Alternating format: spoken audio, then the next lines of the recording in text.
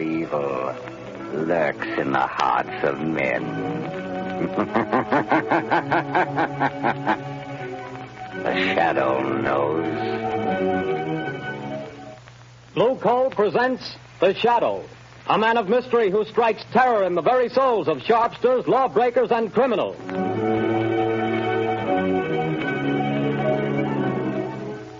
All signs point to a severe winter. Be prepared. If you want to be sure of even, dependable, healthful heat in any kind of weather, insist on Blue Coal, America's finest anthracite mined from the fields of northern Pennsylvania.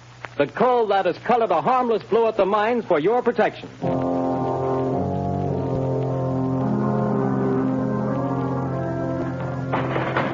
You can't have me to the jail. You can't do it. Let me out of here. Let me... Paul Gordon, listen.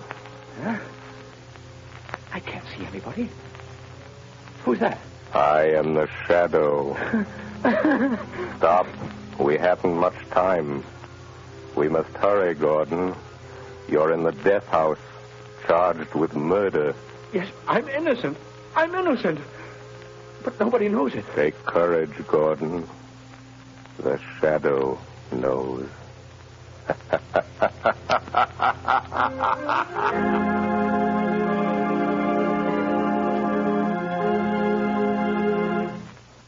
All right, Margot, won't you sit down?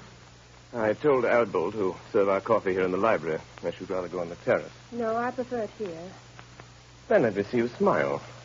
That frown is most unbecoming. Lamont, give it up. Give what up, my dear?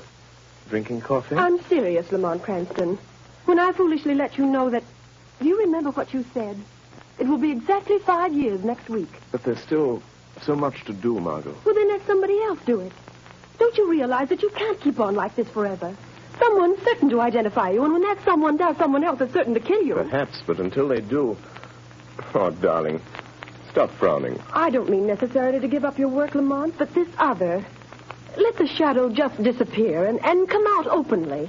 Join the organized forces of law and police. Won't you realize, Margot, that my entire usefulness to the organized forces of law and police lies in my remaining outside those forces, in remaining always the Shadow? Would they approve my methods? Would they believe in my science? You would make them believe. You could make them approve. And in doing so, reveal my secrets, my knowledge. Reveal them and eventually let them fall into the hands of organized crime. No, Margot. No one must ever know. No one but you. Why do you think I've devoted countless hours to investigating electrical and chemical phenomena? Why do you think I went to India, to Egypt, to China? What do you think I studied in London, Paris, and Vienna? Except to learn the old mysteries that modern science has not yet rediscovered. The natural magic modern psychology is beginning to understand, and, well, magic that wouldn't seem so natural. I studied and learned for a purpose, my dear. All right, Lamont, I realize all that. But now the entire underworld has but one objective, to erase the Shadow. And to me, that means... Until they know what the Shadow is and who he is, what can they do? Stop and think how many criminals are either dead or in prison because of our activities. Why, even now, tonight, as we sit quietly here, somewhere, an innocent human being may be in desperate trouble.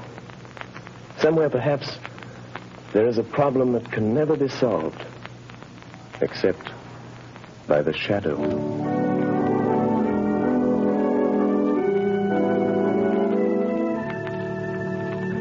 What did the doctor say, Grace? It was good news and bad, too, I'm afraid, dear. Well, whatever it was, dear, tell me. Well, he said the baby could be perfectly well again within a year. Oh, thank God for that. Poor kid. She's had a tough time. Well, what else? Well, this part isn't so good, Paul. She'll need treatments during all that time. Paul, treatments cost money. I know. Well, we'll have to manage somehow.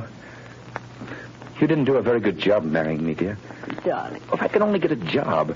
I've got my health and I've got brains. But no one seems to want them. Oh, they will, dear. They've got to. Mm-hmm. You're right about that. We're just about down to rock bottom. I've raised every cent I can on the house and car. There isn't anything left. You and I are still left, Paul. And we've got to take care of Sally. She's our daughter, Paul, and she's got to have her chance. She's going to have it. Somehow. Tomorrow I'll start out and take anything I can get. Darling, perhaps tomorrow things will break for us. Yes. If only they don't break the wrong way.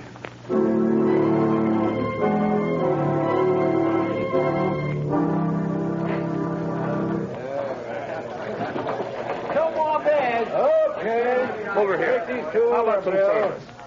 Excuse me, but are you the boss here? That's right. I'm looking for a job. Nothing doing, buddy. I'll do anything. Wait on table, wash dishes, anything at all. I don't need any more help. Well, how about delivering things? I've got a car. Nope, I don't deliver nothing. Sorry, don't need you. I see. All right. Thanks. Hey, you. What? You calling to me? Yeah, sit down. Have a beer. No, thanks. I don't drink. Anyhow, sit down. Meet a friend of mine. Name's Lefty. My name's Red. Look at my hair and you'll know why. Well, I'm glad to meet you both. And Gordon's my name, Paul Gordon. Well, do you want to talk to me about something? We might be able to help you out. Sounds like you're looking for a job. You bet I am. I need one. You know anybody that could use me? Maybe. We don't know you yet. So far as that goes, I don't know you either. See, Red, the guy's smart. Yeah, maybe too smart. Now, look here, Mr. Gordon. We need a car, and we need somebody to drive it for us. You understand? Well, I've got a car and I can drive. Is it a good car? Has it got speed? I'll guarantee you up to 80. That's not bad. It's not bad. Now, listen, kid. How about meeting us tomorrow morning at 9 o'clock? All right. Where? Well, let's see. We're going to, I got it. Right in front of the Uptown Bank. We got to go there first to cash a check. Well, how about $5 a day? That's so. But you remember, be there at 9 o'clock or you don't get no job. Don't worry, I'll be there. I'll be there at 8 o'clock.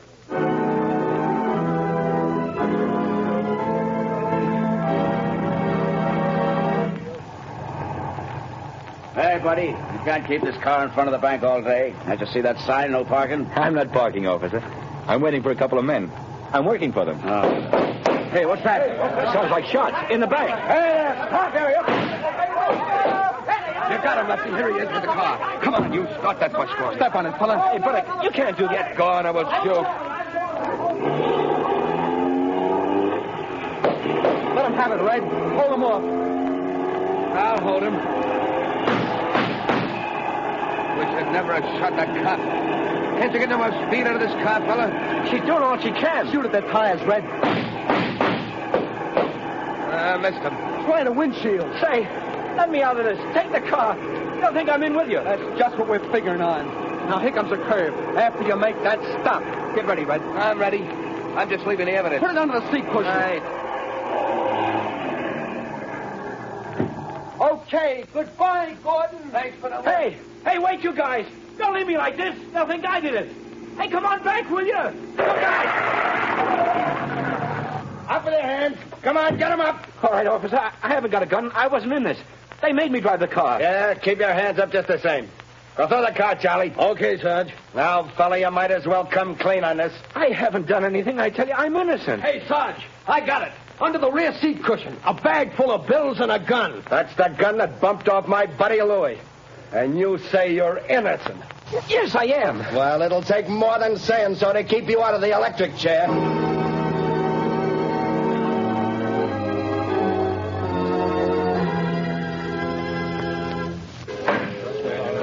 Order in the court. Order in the court. Paul Gordon, the jury have found you guilty of robbery under arms and of statutory murder. You have been shown to have had both motive and opportunity. The prosecution has piled up a mass of incontrovertible evidence, and I myself have no doubt of your guilt. Therefore, in accordance with the law, I direct that you be taken from here to the place from whence you came, and that there you be put to death in the manner stated by the law. And may God have mercy on your soul. Hey, who was that? Where did that laugh? Who laughed? Bring that person before the court. Well, I don't know where he is, Your Honor. The laugh came from over there. In that corner. Yes. Yes, Your Honor, but there's no one in that corner. Only a shadow.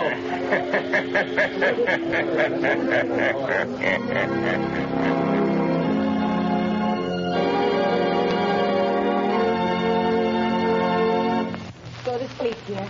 Mother will be right here in the next room. Oh, God. Please help me.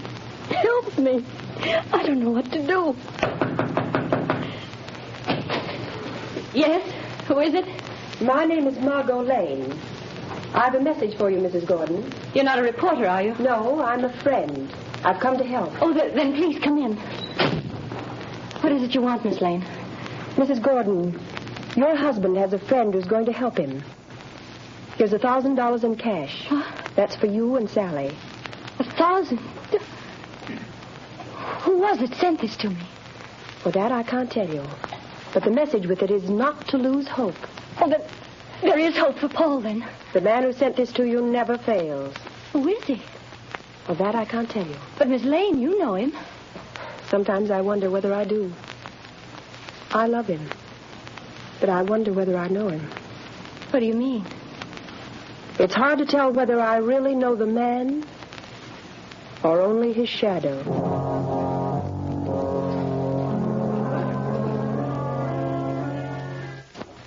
Well, Lefty, tonight the fall guy goes to the chair. That's what he gets for being a sucker. Yeah, there's not a clue that even points our way. Not even a print. We had gloves on all the time. You had yours off for a minute when you were sitting next to him. Yeah, but I didn't touch the wheel. Then we ain't left a clue. You think so? Who said that? You, Lefty? No, I thought it was you. It was I. You cannot see me. Who are you? And where are you? I am here in the room, in the shadow. You have pinned your crime on an innocent man. He shall not suffer, but you will. I don't know who you are, where you are, but you're bluffing anyway. You got no evidence. We didn't leave a clue. You did leave a clue. A clue that will send you to the chair. Where was it? Where was it? You're lying. Wouldn't you like to believe that? Keep thinking about it. Keep thinking about the clue that you forgot.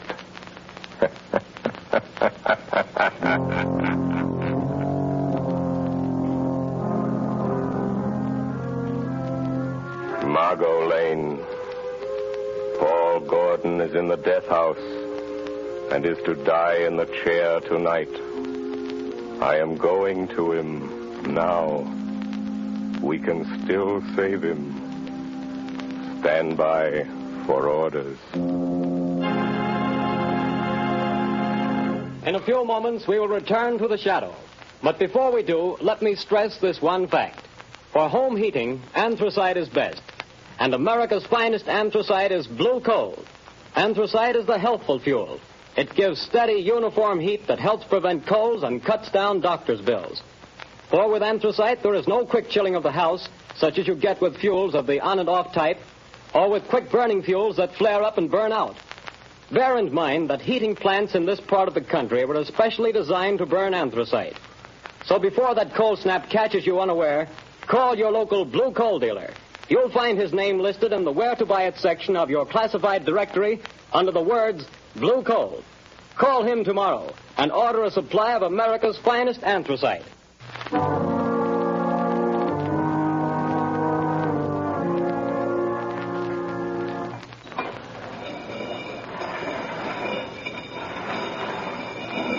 What?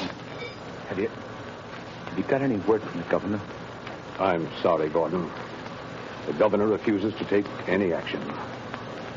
Thanks. I've got to go. Tonight? At 11 o'clock. What time is it now? Almost 10. Is there anything I can do for you? No. Thank you, Walt.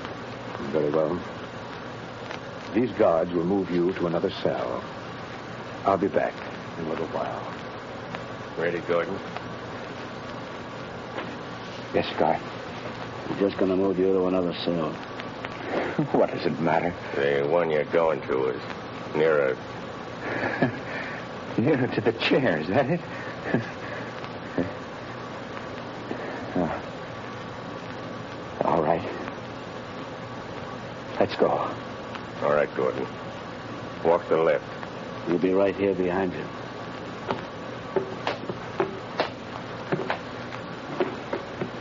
Unlock the door into the preparation chamber, Pete. Okay, just a second. All right. Go on through, Gordon. Watch him, Pete. I'll shut the door. What's the use of all this trouble? What chance have I got now? I'm afraid you haven't got much, fella. I wouldn't say that. What do you mean? Holy smokes. Look behind you. Where? There.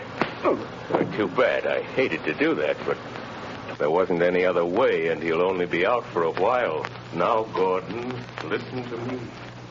Hey, where are you? I can't see you anymore. Where have you gone? Back into the shadow. Now, Gordon, we haven't much time. Listen to me. No crime is perfect. There's always somewhere a loose end. The only reason that all crimes aren't solved is because there's some one fact that someone knows and doesn't tell. And sometimes they don't tell because they don't know that they know. I told everything I know in court. They wouldn't believe me then. Because you couldn't prove what you said. We are going after the proof now. You and I. How? I'm going to think with your mind. I don't know what you mean. Don't try to understand. Just do as I tell you. I want you to concentrate, Gordon. Fix your mind on everything that happened that day. Make mental pictures. I'll see what you see. I'll try. No, Gordon. Stop thinking about your wife and baby.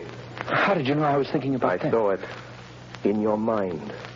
I see in my mind the pictures you create in yours. Oh, like television? Yes, or like mental telepathy or mind reading, hypnotism, whatever you choose. There's no time to talk. Stop talking. Think. I will. I'm thinking now. The picture is getting clearer. That's better. Go on. The restaurant? The bar? Gordon, stop thinking about the electric chair. It blurs the picture. I'll try.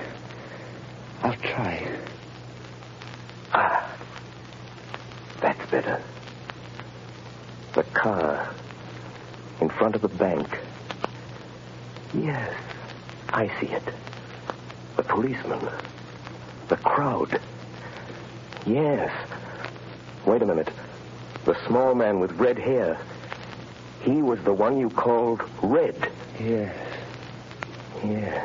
I see him. Crooked nose, short, glasses. I know that man. He's Red Sloan. It's hard to see. I know. Think for your life. Try hard. Yes, you started the car. The other, Lefty, was in front with you. Lefty. See him for me, Gordon. Yes. A scar on his left cheek. Why didn't you mention that in court? I forgot. Never mind. Concentrate. Yes. Lefty couldn't keep you covered with a gun and look back at the same time. What did he do? He reached up and twisted the rear view mirror. Now we've got it. That's the loose end. That's where his thumbprint will be. Gordon, now I can save you. You've told the truth. You didn't know you knew. Come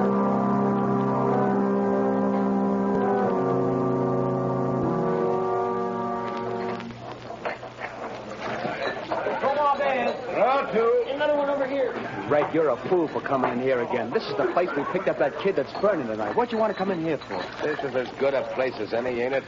Hey, telephone for you, Lefty. Telephone? Yeah, maybe you never heard of it, but it's a great invention. But nobody knows I'm here. Well, somebody knows because they're waiting on the phone for you. It's over there on the wall. Okay. Don't be too long, Lefty.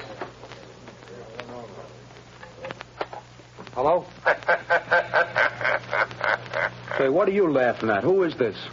Lefty, did you ever hear of the shadow? Yeah. Say, what is this? Too bad about young Gordon, isn't it, Lefty? What do you know about that? The shadow knows. Who are you? What do you want? I want justice. Justice for Paul Gordon, Lefty. And I'm going to get it. But you ain't got no evidence. No. Perhaps there are some fingerprints, Lefty. Oh, no. We had gloves on. There couldn't be no fingerprints. Did you have gloves on all the time? Yeah, sure. I did. You're left-handed. Now listen carefully, Lefty. When you were sitting in the front seat of Gordon's car, your gun was in your left hand. Remember? Say, you ain't nobody, are you? It's just... Say... How do you know? What did you do with your right hand? My right hand? You took off your right glove, didn't you? Oh, no, I didn't. I didn't. No. Gosh, I'm going nuts. And you couldn't see the car that was chasing you because the angle of the rear view mirror was adjusted for the driver and you weren't driving, so... Do you remember what you did? No, I didn't. I didn't take it off. Are you sure you didn't reach up with your bare right hand and turn that rear view mirror? Are you sure, Lefty? No, I didn't. Maybe I did that. If the police find that fingerprint, you'll burn, Lefty. Just the way young Gordon's going to burn tonight. Goodbye, Lefty. Hey, wait a minute. He hung up. No. I won't burn. Hey, Red. You certainly gabbed long enough. Say, who was the guy Never mind that. Where's that car of Gordon's now? In his garage, I guess. I heard his wife. Listen. What? I got a hunch. There's some fingerprints of mine in that car. Red, we gotta wipe them off of there, or maybe we'll burn in that chair, too. Come on, let's go. But, Commissioner... I'm sorry, Miss Lane, but I don't see what we can do. But I tell you, Paul Gordon is innocent. The men who committed the crime are free. Where did you get this information? Oh, that I can't tell you. Miss Lane, Paul Gordon was convicted of murder by due processes of law. Tonight he pays for his crime in the electric chair.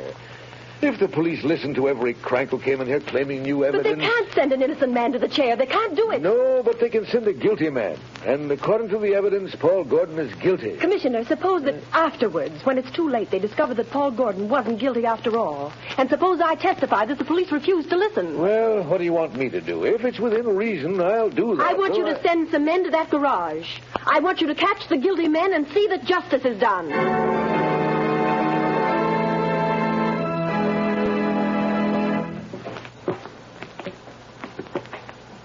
Poor Mac. I'm frightened. Brace up, Gordon. It won't be long. Get your chin up, buddy. My turn next. So long, fella. Good luck. Goodbye, kid. Where is he? He promised to save me. Who, son? I don't know. It was a voice. Just a voice. He said he'd stand by. Now, steady, old man. Don't lose your nerve, Gordon. Open it up, men. No, I won't go in there. I didn't do it. I didn't kill him. I didn't, I tell you. He said he'd stand by. Warden, wait. Only a few minutes more. Just a few minutes. Don't take me in there yet. No, wait, please. He said, please wait. Easy, Gordon.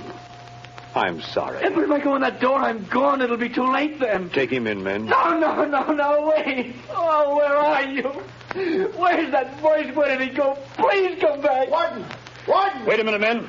Well, what is it? Warden, wait. The governor's on the phone. He says stop. Hold up everything. What'd the governor say? He wants to talk to you on the phone, Warden. He says, don't electrocute this man. They've got the other two guys in Gordon's garage trying to rub out some fingerprints. One of them was shot and died. But before he died, he spilled it all. This fellow didn't do it. It was a frame-up. Oh, thank God he got me in time. Gordon! Gordon! Did you hear that? Yes. Yes, I heard it.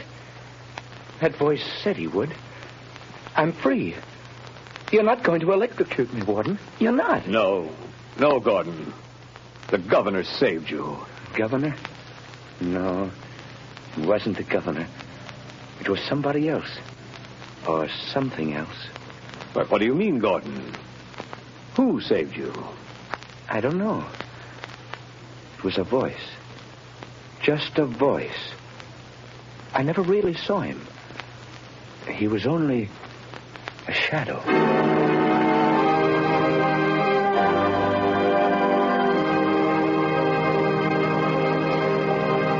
Before another adventure with the Shadow draws to a close, John Barclay, Blue Coal's heating expert, would like to say a few words. Mr. Barclay. Good evening, friends. If you're interested in having a more comfortable home this winter, be sure to call your local Blue Coal dealer.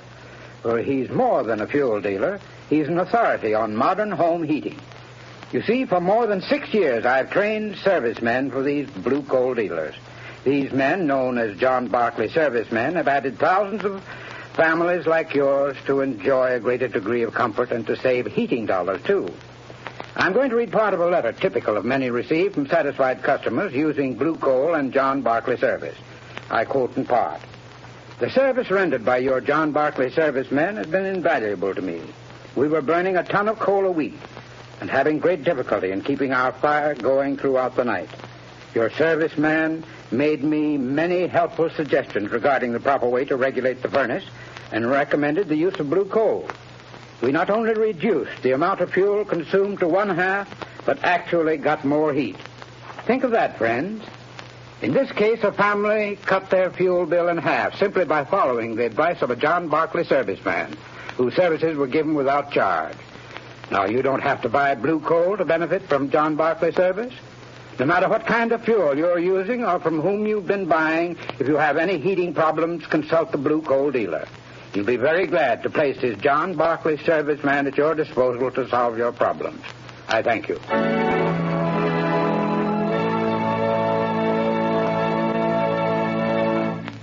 The story you have just heard is copyrighted by the Shadow magazine. Real names are never used in these Shadow stories.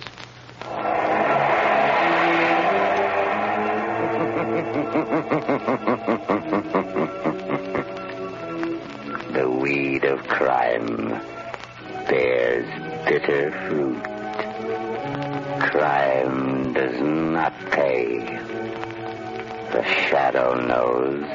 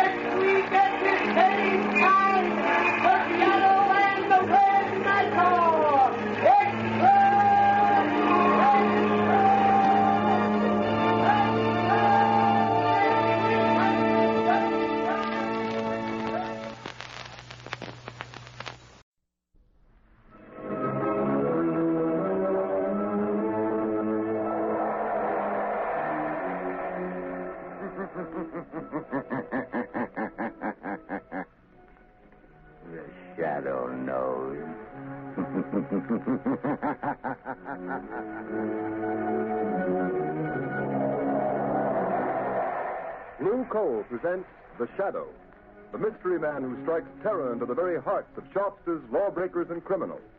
Today's story, Sabotage. Today's exciting adventure with The Shadow starts in just a moment. But first, I'd like to say a few words about health. Over 50% of all family colds can be traced to uneven heat or overheating in the home. So protect your family's health by burning Blue Coal, America's finest anthracite. Then you will be sure of steady, lasting, healthful heat at less cost. the next time you order fuel, ask for blue coal by name. You don't have to get a full supply. Your nearest blue coal dealer will be glad to send you a trial ton. Phone him tomorrow.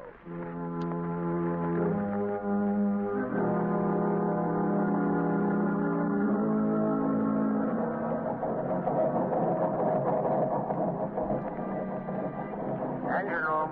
Stand by for test number 11. Engine room standing by, Commander. Ship full speed ahead. What the? Engine room. Hello. Hello, engine room. Chief Engineer Swain reporting. Boiler explosion, sir. 3 casualties, sir. Good Lord, what happened, Commander? Boiler explosion, Lieutenant. Hard luck, sir. Luck nothing. You mean another case of sabotage? Yes, sabotage.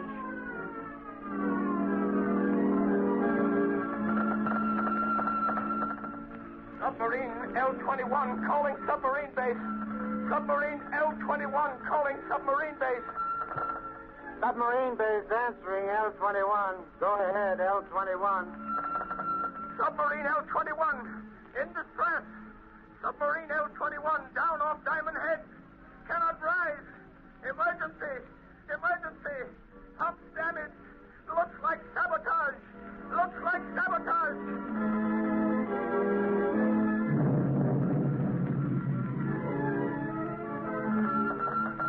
Cruiser returning to base. Cruiser returning to base. Explosion. Explosion in after gun turret. 3 dead. 6 wounded. Suspect sabotage. Suspect sabotage.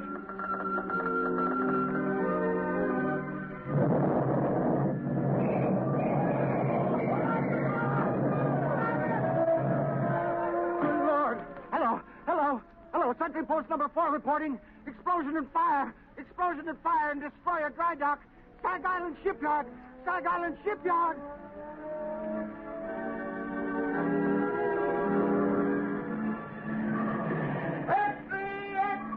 Sabotage ring strike Stag Island Shipyard. Read all about it. Mysterious explosion and fire.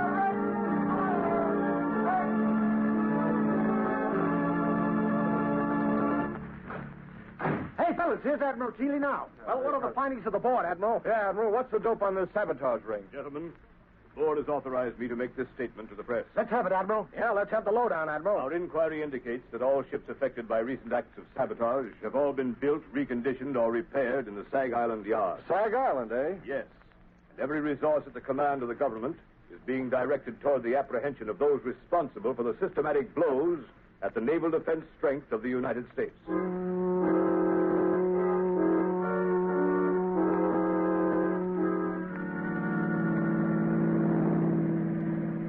Lamont Cranston, would you mind telling me where you've been for the past 5 days? I was nearly frantic until I got your call asking me to meet you.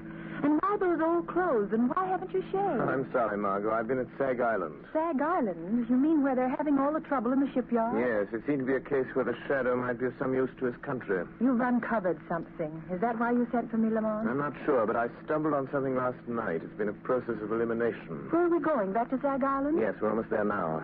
Lamont, have you anything definite to work on? It seems so hopeless. You forget, Margot, that I, as the Shadow, have a certain gift. You mean what the underworld call the power of invisibility? Yes, and the ability to read other men's minds, particularly the mind of a man who has something to hide. But you've got to find that man first, Lamont. I know.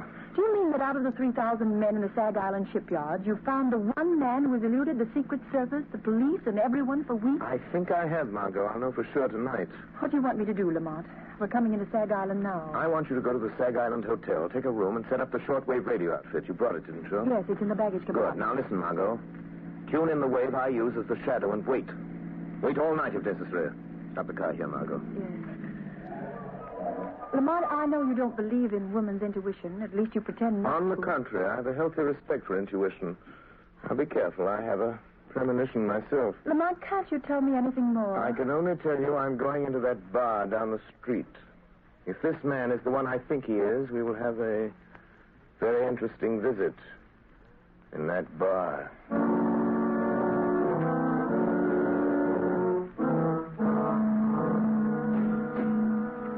Bartender, set him up again. Yeah, one more round. I'm doing, boys. It's closing time. All right. Come on, Jake. Okay. Good night. Come on, Bill, let's go. Good night, boys. Night.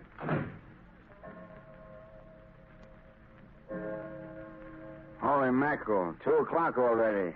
An hour passes quickly when a man is talking about himself, Mr. Buckler. What? What have I been talking about? What have I... Say, who the devil are you, anyway? If you're one of them Secret Service guys trying to pump me, you're barking up the wrong tree. I'm not a Secret Service man. Well, then what's your game? What's yours? You're not looking for a job. You're a phony. I have a good notion to turn you over to the cops. They're rounding up guys like you. Sit down, Buckler. Listen to me, or you get us both in trouble. Who sent you here? Who told you to look me up? Would it help if I told you what you're thinking, Buckler? Quit stalling. Who sent you? It's running through your mind over and over again. I see it like a picture on a slate.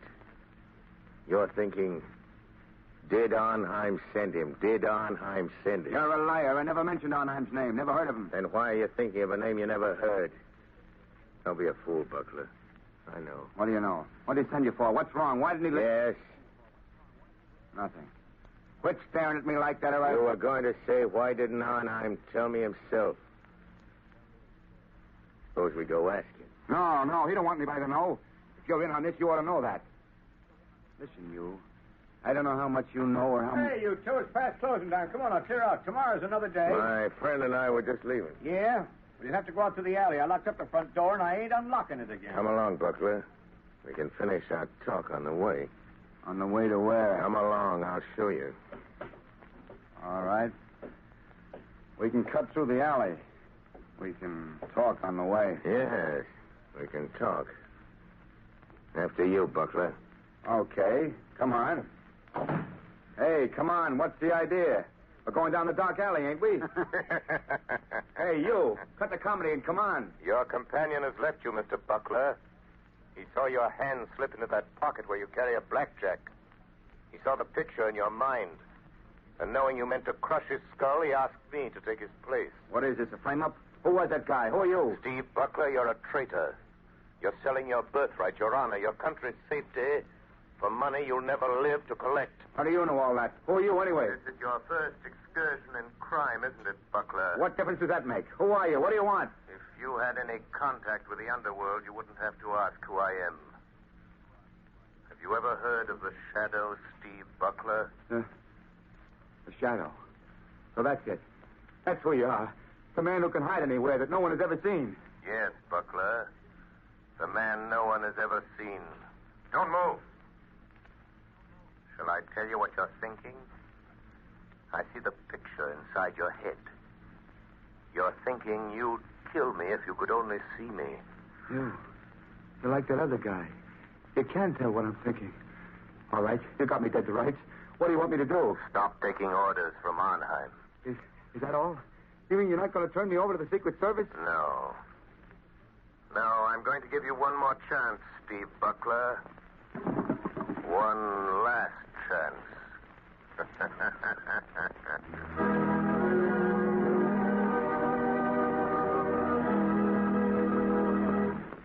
The Shadow's adventure will continue in just a moment.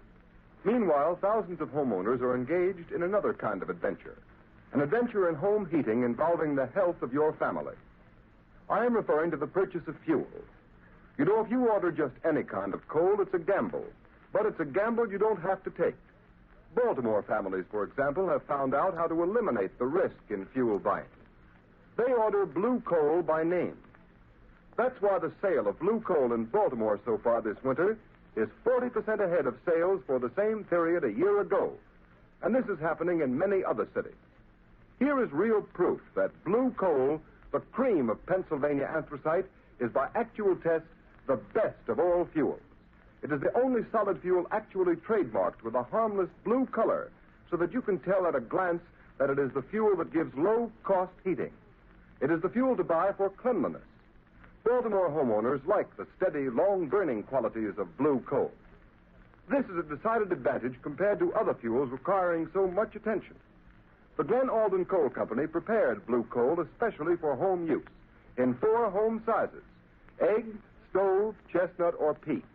So I urge all homeowners throughout this area to find out what thousands of Baltimore families have already learned about the greater comfort, convenience, and economy of blue coal. Order your trial ton of blue coal tomorrow. You will find the name of your nearest blue coal dealer in the Where to Buy It section of your classified telephone directory under the name of Blue Coal.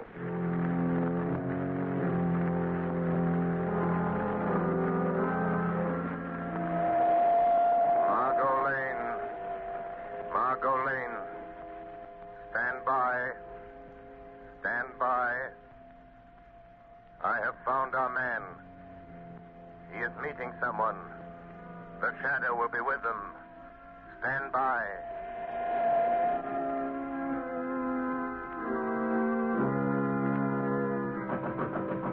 Who's there? Who's there? It's Rigo. Let me in, Butler. Oh, okay. Where's Arnheim? Why didn't he come? What makes you think he'd be fool enough to come here just because you sent word you're in trouble? I've got to see him. I've got to talk to him, Rigo. What's the matter with you? The Secret Service men been asking you questions again? No, they don't suspect anything. But somebody else is after us. Somebody knows Arnheim is back of all this sabotage. Well, who is it? Come on, Buckler, out with it. Let go of me, I'll tell you. It's the Shadow. The Shadow. Don't give me that. It's the truth. That's why I phoned Arnheim. I got to have the money he promised me. I got to get away from here. Listen, you fool. How did the Shadow get wise to you? How much does he know? I'm not sure, Ivan. How did he find out unless you told him? I didn't tell him. But he can read your mind. Listen, you got to take me to Arnheim. I got to get away. How did you get away from the Shadow? He let me go. Said he was giving me one last chance. You're lying, Buckler. People don't get away from the Shadow. He doesn't let them go unless they're working for him.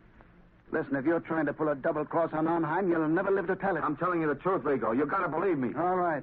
Maybe you are. But it just happens we've got another job for you that'll prove whether you're on the level with Arnheim or not. I can't do anything more. The Shadow knows I'm responsible for all those accidents. He'll find me. You can't hide from anybody like that. He'll find you dead if you don't do as you're told. Besides, Buckler, you'd like to get that $50,000 Arnheim promised you, wouldn't you? I've done more than he asked already. I've earned that $50,000 a dozen times over. Maybe you have. But you don't get it unless you carry out Arnheim's orders. Well, this is the last. It'll be easy for you. And it won't take you long. I'll wait for you. Take you to Arnheim's place. He'll pay you off and you can be on your way. What about it, Buckler?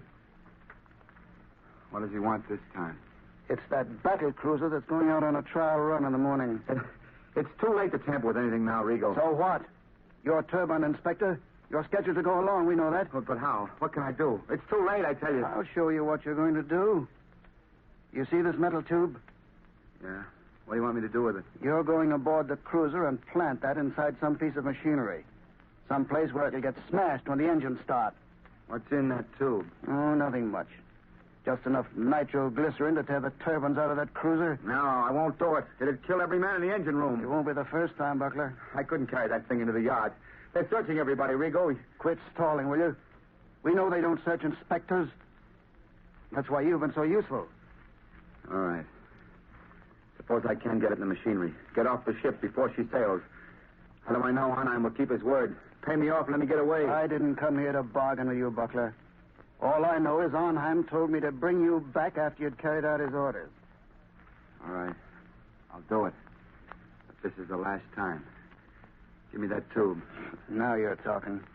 But look out for that stuff. It's touchy. Well, come on. What are you waiting for? You better go first. Nothing doing. I'm making sure you get to the yard. That cruiser sails with the flood tide. And don't try anything because I'll be waiting for you in my car when you come out. Well, come on.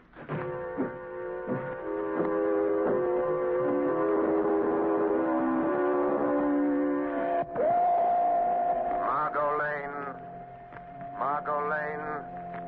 Drive to shipyard. Watch for black sedan parked in front of red brick building. Our man is Steve Buckler, ship inspector. I am following him into shipyard to prevent another accident. Margot, don't lose sight of that black sedan. It will lead us to the real head of the sabotage ring.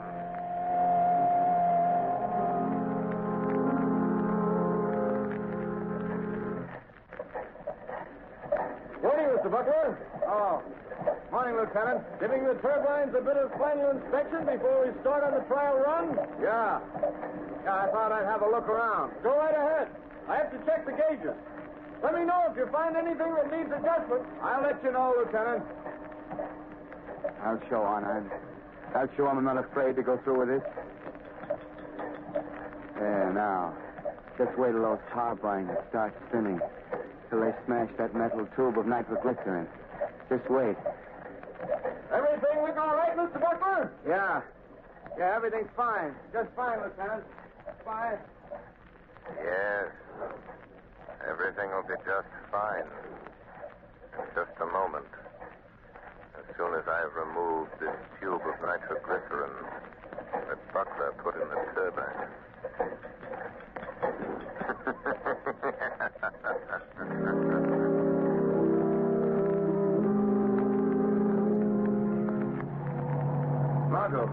Margot, wait a minute. Oh, Lamont, thank heavens you're here. There goes that rat sedan. Buckler and a man named Rigo. Follow them and don't get too close. What happened in the shipyard? Buckler tried to carry out another sabotage job for a man named Arnheim. He's the man we want. Did you stop Buckler? Yes, but he doesn't know it. Don't have an accident, Margot. We'll be scattered all over the landscape. Careful, Margot. What do you mean? Just as this metal tube I'm carrying contains enough nitroglycerin to blow us to Kingdom Come if it's jolted hard enough. Where'd you get it, Lamont? From Buckler? Yes, he left it in a gearbox at the battle cruiser. Oh, so that's why you followed him into the shipyard. Slow down, Margot. You're getting too close to that car. Yes. I had to stop that murderous scheme, even if it meant losing track of Buckler and Rigo. But do you think they'll lead us to this man who seems to be behind all this, Arnheim? I'm sure of it. Look, Lamont, they're turning in that big estate. Quick, Margot. Go off the road and stop. Yes. Lamont, look at the sign. Redland Sanitarium. This doesn't look like a place where Arnheim would have his headquarters. That's probably why he selected it. Well, Margot, this is it. Lamont, you're not going in there alone. Yes, the Shadow is going to return this little metal instrument of death to Dr. Arnheim in person. Doctor? Yes, just look at that sign, Margot. Redland Sanitarium, Dr. Felix Arnheim, resident physician. Oh, please don't go in there alone, Lamont. Let's notify the state police. We can. I have the radio transmitter in the car. Good, and I want you to call the state police on the regular wavelength 5 minutes after I've gone in the house. Well, why not call them now? Margot, we're not dealing with amateurs. They're undoubtedly prepared against police raids. If the police blunder in there, they'll only find an empty house. I've got to go in there alone. Don't take that nitroglycerin with you, Lamont. Well, Margot, I must. This tube of concentrated death is an important part of my plan to hold those men in that house until the police break in. Oh, don't, Lamont. You said you had a premonition, remember? Don't, Margot, worry. Call the police, and in 5 minutes, which is in the lap of the gods. And in the hands of the shadows.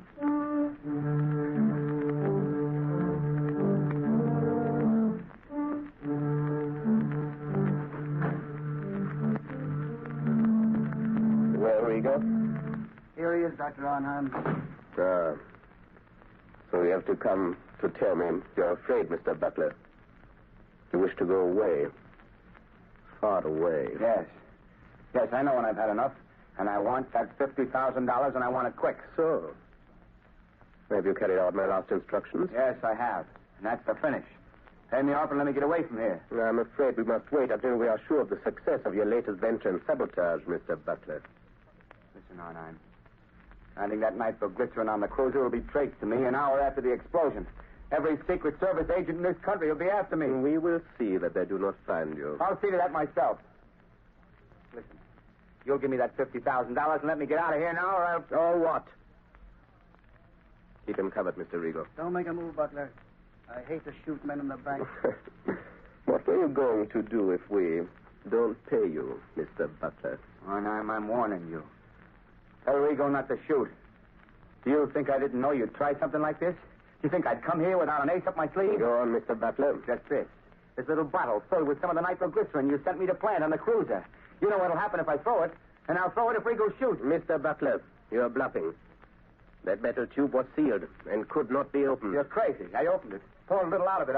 Rigo, I think Mr. Butler has served us long enough. He wants to go far away. I think we should help him. No. Don't. I've done everything you wanted. You can't kill me. You'll be caught. Mr. Butler, this is a sanitarium. Many persons have died here. It is quite useful. The police think nothing of one death, more or less. Are you sure there's no nitro in that bottle, Doctor? Quite sure. I think now, Mr. Rigo. No, don't. Shadow. The shadow warned me. I should have listened. Listen to the shadow. Very good, Mr. Rigo. This American man of mystery, the Shadow, he interests me. You told me something over the telephone. Yes, he got to Butler last night. Makes himself invisible. As I told you over the phone, I think we'd better get out of the country for a while. Because of this Shadow? He's just a man using hypnotic forces that affect men's minds. Well, maybe, but once he gets on your trail, there's no shaking him off. But I know something about such forces. He can appear in a room without being seen. How do they do it? Some call it the powers of angels or devils. But it's the art of mesmerism. Hypnotic suggestion is very old. And certain men of modern science have developed it amazingly. Well, no matter how he does it, I don't want to meet this Shadow. In that case, Mr. Rigo, will you be so kind as to remove that body? I dislike the presence of the dead. All right, I'll take care of it. I'll be in the cellar if you need me. I shall not need you. Say, what's funny, Doc? What are you grinning about? I am looking forward to a conversation I'm going to have. Somebody coming here? Not exactly. Don't concern yourself, Mr. Rigo. This is something beyond your comprehension. Okay. I'll be on tap if you need me. What are you waiting for, Shadow? Why don't you speak? How long have you known I was in this room, Doctor? For quite some minutes, Shadow. While I'm not a master of your art of invisibility, my mind is sensitive to such a forceful concentration as you exert to cloak your presence. I see. Since you sent Rigo away, it is evident you are not afraid of me. Fear is a luxury I do not allow myself, Shadow. Your career of sabotage is over, Dr. Arnheim. I think not.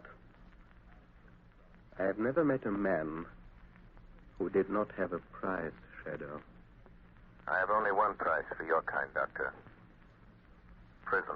You could be very valuable to me, Shadow. Don't reach into that drawer, Doctor. A gun is of no use. A gun?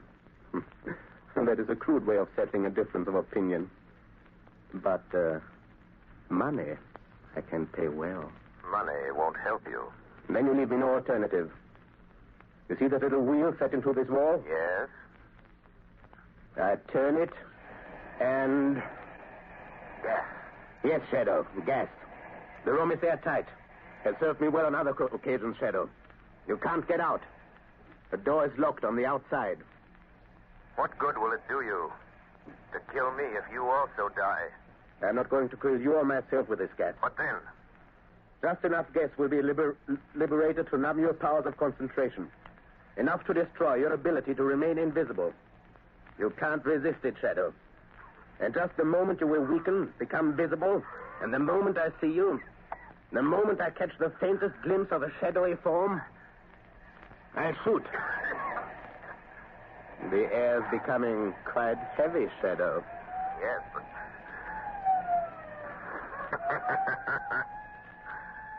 Listen, Dr. Arnheim.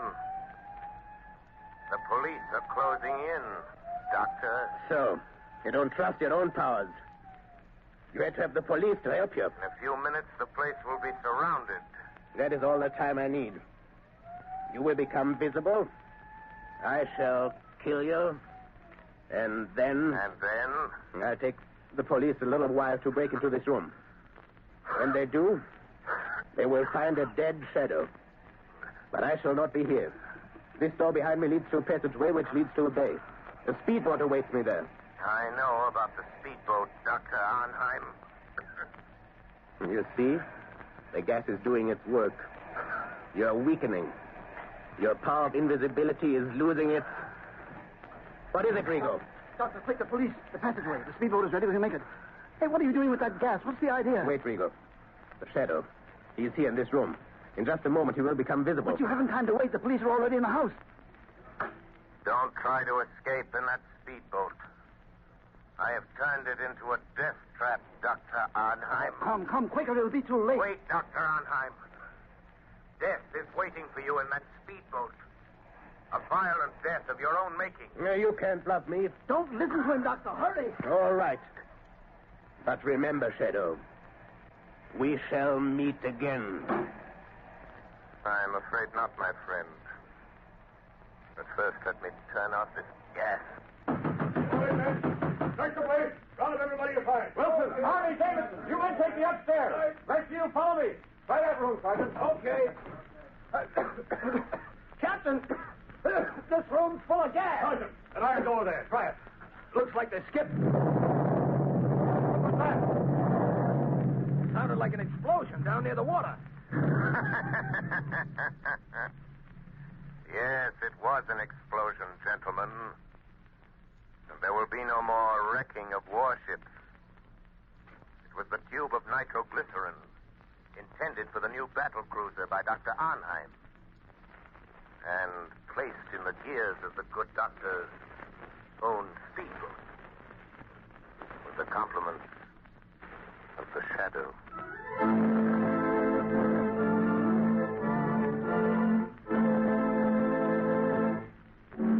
You have just heard a dramatized version of one of the many copyrighted stories which appear in the Shadow magazine. Any similarity to persons living or dead is purely coincidental.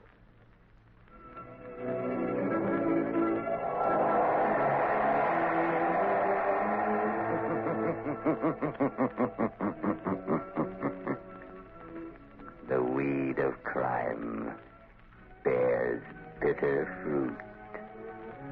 Crime does not pay. The Shadow knows. Next week, same time, same station, Blue Coal, America's finest anthracite, will again present another thrilling adventure of the Shadow. Be sure to listen.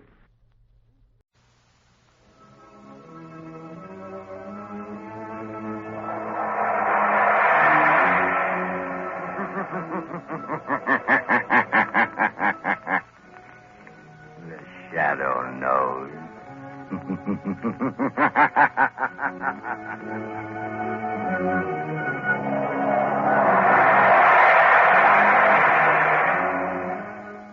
Now again comes radio's strangest adventurer, the Shadow, mystery man who strikes terror into the very hearts of shopsters, lawbreakers, and criminals. Today on the air, Blue Coal brings you the Shadow's latest adventure, Hounds in the Hills. In just a moment, the Shadow's exciting adventure will begin. Meanwhile, I have an important message for everybody. We are now in the midst of the most treacherous season of the entire year. But you can protect your family's health during this danger period by burning blue coal. For blue coal gives you clean, uniform, healthful heat all winter long. And its harmless blue coloring is your guarantee of better heat at less cost. So when you order fuel, insist on blue coal. It's Pennsylvania's finest anthracite. Your nearest blue coal dealer will be glad to send you a trial ton. Phone him tomorrow.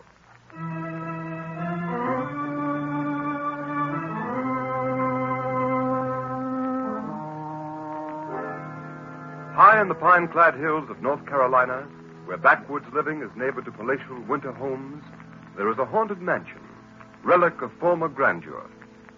With no visible means of support, old Sadie, haggard, half-demented creature, and Jake, a hunchback son, live in one wing of the dilapidated old house. A pack of great, vicious, crossbreed hounds guards the old place from intruders. It is early evening. In the dim half-light, two figures, led by one of the hounds, approach the house.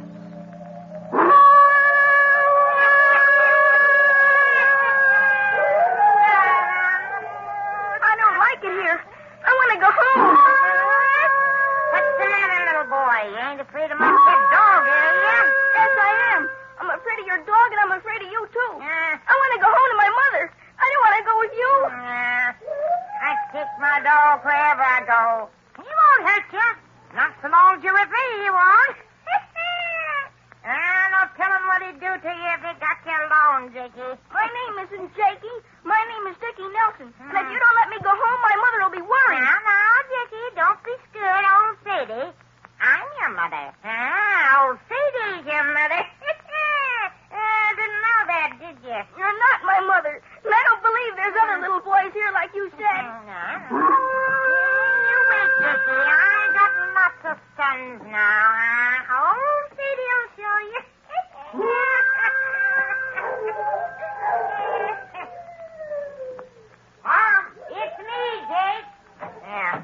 Jake.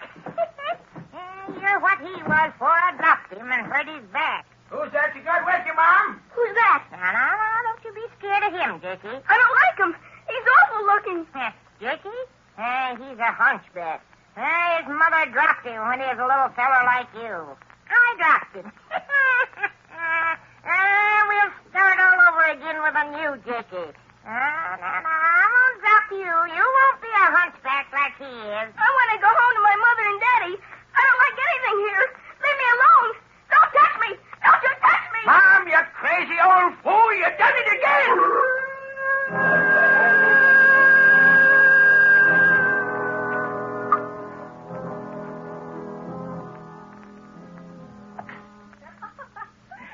Nice drive, Lamont. Your golf's improving.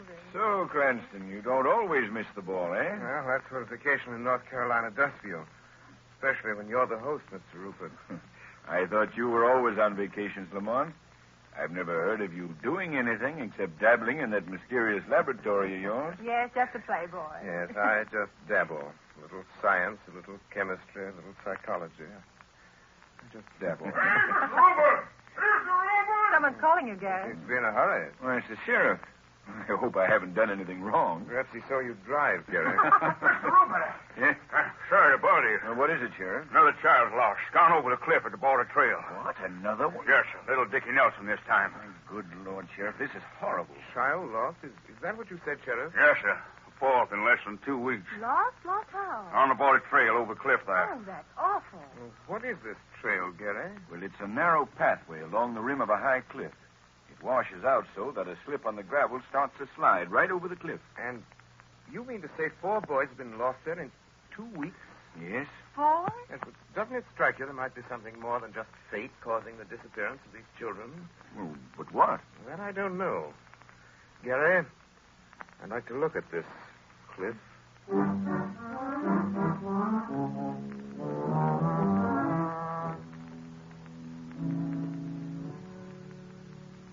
Look, Mr. Cranston. You see how the trail washes out down the cliff? Yes, Sheriff. That's 1,000 feet straight down there. The river at the bottom. Yeah. I reckon the current must carry the bodies away. We haven't found a trace of them. I don't suppose there's any doubt about what happened to the boys. No, Miss Lynn. When Bobby Meena disappeared last week, we found a ball he'd been playing with. Would you call that conclusive evidence? Well, this morning we snared up Dickie Nelson's cap that was caught on some shrubbery part way down the mountain. Of course, some of the colored folk around here think Ghost done it. Ghost? Yeah. See, they was howling last night about the time Dickie was lost here. What kind of howling, Sheriff? Darned if I know, sir. They say they heard it the 3 times the other boys were lost. But you know how they are. Colored folks up here in the hills are superstitious. Yes. But what kind of a howl does a ghost make in this part of the country, Sheriff? Well, that's what I asked. About as near they could describe it, it was like a dog howling. A hound dog. Well, I've generally found that a dog howling means a dog. Perhaps I'd better reverse the usual procedure, the dog trailing a man. It's all very mysterious, Lamont. Yes, it is, Margot. Will you excuse me for a moment, Sheriff? Yes, certainly, Mr. Cranston. Margot, I think the shadow will look into this mystery. But how? Go back to the house, Margot. I'll wireless you if I need help. In my invisible state as the shadow, I'm going to follow the clue of the dogs and see where it leads me.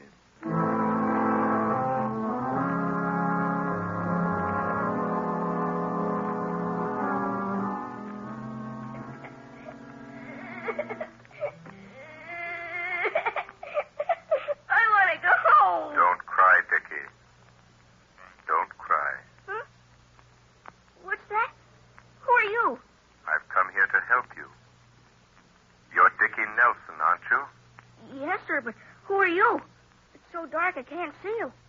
You don't need to see me, Dickie. Pretend I'm just a shadow. But you can hear me. Yes, sir, but I want to go home. Here. You've got to be a man, Dickie.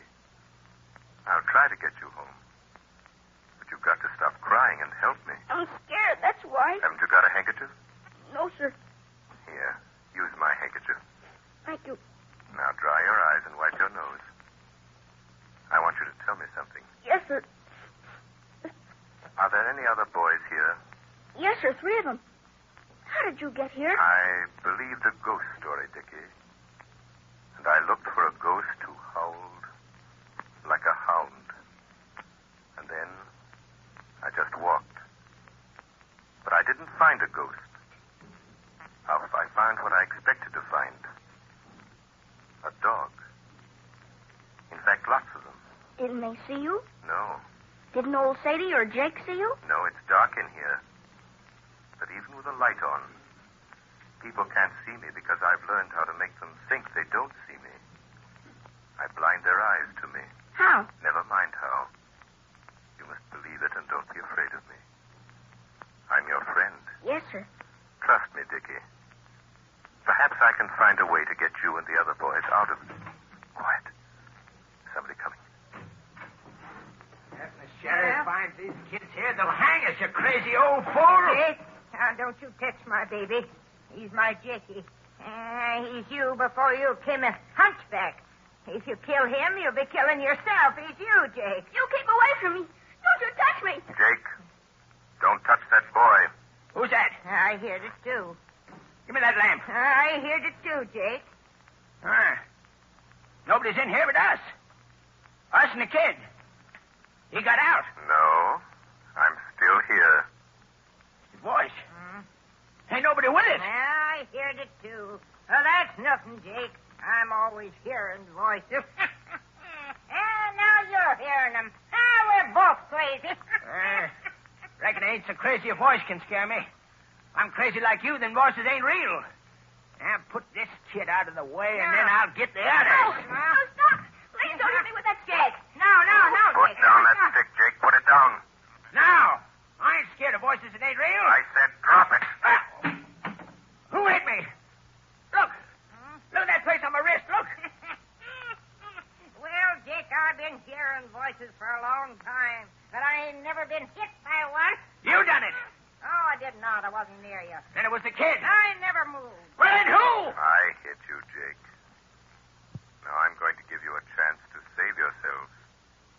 Let this boy go. Bring the other boys here. I'll take them home. No, they're mine. They're mine. They're Dickie. No. I'll get rid of them my way. Please help me. I want to go home. Trust me, Dickie. There's only one thing for me to do now. Jake, this is your last chance. What? Who's that? You reckon it's somebody looking for the kids?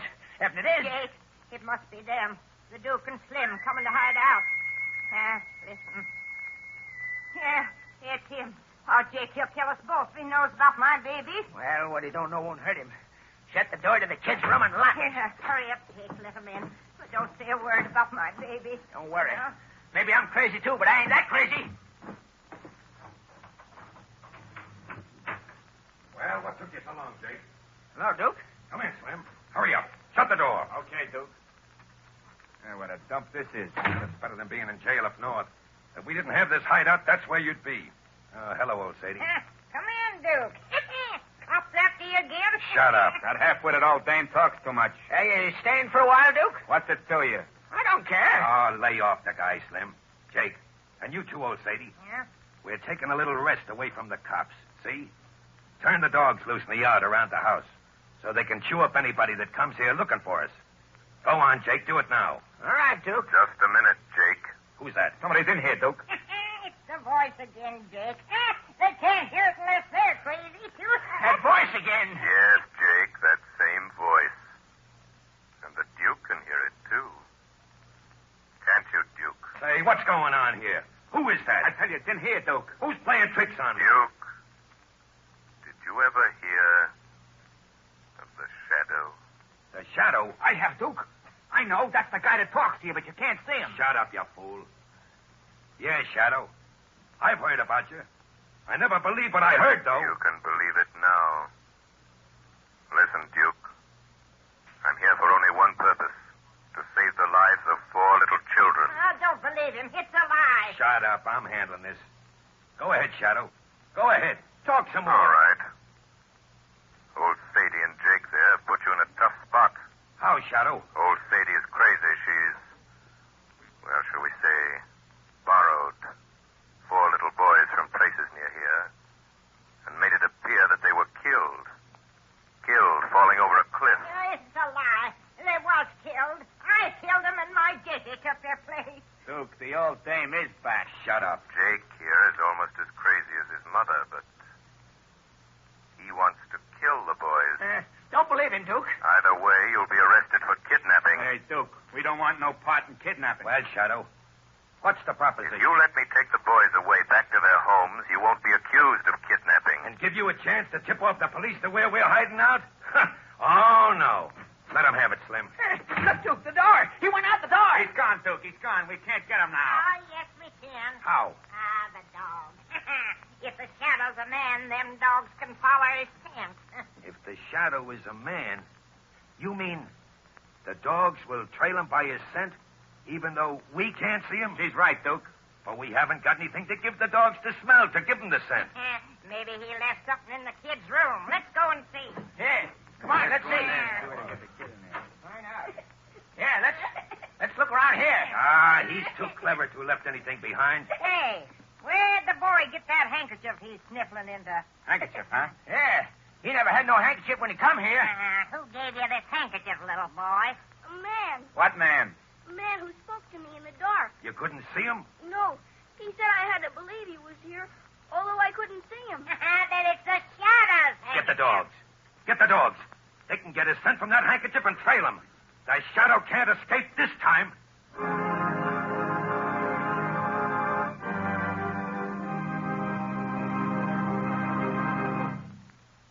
The Shadow's adventure continues in just a moment. Meanwhile, I'd like to say a few words about a subject that's uppermost in everyone's mind these days: how to save money. Large savings in cooking and heating costs can be made by switching to blue coal. For blue coal is the perfect home fuel. It is the best grade of Pennsylvania anthracite.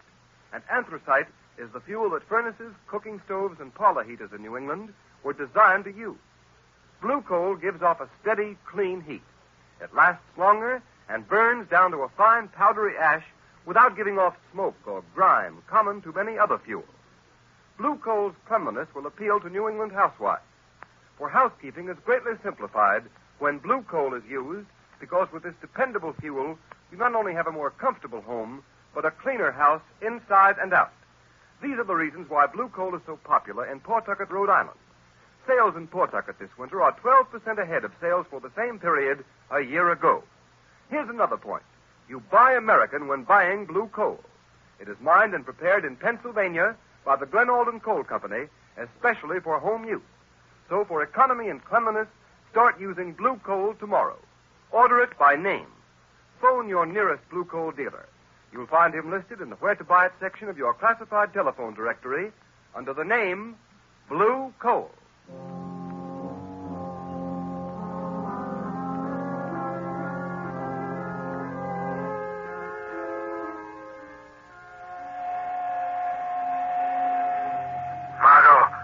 Margot Lane. The children are alive. Alive in an old house about 4 miles off the cliff road. They're being held captive. There's no time to lose. I'm in the woods. The pack of hounds is trailing me. You can probably hear them. They've got my scent. Hurry. Get the sheriff. Save the children. Hurry.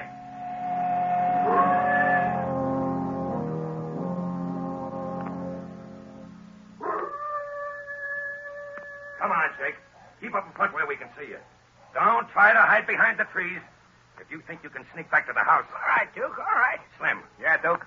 If Jake starts falling back again anymore, trying to lose us among the trees in the dark so he can go back to the house and finish off them kids, let him have it. Okay, boss. I wasn't.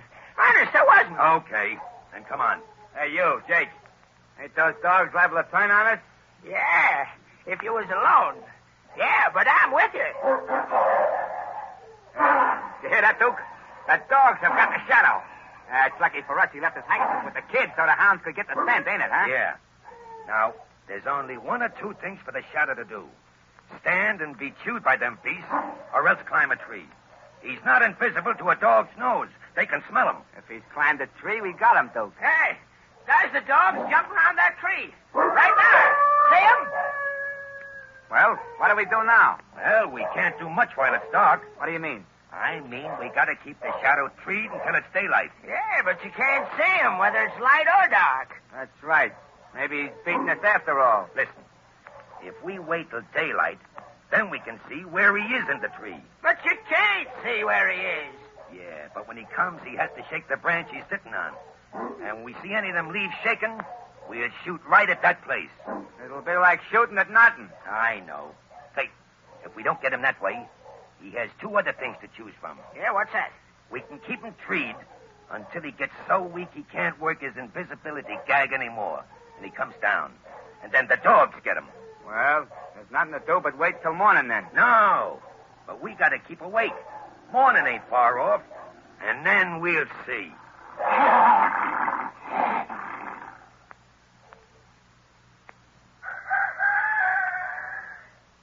Hey, Duke, I got to thinking sitting here last night. What about them kids? Well, Slim, what about them? We didn't do it, but they can pin a kidnapping rap on us. Not without evidence, Slim. No, but she...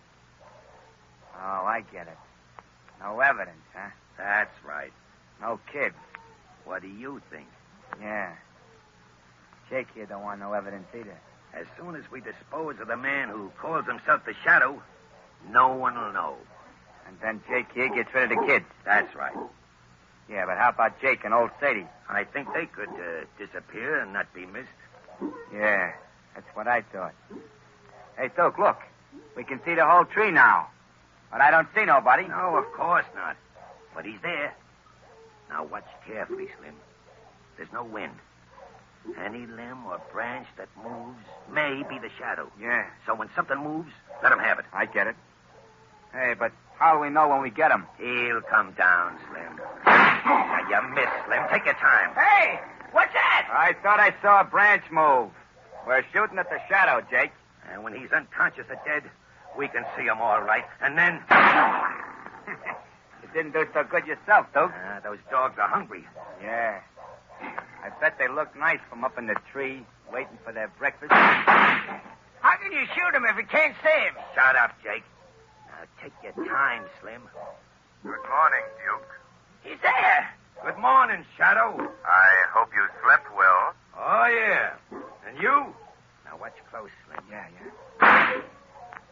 Would it be too much for me to ask, how are the little boys? They're all right, Shadow. So far. That's good. Yeah, but I'll get rid of him. Slim, get around the other side of the tree. I think he's low in the tree, behind the trunk. Okay, Duke. We're taking care of you first, Shadow. You know too much. Well, what's funny, Shadow? I'm laughing at you, Duke. Oh, yeah? You laugh different when I get my hands on you. Why don't you come up here and try it? I don't have to. You'll come down. You'll have a long wait. Oh, yeah? Can't you say anything but oh, yeah? You're really quite stupid, Duke. Oh, yeah? Well, I'm smart enough to get you out of that tree. Good. I was getting rather bored. Ah, shut up. Hey, Slim, go back to the house and get an axe.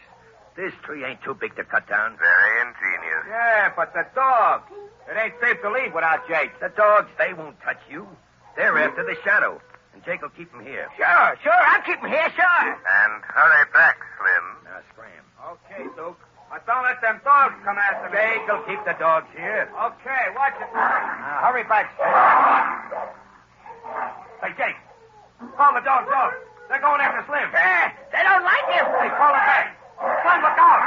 Jake, the dogs are attacking him. Yeah, they're going to eat him. I'll shoot him, Slim. Guess you didn't shoot him soon enough, Duke. Well, Jake, your dogs got Slim. I'm afraid you've lost most of them. Yeah. Ma'll be awful mad. There's only Big Tom left. But the Duke will shoot him. No, he won't. His gun's empty. Look at him go up that tree. Yeah. Big Tom didn't get him. Now you're both up in the tree, ain't you? No, Jake, I'm standing right here behind you. Now do what I tell you. Go over to that tree and tie Big Tom to it. So that the Duke can't get down. Why should I? You want to get those kids out of the way, don't you? Duke won't let you. Yeah. He won't, maybe. Yeah, he won't let me, maybe. I won't tell him what I'm going to do. Jake, call off this dog. Tie him up, do you hear me? Tie him up. No, not to my tree, you dope. Take him away. Listen to me. Don't tie him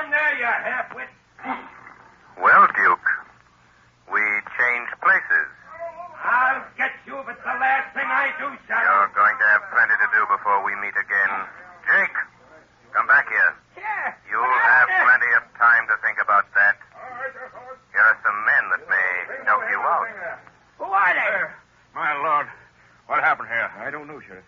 Say, this is the hunchback, Jake. Hello, Jake. Duke's up in the tree. Yeah, look out, Sheriff. I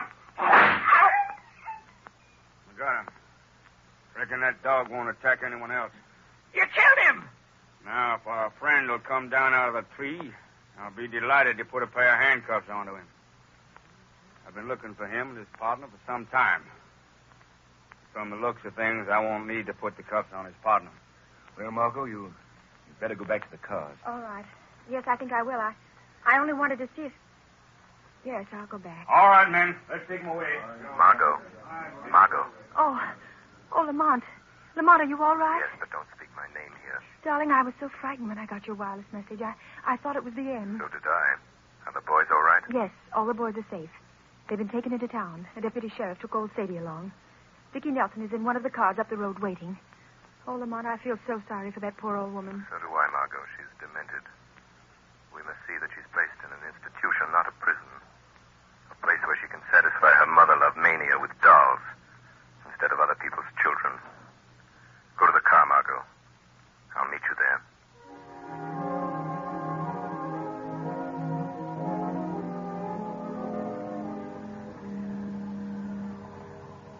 What are we waiting for, Miss Lane? I want to go home to my mother. Just a minute, Dickie. I'm expecting someone. Who? Oh, here he comes now. Hello, Margot. Hello, Lamont.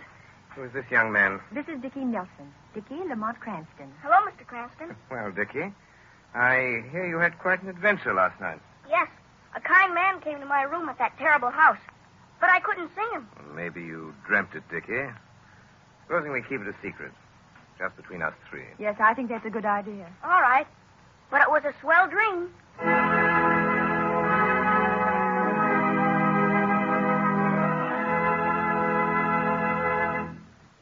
And here is John Barclay, Blue Coal's heating expert, with some interesting information for you. Thank you, Ken Roberts. Good evening, friends. The health and comfort of your family during this period of widely varying temperatures depends to a great extent on whether your heating plant delivers steady, even heat when you need it. And the efficiency of your heating plant depends upon the proper use of furnace dampers. Here are some helpful hints on the proper use of these dampers. First, the turn or the smoke pipe damper should never be used for day-to-day control of heat. This damper should always be kept as nearly closed as possible without retarding the free burning of your fire. If you do not have automatic thermostat control of your furnace, the everyday control of heat should be left to your check damper, that flap-like damper located on your chimney pipe and the ash pipe damper. To get more heat through your house, close the check damper and open the ash pit damper. Always remember, when one is closed, the other should be open. If the house is warm enough, close the ash pit and open the check damper. The proper location of these dampers is important. The check damper should be between the chimney and turn damper, the latter being between the check damper and the furnace. If the dampers are in this position, they are properly placed. And if operated in the manner that I've just explained, you should not experience any trouble in maintaining an even temperature in all parts of your home. However, if you do have trouble with your furnace, phone your nearest Blue Coal dealer and ask him to send a John Barclay serviceman to your home. I thank you. Thank you, Mr. Barclay. And friends, take Mr. Barclay's tip. Phone your nearest Blue Coal dealer. Have him send a John Barclay serviceman to your home tomorrow.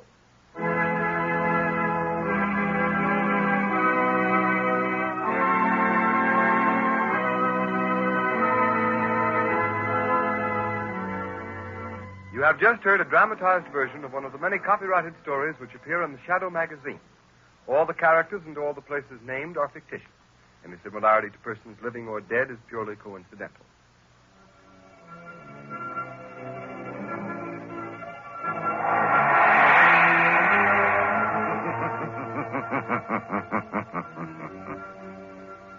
As you sow evil, so shall you reap evil. Crime does not pay. The shadow knows.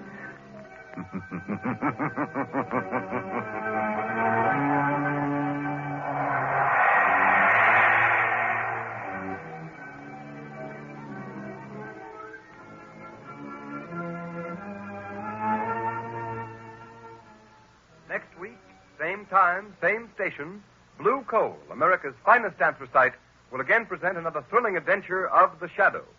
Be sure to listen. And be sure to burn Blue Coal, the solid fuel for solid comfort.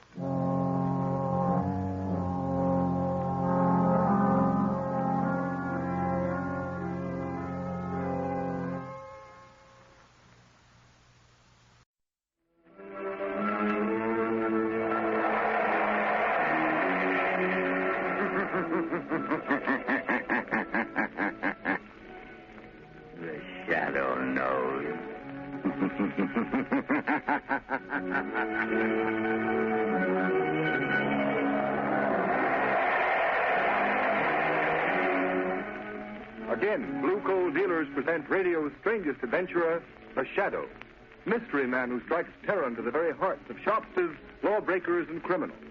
Today, Blue Coal brings you The Shadow's latest adventure, The Silent Avenger. The Shadow's exciting adventure begins in just a moment. But first, I'd like to remind you homeowners that right now, when winter is changing into spring, is the most treacherous time of all the year. But you can protect your family's health and save valuable dollars by burning Blue Coal. It's Pennsylvania's finest anthracite.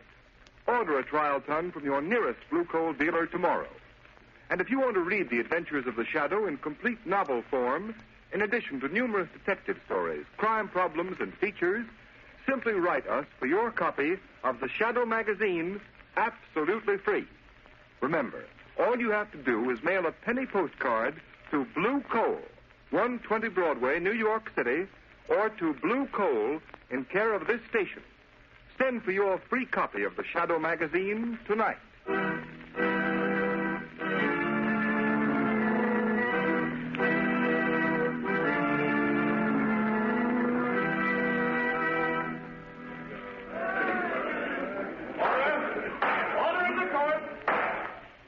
Brecker, you have been duly tried by a jury and found guilty of murder in the first degree.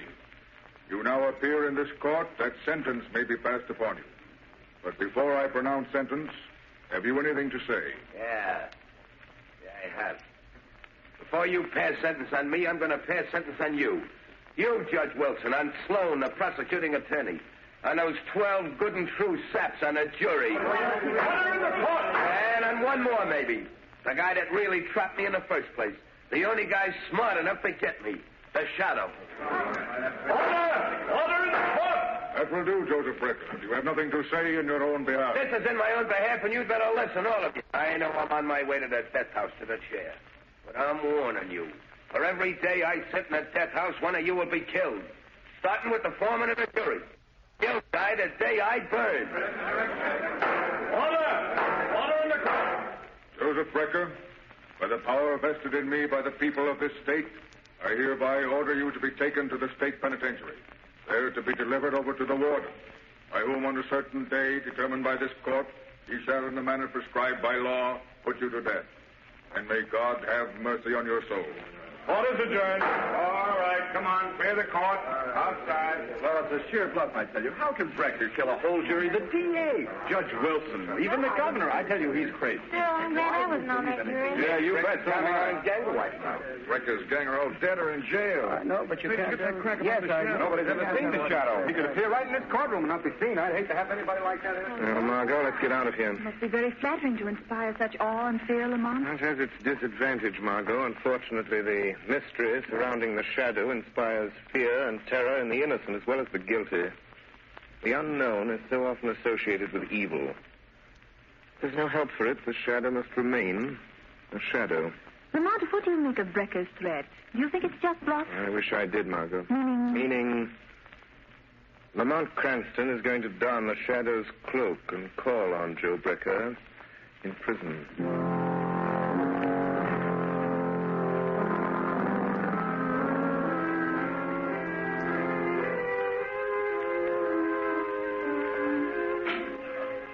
Your brother to see you, Brecker. Okay. Hello, Danny. Hello, Joe. You got 5 minutes. Better make the most of it. Deputies are here from the state trying to take you bye-bye to the big house. I'll be back. All right. Come on in, Danny. Sit on a bunk. I want to talk to you. There ain't much time. Hey, it's like a cage where they keep animals, huh, Joe? Lay off that, Danny. Okay, don't get sore. Sit down here and listen to what I got to say. Are they gonna kill you, Joe? Yeah, but they're going to pay for it, every last one of them. You know who they are, don't you? I've told you over and over again. Yeah, Joe, you told me. And you know what you're to do. You remember everything I told you. Don't you, Danny? Yeah, Joe, I remember. I won't forget. When the newspapers say they put you in a death house, I killed one of them. That's right, Danny. And don't forget, these people I told you about, the judge, the jury, that prosecuting attorney are the same ones that drafted you into the army, sent you over to France, let you get shell-shocked so it's hard for you to remember things. Sure. I won't forget. Hey, will it hurt much when they kill you, Joe? Stop that, will you? Okay. I just want to know. You just keep your mind on the jury and Judge Wilson. Maybe even the governor. You'll get them all, eh, Danny? Yeah, Joe. They won't know what hit them. That's the stuff, Danny. Now, just one more thing. There's a guy that may get after you. He's smarter than the cops. He's the one that really got me. You got to keep away from him. Don't give him a chance to find you. How can I do that? You got to keep away from home. Don't go near the flat of the old lady. But Ma will worry if I don't come home. No, she won't, Danny. She'll know you got things to do. All right, Joe. What about the fella I can't see? Is he dead? Like all my buddies in the war? The ones that talk to me in the dark? No, Danny. This guy's different. He ain't dead, he's alive. You can hear his voice, only you can't see him. But if you ever hear his voice, you'll know he's near you. Somewhere in the shadows. Yeah? If he talks to me, I'll fix him, Joe. Sure, but not the way you're going to get the others, Danny. Because you can't see him, see? Now, look. You know those old hand grenades you have at home? Yeah? Well, I want you to carry a couple with you. If this guy ever finds you, if he tries to stop you paying him off for killing me, you just pull the pin of a hand grenade and throw it where you think his voice is coming from. That'll get him. All right, Joe. But how will I know when it's him? You'll know all right, Danny. He has a queer kind of laugh. And he calls himself the Shadow. All right, Breaker. Time's up. Come on, you. Okay. So long, Danny. Don't you forget anything. So long, Joe. I wouldn't forget. I wouldn't forget nothing you told me. Come on, you. Out this way. Take it up. The poor dope. He'll do it all right. He'll fix him. Every last one of them if I burn. Who's that? I heard somebody, but there's nobody there. Hey, guard! Are you surprised to find me here, Joe Brecker? Shadow. So you weren't expecting me. And yet prisons are filled with shadows. Shadows in the minds of men walking in the shadow of death itself. What do you want?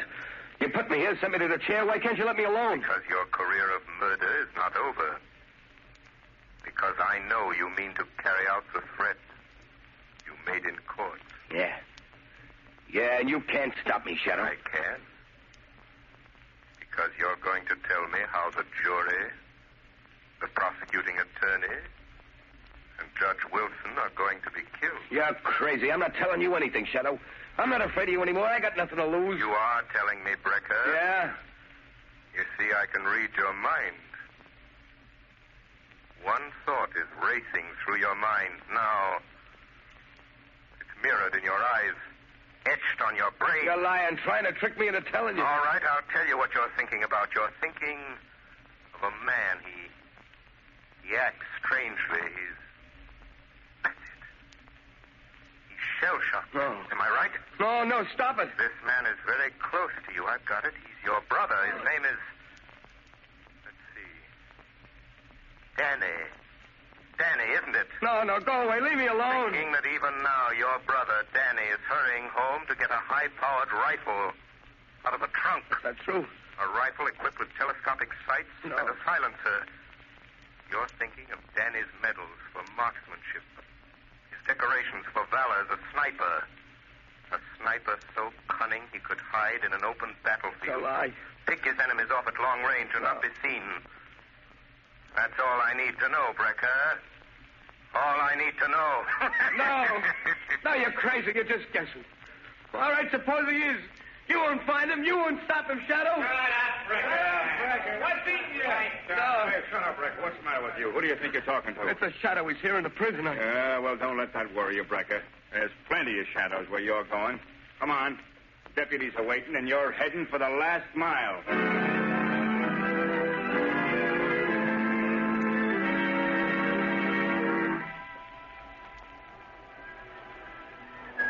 Now, look, Mr. Hanson.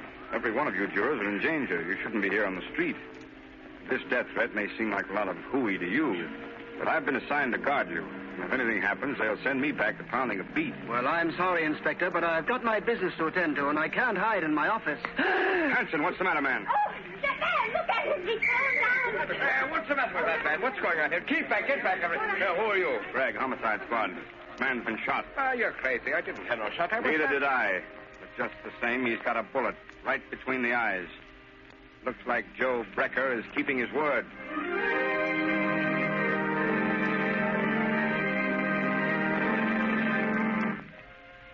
Lamont, can't you do something? Can't you find Danny Brecker? No, Margot. He got away. He hasn't been near his mother's home since his brother Joe went to the death house.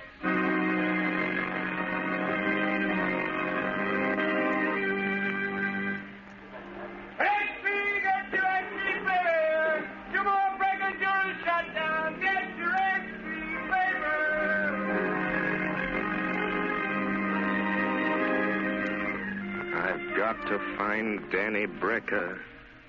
He's somewhere. Hiding somewhere. Waiting to strike again. I've got to find him.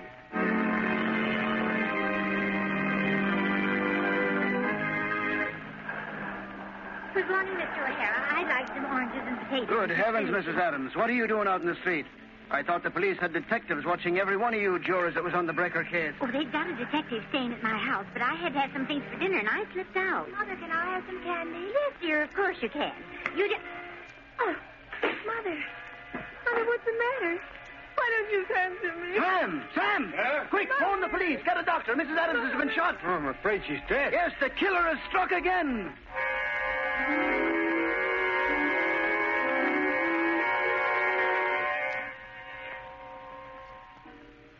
Judge Wilson. Yes, Harvey? Judge, don't you think it'd be, well, safer with a killer still at large if you had those window curtains closed? Oh, that's not necessary. This apartment's on the 20th floor. Yeah, I know, Your Honor, but just the same, I'll answer it, sir. Thank you. Hello? Yes, Judge Wilson is right here, Your Excellency. The governor's on the wire, sir. Here you are. Hello? Yes, Governor. Yes, of course you couldn't commute Joe Brecker's sentence. If you did a thing like that, even to save the rest of the jury, there'd be no more law and order. But look, Governor, don't you think it'd be wise for you to cancel your engagement to ride in the parade tomorrow? You'd be in an open car and a perfect target for any... Judge Wilson! Governor! Judge Wilson has just been shot. He's dead.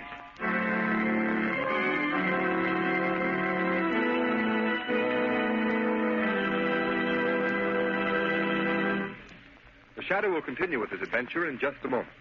In the meantime, here is a message of particular importance to families throughout this area who supply their own heat. We are now in a period of the year when all fuels are put to their severest test.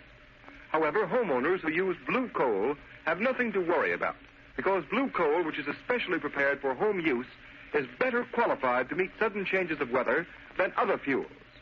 During mild weather, blue coal banks for long periods with little attention. Then blue coal immediately responds with minimum draft, sending a uniform supply of heat throughout the living quarters of the home. Because blue coal burns down to a fine, powdery ash, it is not only an economical fuel, but a particularly clean fuel as well. Furthermore, blue coal is an American product, mined in Pennsylvania by the Glen Alden Coal Company. Unlike a good many other fuels sold in this area, blue coal is prepared exclusively for home use, so that you can be sure of getting more uniform, more economical heat blue coal is at color, so that you can identify it at a glance. There's been a big swing this winter to blue coal throughout this territory. Sales of blue coal this winter in the Middle Atlantic and New England states show an increase of 10.4% over sales for the same period a year ago. So take a tip from these blue coal families. For better, more economical heat, switch to blue coal tomorrow. Ask for it by name. Order a trial ton from your nearest blue coal dealer, whose name will be found in the Where to Buy It section of your classified telephone directory under the name Blue Coal.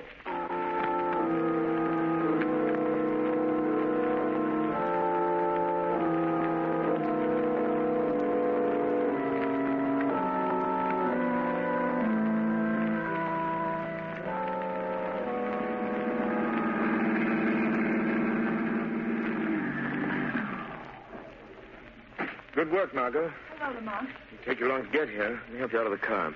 I was waiting for your call, Lamont.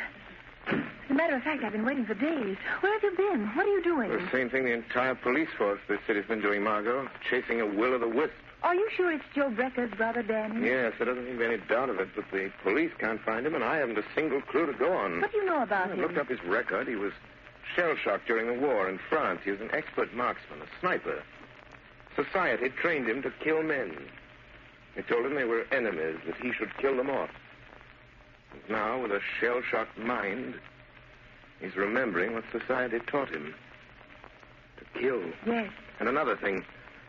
For the people who've been through that experience, life is cheap. Yes, but these poor people he shot and killed, the jurors and the judge, they were only doing their duty. They're innocent. Yes, individually they're innocent, Margot. Individually we're all innocent, and yet all guilty. Because this Danny, Joe Brecker's brother, is a product of our own folly. Teaching men to kill in time of war, and yet expecting them to respect life in time of peace.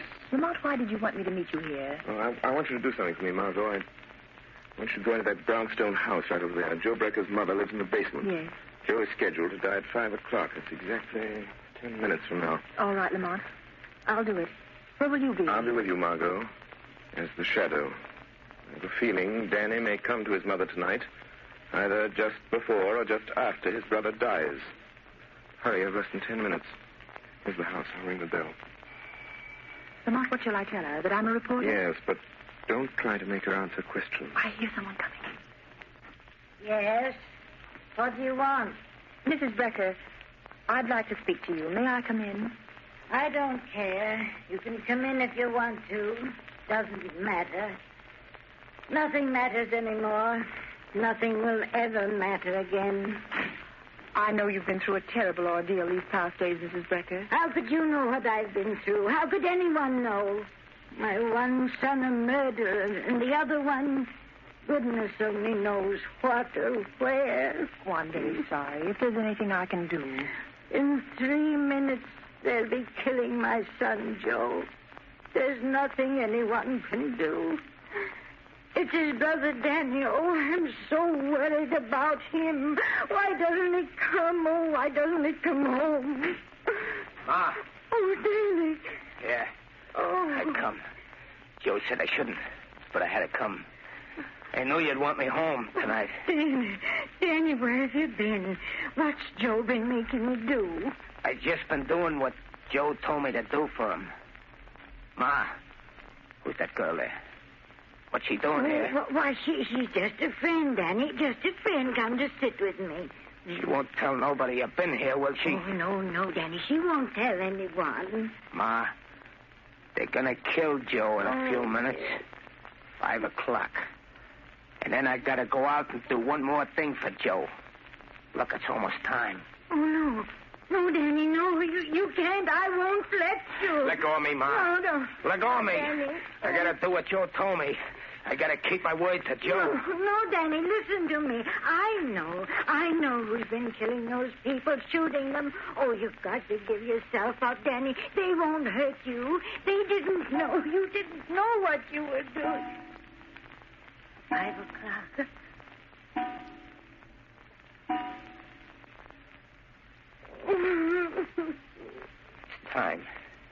It's time. 5 o'clock. Joe's dead.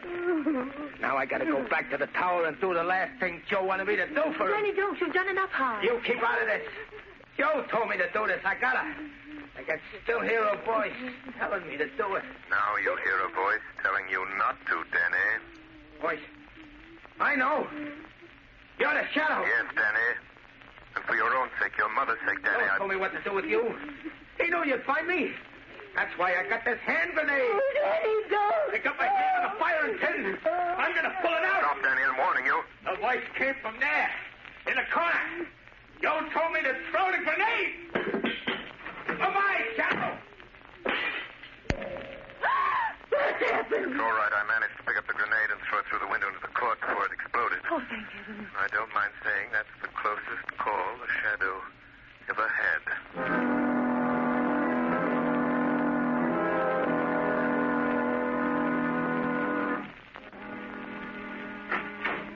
Lamont, how long have you been here in your office? What's happened? Were you able to trail Danny to his hiding place? No, by the time I got to the street after that hand grenade episode, he disappeared. But haven't you any idea where he went? Where that tower he mentioned might be? No, I've been working on this enlarged map of the Midtown section, trying to find some tall building, some tower Danny Brecker could use to hide, to pick off the governor. Danny said something about a tower. It must be somewhere along the line of march of today's parade, Lamont. Margot, that's the Wardman Tower. But it isn't finished. They stopped work on it. It's nothing but a steel frame. What could be a better place for a sharpshooter like Danny Brecker? There's no work going on there, just a watchman down on the street level. Margot, it's a long chance, but it may be the answer. Come on, there's a minute to lose. My car's downstairs, Lamont. I'll drive you over there. But what if he isn't there? What if he's somewhere else, waiting to strike? In that case, Margot, I'm afraid we'll have a new governor of this state.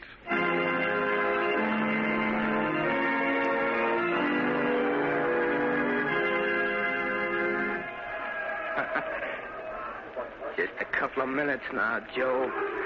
Just a couple of minutes, and the governor's car will come along. And then I'll do the last thing you asked me to do, Joe. Wind velocity 0. Range 300 yards. He'll die quick, Joe. Like you died. Yeah. The governor's coming now, Joe. That's his automobile with all the flags on it. That's him, sitting in the back with all those fellas around him. But I can pick them out. I won't miss, Joe.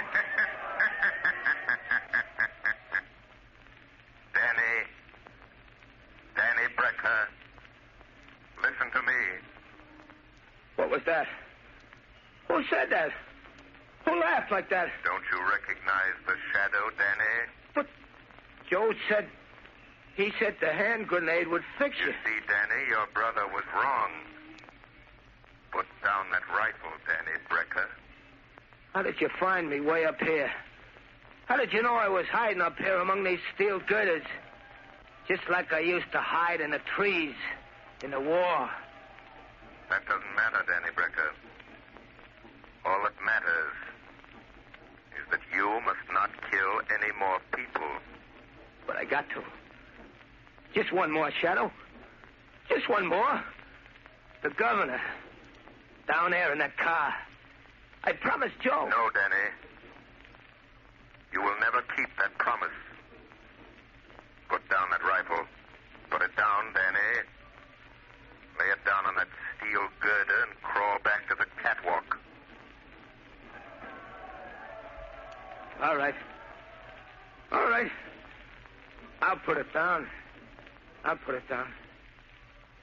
Where are you, Shadow? I still got another grenade. Talk to me, Shadow. Say something so I can tell where you are. Crawl back to the catwalk, Danny. Crawl back to the catwalk, I say. No. No, I won't. I won't. You can't make me. Come here and get me if you want me, Shadow. I don't want to have to do that, Danny. Don't you come near me, Shadow. Don't you touch me. If you do, I'll drop this hand grenade. I'll throw it down here among all those people. I'll kill dozens of them. There. I'll pull the pin. I'll throw it. Danny, listen to me. Hold that hand grenade, Danny. Hold it tight, Danny Brecker. See, your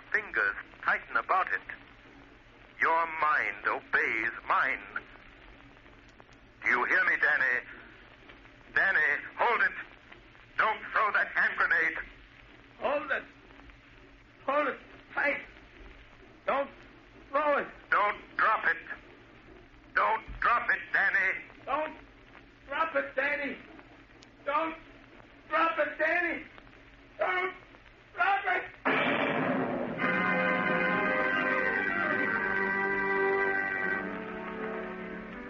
Yes, Commissioner Weston. A high-powered rifle fell into the street, fell right in front of the governor's car. I'm glad no one was hurt. Mm-hmm. This is the 30th floor. This is where the bomb went off. Blew the guy to pieces. Good heavens, he must have had a time bomb that went off too quick. Any idea who it was? Yep. They found an identification card and some newspaper clippings in his pocket, and what was left of them. It was Danny Brecker, Joe Becker's brother. Oh. Well, I guess that's that. Don't suppose we'll ever know what really happened. Anyway, there's one consolation. Looks as if the shadow fell down on this case just as badly as we did. Not quite, Commissioner Weston. Oh, so you got here in time to take credit for this, eh, Shadow? There is no credit. No glory in the death of Danny Brecker, Commissioner Weston. He was a victim. A human instrument of destruction. Fashioned by mankind. That teaches men to kill their enemies in time of war, yet expects them to forget their murderous art in time of peace. Danny Brecker was an enemy of society. A killer. But only because you and I and countless thousands made him one. No, Commissioner. There is no glory in this for you or the Shadow or for any man.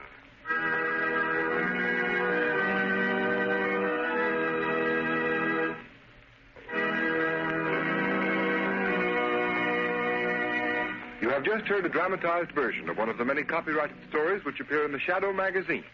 All the characters and all the places named are fictitious. Any similarity to persons living or dead is purely coincidental.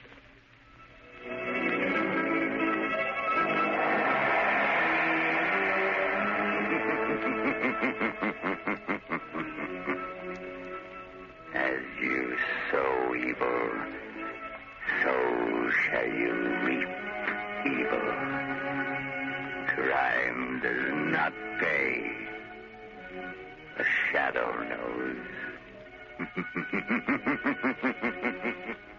Next week, same time, same station, Blue Coal, America's finest anthracite, again presents another thrilling adventure of the Shadow. Be sure to listen and be sure to burn Blue Coal, the solid fuel for solid comfort. This is the Mutual Broadcasting.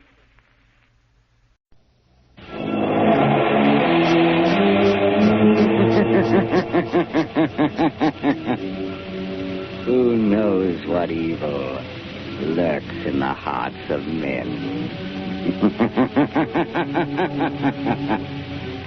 The Shadow knows.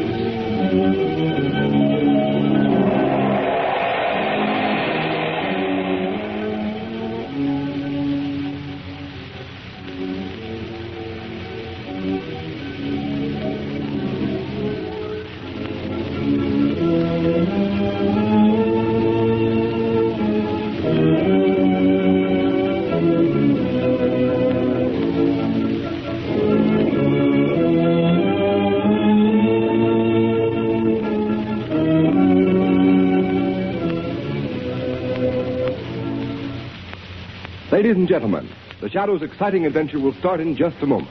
But first, I have an announcement that should be sent screaming across every front page in America. Because it's all about the safest thing on wheels. The new Goodrich Safety Silvertown tire with the Lifesaver tread. Imagine, not only does this sensational Silvertown give you the greatest skid protection you have ever known, and Golden Ply blowout protection that has already saved thousands of motorists' lives, it gives you both of these life-saving features at no extra cost. The new Goodrich Lifesaver tread has a truly amazing action on wet, slippery roads. It does to the rain-drenched roads what your windshield wiper does to the windshield. Its spiral bars that never end act like a whole battery of windshield wipers. They sweep the water right and left, force it out through deep drainage grooves, make a dry track for the rubber to grip. Don't let a skid endanger your life. Don't let a blowout throw your car out of control. Start riding on the new Goodrich, spelled Goodrich, Goodrich Safety Silvertown. the sooner, the safer.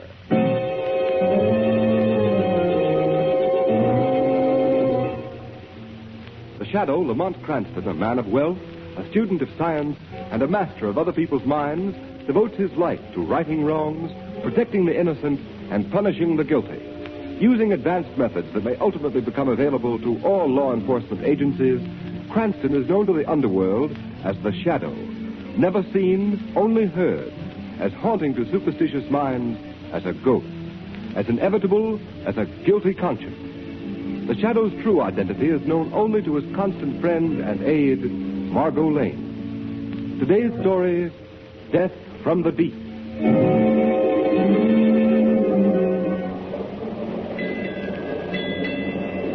Look at the water, Captain. Calm as a mill pond. I tell you, I don't like it. Now, Mr. McLennan, that's not good talk for a first mate. You sound like a superstitious deck swabber. If the elements feel kindly toward us, let them be. I know, Captain. But 5 days with the sea as smooth as a skating rink. 'Tis a bad omen. Well, Mr. McLennan, perhaps we'll have a good squall tomorrow to restore your peace of mind. For myself, I'll take anything. What's that? Sounded like the engine room. That was more than a boiler, McLennan. Hello. Hello down there. I don't answer. Hello. Captain, we've been... Hello down there. We've been what? Captain Jones, look there. Look at that white path on the water coming toward us. It's a torpedo. We're not at war. Hold fast, Captain. It's going to hit amidships.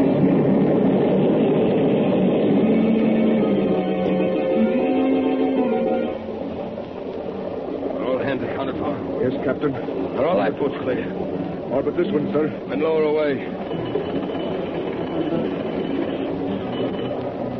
Pull lively, men. We're just getting away in time, sir. Hey, what's that nosing out of the water dead ahead, sir?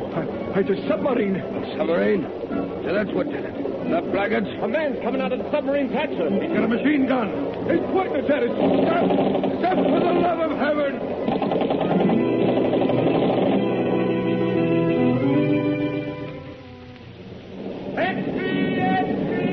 Another magic you're on the high seas. Keep this first and son. Hold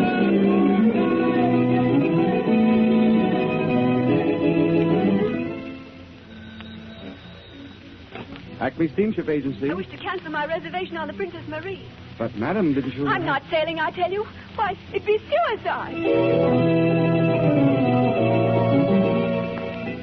But, Mr. Williams, you can ship your goods with us. Our boats are safe. No boat is safe. But you'd be insured. Yes, at 4 times the usual rate. Oh, no. You can cancel my shipment.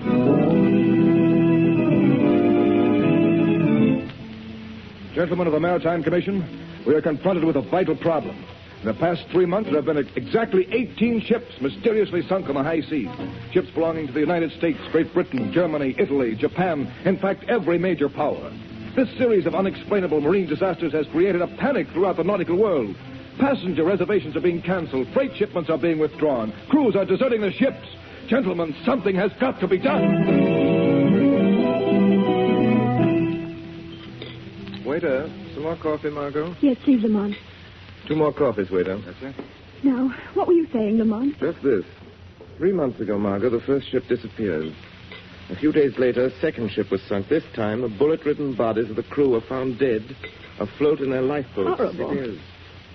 And each succeeding disaster has been increasingly horrible. And now all shipping is at a standstill. These atrocities could not have been brought about by international jealousies because each of the ships sunk has been owned by a company in a different country. Well, who can be responsible? I'm not sure.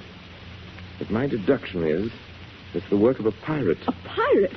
But Lamont, a pirate in the 20th century? Yes, Margot. And one more callous, more bloodthirsty than any buccaneer who ever sailed the Spanish Main. Then why isn't he tracked down? Because not a single person has ever survived these sinkings. Therefore, the pirate has never been seen. He must be seen sometime. Not if he has a submarine. Submarine? Yes, Margot. But how could an individual be in possession of a submarine without it being known? If a man were rich and clever enough, he could have a submarine built in complete secrecy. There must be some way of finding him out. There is. Before such a craft could be constructed, it has to be designed. There are very few expert designers of submarines in the world. In the brain of one of them, this pirate craft must have been conceived. But Lamont, a pirate submarine sounds fantastic. Even more fantastic, Margot, is the motive of the pirate. He's preyed on every kind of ship from the superliner to the common tramp. He can't be after booty because examination of the sunken hulls has revealed that Nothing has been touched. Why, Lamont? Why? To find an answer to that question is a task for the Shadow. But how would you proceed? I've already made a few secret inquiries at the Navy Department in Washington. They told me of one chap who might be worth investigating, a Mr. Joseph Hart, a brilliant designer of naval crafts who was dishonorably discharged from his position. Where can he be found? I have learned that he is living all alone in a small house out on Oak Road. The Shadow is going to pay a call on Mr. Joseph Hart tonight.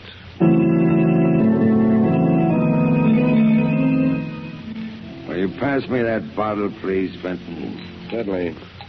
There you are. Joseph, I'm sorry to see you indulging in liquor. It frequently loosens the tongue. Sometimes makes a man say things that he later regrets. What do you mean? Just this. We share a secret, Joseph.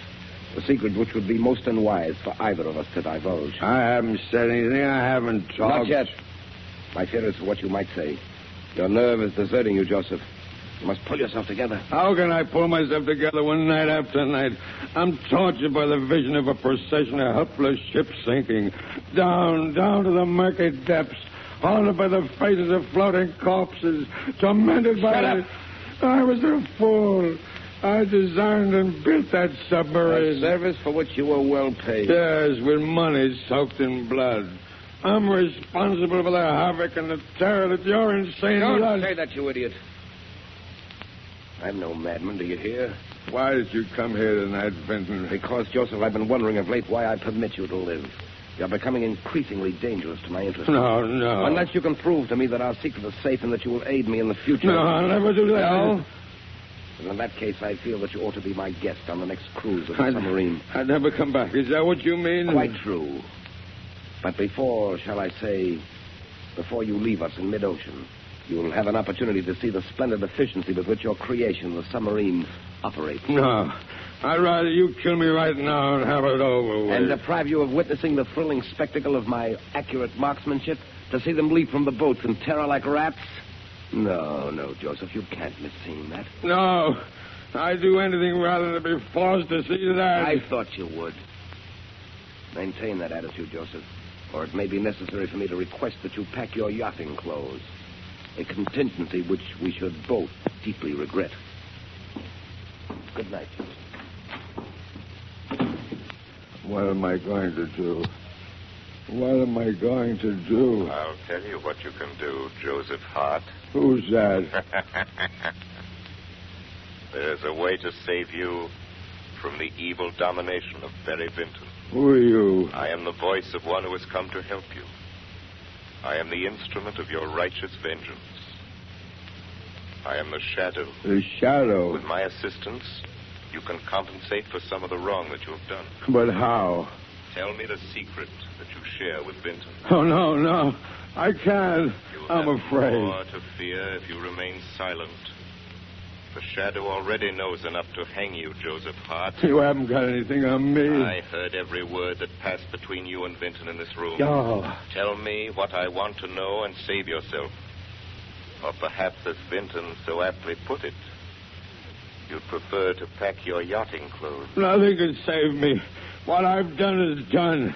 I can never escape my conscience. Then your conscience must tell you that it's your duty to all that you can do to stop Vinton's outrages. Yes, you're right. Now tell me the secret. Very well. Until a year ago, I knew Vinton only by his reputation as a millionaire sportsman. He was famous as a deep-sea fisherman and a big game hunter. He came to me first seeking a design for a racing boat. I built it for him, and we became friends. And because of that friendship, you consented to build a submarine. Yes, but not for the purpose that he later used it. He told me that he wanted for a new thrill. Oh, believe me. Go on. Well, the submarine was built in Vinton's private shipyard, out of Carey's Point. Knowledge of its construction was carefully guarded from the world. It was not until the day the boat was launched that he told me his true intentions. What were those intentions? Vinton is a lunatic, coldly, murderously mad. He'd always been a killer, but he tired of shooting lions and gaffing marlin. Now his warped brain had turned to what he regarded as a new sport. The sinking of ships and the ruthless slaying of defenseless men. Now I understand. Where does he keep the submarine? I don't know. Are you telling the truth, Joseph Hart? I've told you everything. Why should I lie now? If I knew where that boat was, I'd blow it to pieces. Myself with it. Myself with it. Wait. Myself. That's the idea. That's how I could fool Barry Benton. Why should I wait to die at his hand? No. What are you doing? I'll fool Barry Benton. Here, put down that gun. No more tortured, sleepless nights. I see no more screaming headlines. Another boat sunk, and another. Don't, Joseph Hart, don't. Barry Benton will never take me on that voyage. I'll fool him, I say, fool him. Poor Joseph Hart. You've served us both. Now we shall see whom you have served best. Barry Benton or the Shadow.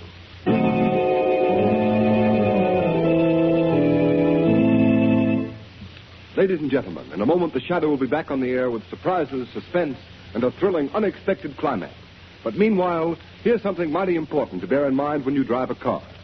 Just remember that rainy days make the grass grow greener.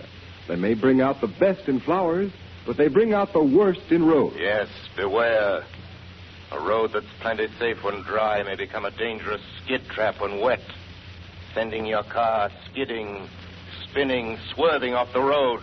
Motorists, why take this chance when you can now get a sensational new kind of tire that will stop you quicker, safer than you've ever stopped before? The new Goodrich Safety Silvertown with the Lifesaver Tread.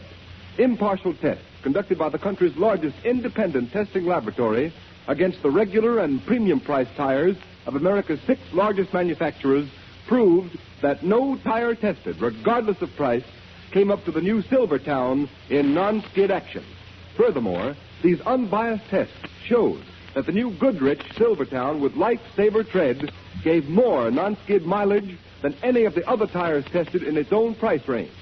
Imagine, the new Goodrich Silvertowns averaged 19.1% more miles before the tires wore smooth, which is the same as saying you'll get every 6th mile free.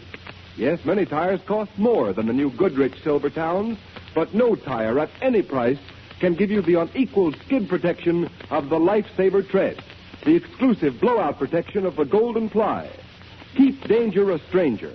Put a set of these life-saving long-mileage tires on your car without delay.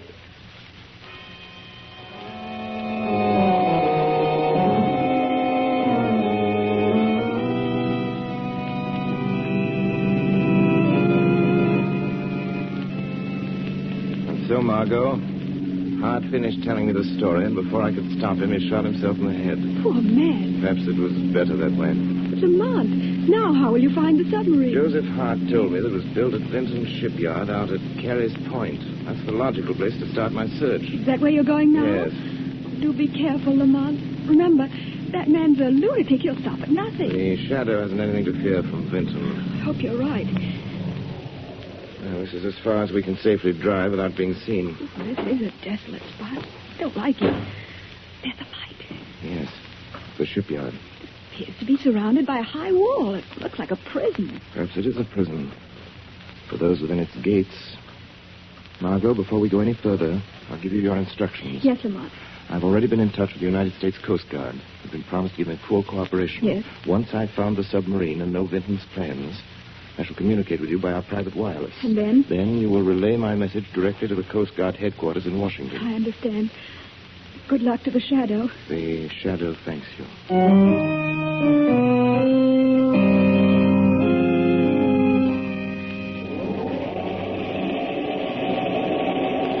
All right, let it down easy now. Okay, Phil. Well, that's the last of the torpedoes, Charlie. Hey, the sub must be going on a long cruise this time. Taking plenty of supplies and ammunition. Yeah. Hey, what's that? It was the wind blowing the door shut. What's the matter with you? Listen, Charlie, when are we going to get out of this joint? You know, we've been cooped up inside this shipyard for 3 months. It's giving me the creeps. Oh, now take it easy. You'd rather be back in prison. There wasn't nothing scary about prison, and you knew when your time was up, you got out. Well, maybe we ain't never going to get out of here. Huh? What do you mean? I mean, this Hitting guy's a bug. He ain't even let us read no newspaper since we come here. The stuff about hunting whales with torpedoes, that sounds screwy to you. Listen, if he don't let us out of here soon, Here he comes now. Are all the torpedoes aboard?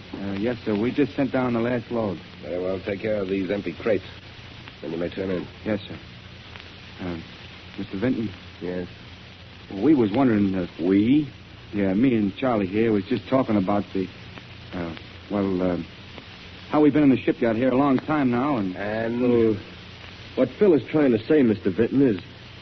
Well, could we have a couple of days off on the outside? I'm afraid that would be impossible. Oh, but Mr. Vinton, it's been 3 months. I've got a wife and kids. You're being well paid, aren't you? Oh, sure. You're giving us plenty of dough, all right, but we ain't getting no chance to spend it. You will remain here as long as your services are required. What if we don't want to stay here that long? What if we up and leave? Yeah. I wouldn't advise you to attempt that. Do you remember what happened to your associate, Mr. Hadley, when he tried to, as you say, up and leave? He fell from the wall. You mean that wasn't no accident, huh? No. He was shot down. Oh. So, do you still want to quit? I thought not. Good night, gentlemen. Looks like we're in here for a long, long time. Yeah, maybe you are. But I'm going to figure a way to get out of here, see? Perhaps I can be of some assistance to you. Who said that? I heard it, too. I said, perhaps I can help you if you wish to get out of here. Who's that talking? Where are you? Don't bother to look for me. You can't see me. What is this? One of Vinton's gags or something? No, I am not speaking for Vinton. I speak for myself. Who are you? Men call me the Shadow. The Shadow? How'd you get in here? The Shadow is everywhere. Well, what do you want? I wish to bargain with you. Oh, what kind of a bargain? By this time, you must be aware that you are both at the mercy of a madman. He's right, Charlie. You will never leave this place alive unless Barry Vinton is brought to justice. Well, what can we do about I will it? promise you your freedom if you will just answer my question. Wait a minute. What do you think, Charlie? Well, we're taking a chance. This may be a trick. It is no trick. You have the Shadow's word. Well, what do you want to know? Where is Vinton's submarine? It's right below our feet in a secret underground berth. When does it sail again? Tonight, at midnight. What is its destination? Well, I heard Vinton say something to the mate about Cape Francis. Good. Sailing at midnight, Cape Francis. The Shadow wishes him good hunting.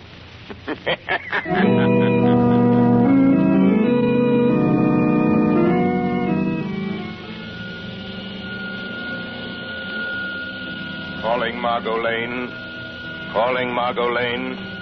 Proceed as instructed. Communicate the following information to Coast Guard headquarters.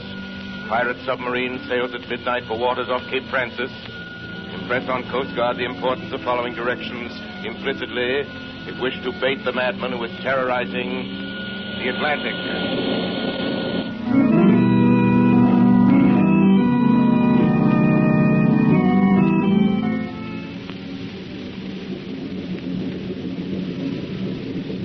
What is our position, Mr. Brush? We are 100 miles due east of Cape Francis, sir.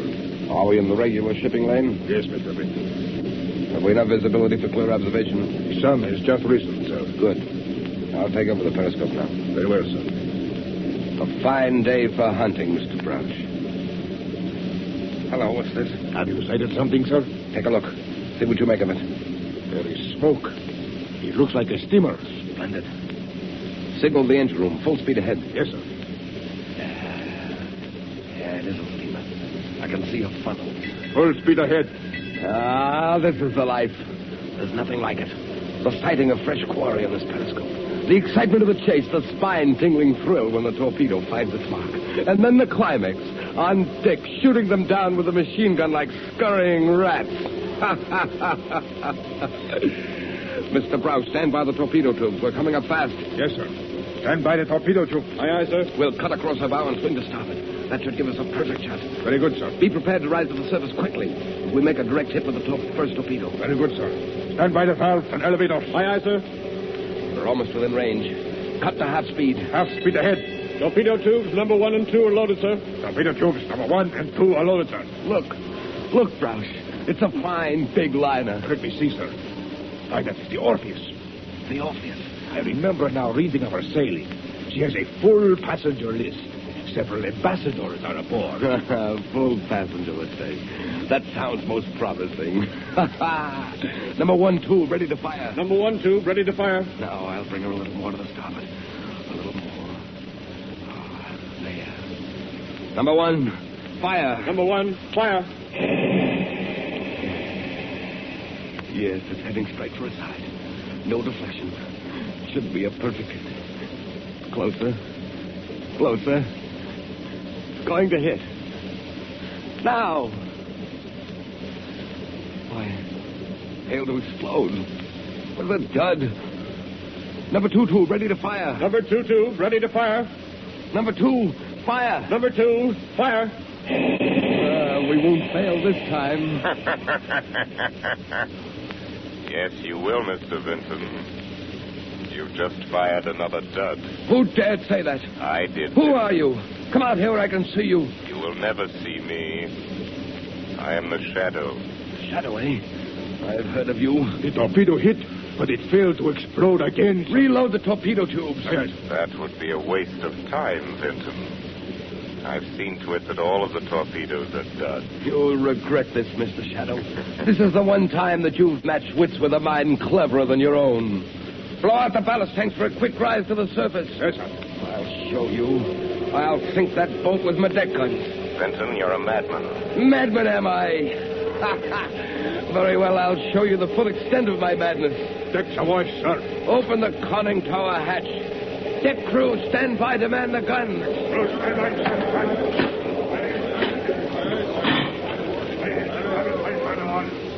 Aren't you coming up on deck, Shadow, to witness the kill? I am already on deck, Vinton. Devil plague you. How did you get up here? Show yourself. That is unnecessary, but never fear. I'll stay near you. The guns are jammed, sir. Jammed? Why, that's impossible. I neglected to tell you, Vinton, that I rendered your guns useless. Oh, so you think that you've outwitted me, Shadow. But you're wrong. Signal the engine room full speed ahead. Aye, aye, sir. Steer directly for that vessel's side. What are you doing now, Vinton? The prow of this submarine is equipped with a ramming device. With it, we can sink any vessel afloat without injury to us. You didn't foresee that, did you, Shadow? In a few moments, we will rip open the hull of that liner and send it to the bottom as effectively as with any torpedo. So you don't believe me? Oh, yes, I believe you.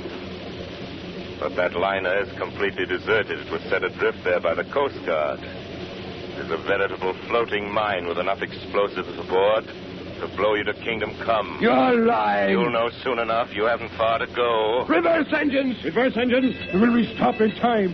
We're getting closer. No, we're stopping. We're stopping.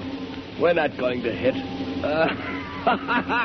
You see, Shadow, I've outwitted you after all. No, Vinton.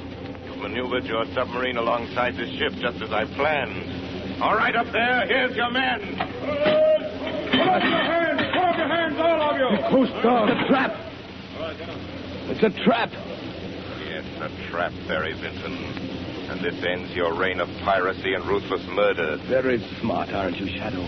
But not as smart as you think you are. Stop him! He's going inside the submarine! He's closing the hatch!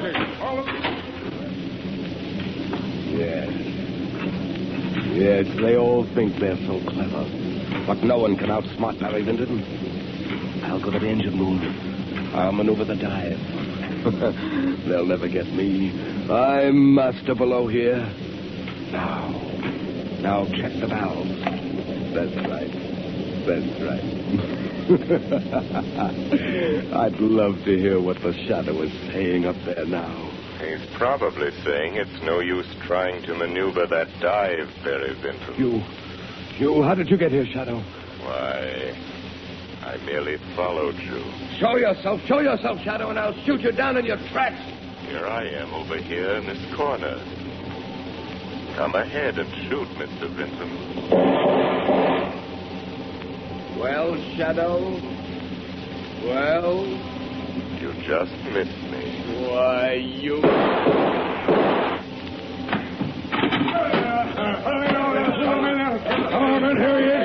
marksmanship is deplorable, Mr. Benton. Who are you? That does not matter. Why don't you tell them who you are, you glory seeker? I seek no glory. My reward is that ships and men can once more safely sail the seas. The Shadow's work is done.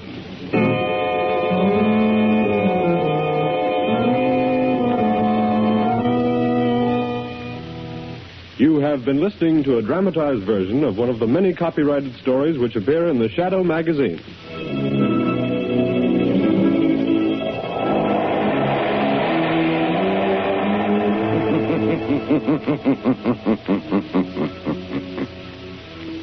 The weed of crime bears bitter fruit. Crime does not pay. The Shadow knows.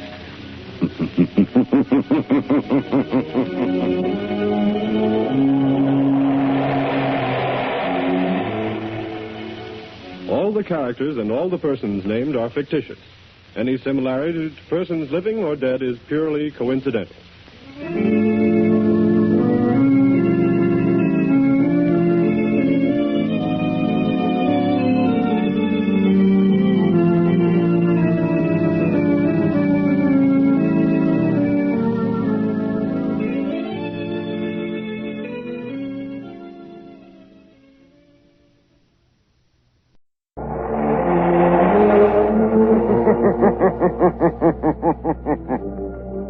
Who knows what evil lurks in the hearts of men?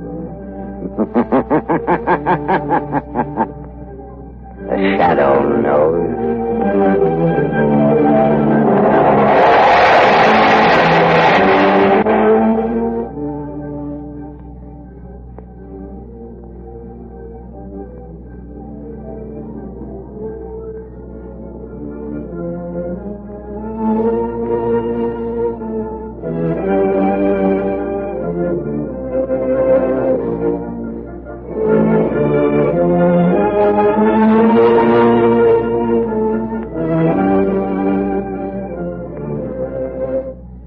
Ladies and gentlemen, the Shadow's exciting adventure starts in a moment. But right now, motorists, I have the biggest, the most exciting news you've heard since the days of the first pneumatic tire. It's all about the tire sensation of 1938, the new Goodrich Safety Silvertown with the amazing lightsaber tread. This new kind of tire is utterly different in appearance, design, and action than anything you've ever seen or felt. At the first sign of a skid, it turns the wet road under your car into a dry track and stops you quicker, safer than you've ever stopped before. Hard to believe? Just listen to this startling proof. In exhaustive road tests made by the largest independent testing laboratory in the country against regular and premium priced tires of America's 6 largest tire manufacturers, no tire tested, regardless of price, came up to this new tire in non-skid action. These severe tests, made over a 3-month period, also proved that the Silvertown gave more non-skid mileage than any of the other tires tested in its own price range. Averaged 19.1% more miles before the tires wore smooth. You'll never know what the word stop really means until you felt the grip of the new Silvertown on a wet, slippery road. For safety's sake, make your next set of tires Goodrich. Spelled Goodrich. Goodrich Safety Silvertown.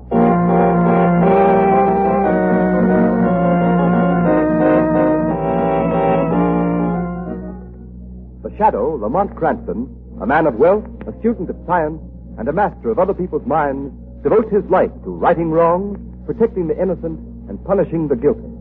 Using advanced methods that may ultimately become available to all law enforcement agencies, Cranston is known to the underworld as the Shadow. Never seen, only heard, as haunting to superstitious minds as a ghost, as inevitable as a guilty conscience. The identity of the Shadow is known only to his friend and aide, Margot Lane. Today's story, The Firebug.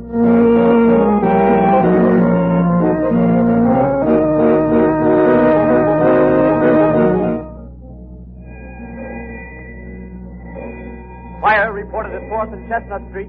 Blaze at 4th and Chestnut. Fire reported at 4th and Chestnut Street. Blaze at 4th and Chestnut.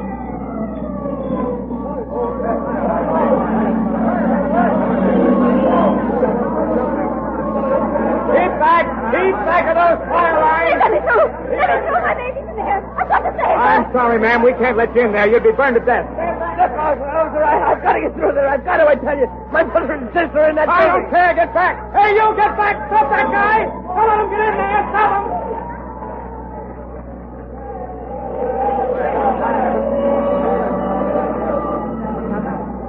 Hello, Chief.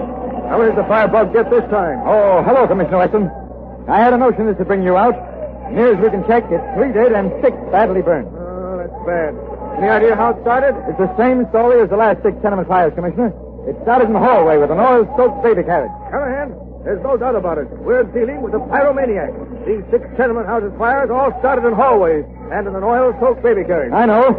That's what my department's been trying to hammer into your head for the past 10 days. What's the matter with your police force? Can't you pick up this crazy Firebug? Well, we've done our best. Rounded up every possible suspect in the city. Questioned hundreds of them. Well, Commissioner, I'm here to tell you that if something isn't done and done quickly, the city council will have your job and mine, too. Yes, I know. Careful what you say, Callahan. Here comes a couple of reporters. Well, Weston, it looks like that crazy Firebug's put another one over on you. What's the matter, Commissioner? Can't you find this nut who's running around with a box of matches and a can of kerosene? We're doing everything possible. Yeah, and meanwhile, a couple of dozen poor devils get burned to death.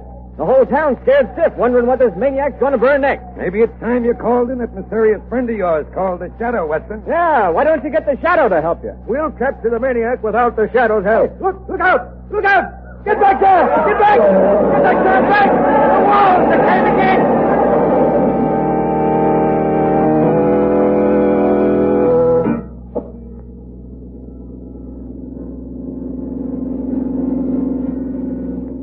You know, Lamont, I feel sorry for Commissioner Weston. The newspapers are writing the life out of him. Listen to this editorial. Enter the Shadow. Due to the inability of our police force to curb the wave of incendiarism, dozens of innocent persons in the tenement of our city have died. Weeks have passed, and yet the fiendish criminal responsible for these fires has not been apprehended. It would appear that again the people are in need of help from that mysterious figure known only as the Shadow. Yes, Margaret, the newspapers are treating Weston and his police force pretty roughly. Pyromaniacs are one of the most difficult type of criminals to deal with in the world. Therefore, enter the Shadow. Yes, Margot, but this time, if it's humanly possible, I'm going to see that Weston gets the credit for breaking this case, if it can be broken. Is that why we're driving through the tenement section now? Yes, Margot, I've been checking a theory of mine for several days now. Yes, but only as Lamont Cranston, the amateur criminologist. Well, here we are. It's just another tenement house, as far as I can see. Except that it has a fur dealer's shop on the ground floor. Wait here for me, Margot. I'm going in there. Won't be long. If you see a mink coat lying around somewhere, you might bring it out with you. It might make up for the agony of curiosity you're causing. Well, I can tell you this much before I go in, Margot. In the last 4 buildings fired by this pyromaniac, there's been a fur dealer's shop on the ground floor. The man who runs this shop here had his establishment in the last place that went up in flames. Well, he certainly moved into another fire trap. Exactly, Margot, and I'm curious to know why. Good luck. Lamont, why pull your hat over your eyes and roll up your coat collar like that? It's just that in case the Shadow has to visit this fur dealer later, there won't be any connection with Lamont Cranston. Wait here, Margot. Don't under any circumstance come in that shop. All guns! All guns! I fire all guns! Antonio, you come in the house right now. Come on, now, hurry up. Hey, what can I do for you, miss? I'm trying to match a piece of fur. You seem to have quite a collection here. I don't sell retail. Who sent you? Didn't you used to have your shop over at 4th and Chestnut? I moved. Oh, yes, that's right. The building you were in burned down. I hear several people burned to death. Yeah, so the paper said. You lost all your stock, I suppose. Were you covered by insurance? Look here, I got no time to talk to you, mister. You better go match your fur someplace else. Wait a minute now, not so fast. I might be interested in some furs in wholesale lots if the price is right. You come back some other time. I ain't got time to talk to you now. You don't seem very anxious to do business. Could it be that you don't care very much about selling furs you carry in stock? What do you mean, mister? Who are you anyway? What are you coming around here asking a lot of questions for? Trying to make me talk? What do you want? Well, at the moment, I'd like to know why you're so anxious to get rid of me. You expecting someone? What if I am? It's none of your business. So get out of here. If you don't mind, I think I'll just have a little look around. If you haven't got what I want in the way of furs, I won't come back. Nobody asked you to come here in the first place. Hello, Valley. Well, I see you're all set up in your new joint. Yeah, I got a customer over here behind the rack. Oh, I see. Copper? I don't know. He said he'd come in here to match some furs. He looked funny to me. Yeah? Listen, Valley. Go out the front door and pull down the blinds. We'll soon find out what he's here for. Okay. We better take him in the back room. Oh, once over equipped with the brass knuckles will do the trick if we won't talk without him. He's right back there. Where? I don't see anybody. Why, right in it. Hey, he ain't here. But he was just a couple of minutes ago. I seen him go in between those two racks. Maybe he heard us talking and beat it out the back way. No, he can't do that. The door's locked. I got the key in my pocket. But he's got to be here somewhere. He couldn't have gotten out. Hey, Hickman, wait a minute. You hear that? Yeah, you heard it. Came from back there in the corner. Come on. Look out. Maybe he's a cop. Got a gun. No, Varelli. I am not from the police. I carry no gun. Boss, that boy's wait. He came from the corner. But there's nobody there. Nothing. All right, shut up. There must be somebody there. Come out of there, you, and come out with your hands up or I'll fill you full of lead. Things in the shadows are best left in the shadows, Eggman. Who are you? What are you doing here? What do you want? I'm looking for a man. 2 men. Perhaps more. Who have burned scores of innocent people to death. Caused thousands of dollars damage to property. And terrorized the whole city. I think I have found them. He knows. Keep your mouth shut, Riley. Yes, I know. You betrayed yourselves. Who are you? Come out of there, I swear I'll shoot. I am the Shadow, Hegman. Shadow? Hickman. The newspapers for days now, they've been saying the Shadow fella could find out who set the fires. And now he's here in the shop. Shut your mouth, Riley. Well, I'll shut it for you for good. Yes, Hegman. A bullet would silence Varelli, but nothing you can do can keep me from reading the thoughts that are racing through your mind. You're caught, and you know it. Reading our thoughts? You're crazy. It can't be done. Yes, it can. I can read your mind. It is making pictures like the writing on a slate. You've given me the motive for these crimes. You're a broker. Sure, that's right. Hegman's a broker. Shut up. Yes, Hegman, you write heavy insurance on the stock of men like Varelli. On stock that doesn't exist.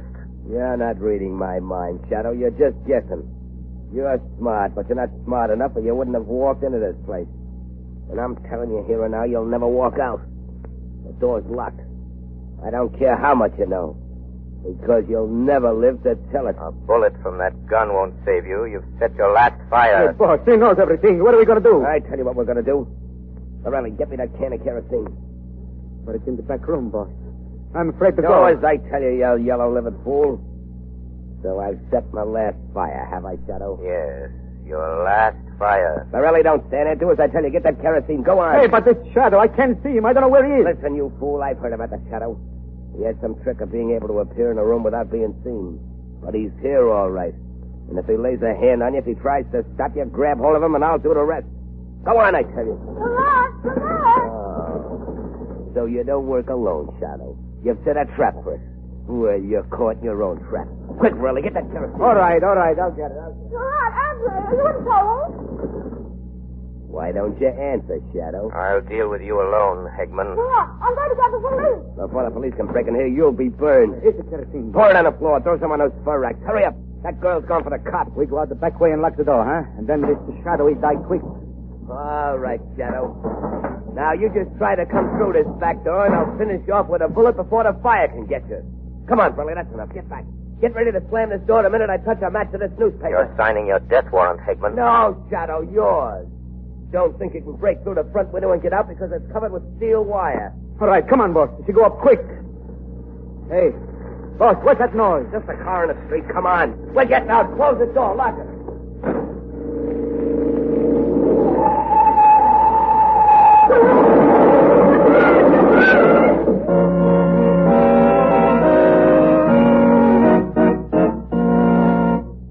Ladies and gentlemen, is the Shadow on the right track? The next few minutes will give the answer. Right now, motorists, remember this. When you're tempted to try squeezing the last 1,000 miles out of a worn tire, watch out. You may say 50 cents at present tire prices, but who knows? The shadow knows. Suppose you had a skid, a blowout, while hitting it up along some fast, crowded highway. Think what it might cost you in repair bills, doctor bills, hospital bills. Take the shadow's advice. Play safe. Yes, motorist. And the way to play doubly safe is to ride on the new Goodrich Safety Silvertown. Because this new safety sensation is really two great tires combined in one. Outside, every new Silvertown has the lifesaver tread that reduces the danger of skidding as never before. Gives you and your family a new feeling of security no matter how wet the weather.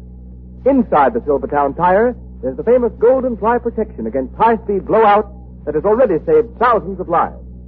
Why should you risk your neck through skid or blowout when today you can get life-saving protection against both of these common driving hazards without paying a cent extra? Replace unsafe tread-worn tires with a set of the new Goodrich Safety Silvertown.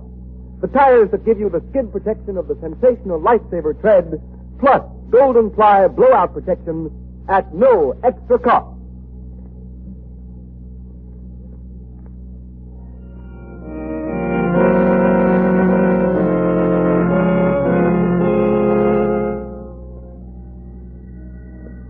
Margot, that'll be the police checking up on how my car happened to crash into that first door at the exact moment the fire started. What are you going to tell them, Lamont?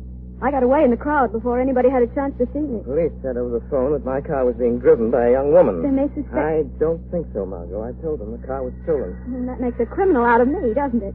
No, but you're safe, and that's all that matters. Yes, for once I'm glad you disobeyed my orders, Margot, but now you'd better go in my study and wait. I don't want the police to find you here. All right, Lamont. I hope they don't get suspicious as to what really happened and discover that you are the shadow. Neither do I.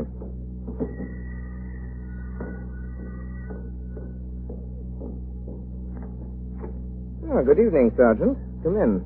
Sorry to have kept you waiting. That's all right, Mr. Cranston. I've just got a few routine questions to ask you in addition to the information you gave us over the phone.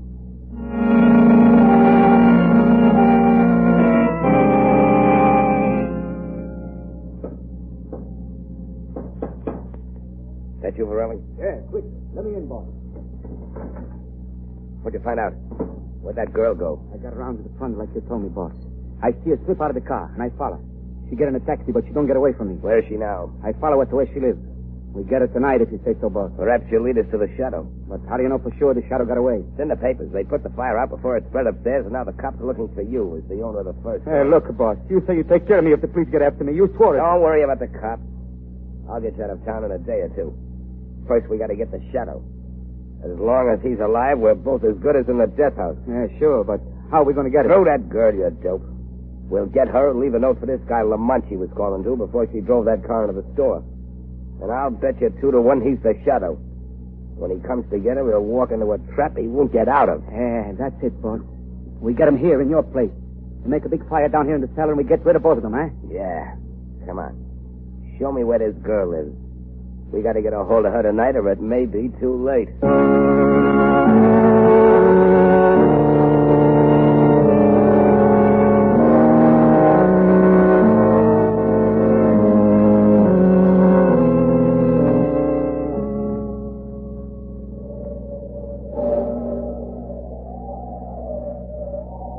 Right here.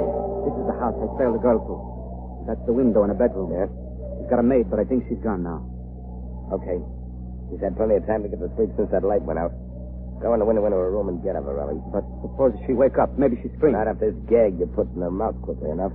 It's soaked with chloroform. You wait here and help me carry her down the pirate safe, huh, boss? Yeah, I'll wait right here by the window. While you're getting her, I'll pin this note on the curtain. Now go on, get that window up and get in there. Okay. Now don't bump in anything. Just grab her and slap that gag in her mouth and hold it till the chloroform does its stuff. All right, I'll get her. You what?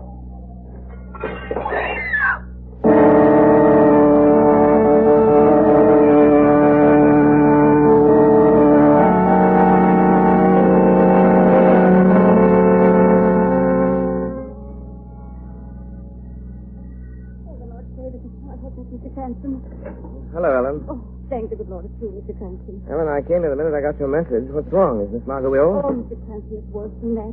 Miss Margot, she's gone. She's been taken right out of her bed and out of the window. She's been spirited away. Well, how do you know? Did you see it happen? Oh, no, sir, but... Oh, I know. I was in my room and I heard a scream. And I run in here and there was the note. A note? Where? Oh, in the bedroom there, pinned to the curtains. Come here, look. See. Heavens, Ellen. When did this happen? Oh, about an hour ago, I think. The clock had just struck 2. You notified the police? Oh, no, sir. I didn't dare because I read that note first and it said not to call the police or Miss Margot will be killed. Here, read it, Mr. Cranston. Oh. Oh, dear. You did right in not calling the police, Ellen. Trailed Margot here with a trap she could lead them to me. Oh, what are they going to do to Miss Lane? Sir, hold her for some ransom money? No, it isn't that, Ellen. Oh, but Mr. Cranston... I can't explain now, but listen, Ellen. If you want to help your mistress, you must do exactly as I say. Oh, yes, sir, I'll do anything. I'd give my life. I know you would. I just want you to stay here. Don't talk to anyone. Don't tell anyone what's happened until you hear from me. Do you understand? Oh, yes, sir, I understand. Where are you going? I'm going to do exactly as the note says, Ellen. I'm going to find Miss Margot and bring her back with me. If I'm not back in 2 hours and you haven't heard from me, turn that note over to Commissioner Weston of the police department. Remember that, Ellen. If I'm not back in 2 hours, take that note to Commissioner Weston. Oh, dear God. Don't let nothing happen to him. Don't let nothing happen.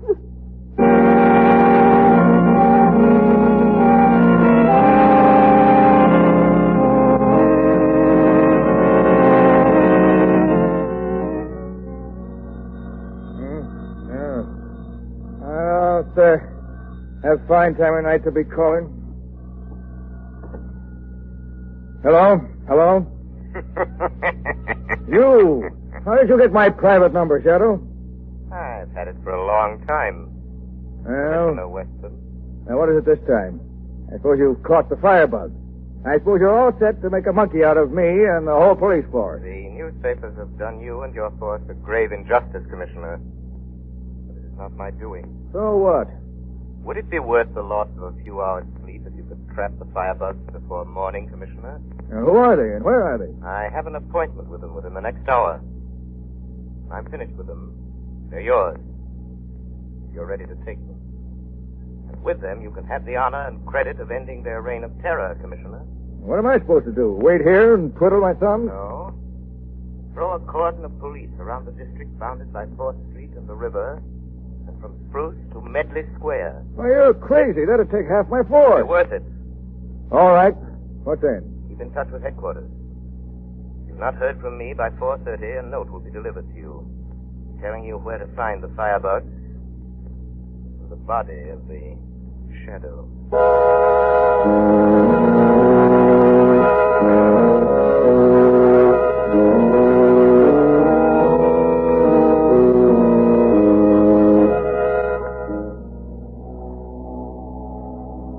Listen, you, I'm going to give you one more chance to talk. You can't make me talk. I'll never tell you. Oh, well, maybe you'll think different after I've burned your fingers with a few more matches. I won't tell you. I won't. Who is the Shadow? Where is he? Talk! Or is this only a taste of what you'll get? You don't like that, eh? Well, talk. Oh, no, I won't tell you. Hey, listen, boss. Yeah? I ain't going to stay up there in the dark anymore. I'm scared. I don't wait no more for somebody I can't see. Get back up there, Burley. Get up there or wait, I tell you.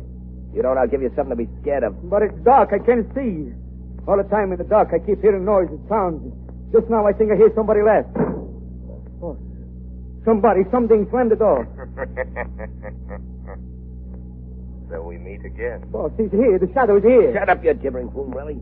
Sure he's here, and that's just what I want. Listen, Shadow, don't come near me. I'm warning you. I've got a gun pressed against this girl's head. One false move out of you, and I'll pull the trigger. Go on, you. Tell him I'm not bluffing. Lamont, why did you come? They used me to get you here. To make you walk into a death trap. They're going to kill you. They'll kill us both. It's all right, Margot. Maybe we can... Borelli, stand by that door. If the Shadow tries to get out, use your knife. Remember, if he gets away, you'll go to the chair. All right, boss. I watch. Lamont, I'm sorry. This is my fault, or my fault. Just a minute, Margot. Now that I'm here, Hegman, what do you want? I just wanted you here, Shadow. That's all. I see. You prepared another trap, another fire trap. You guessed it. And this time the girl won't get you out of it because she'll be right down here in the cellar with you. Come on, boss. Quick, we get out now. Lock the door and start a fire. Stay where you are, Varelli. Don't open that door till I say. Yes, Varelli. Listen to him. Do as Hegman orders you. And you live a few minutes longer. Then you'll die with a bullet in the back. Who'd do that? Your boss, Hegman. No, the boss would not do that. You're lying, Shadow. He plans to kill us because we know too much about him.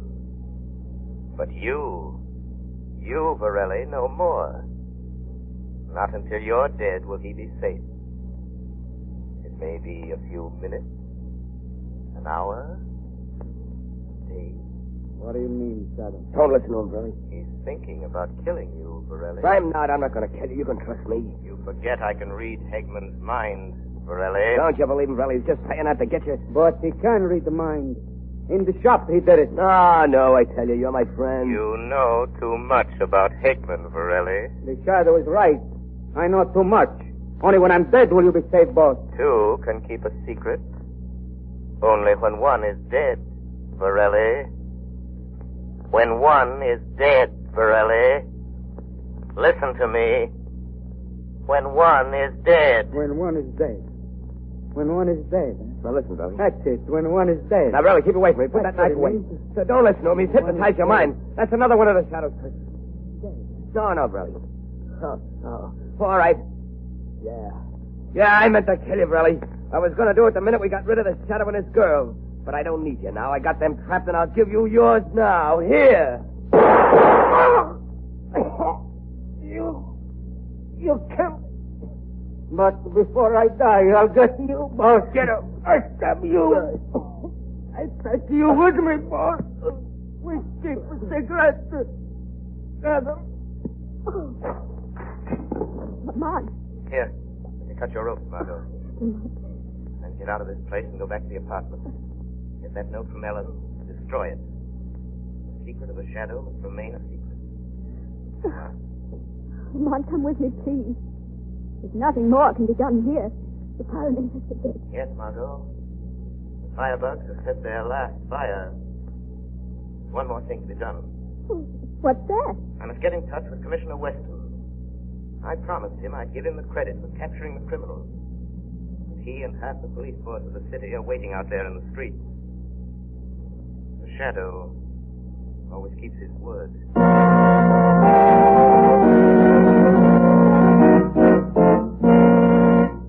You have been listening to a dramatized version of one of the many copyrighted stories which appear in the Shadow magazine.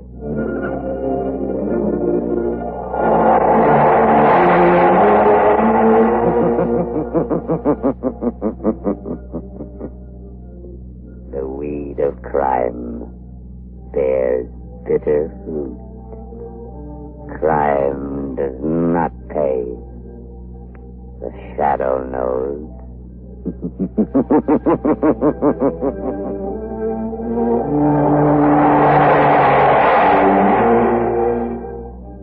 All the characters and all the places named are fictitious. Any similarity to persons living or dead is purely coincidental.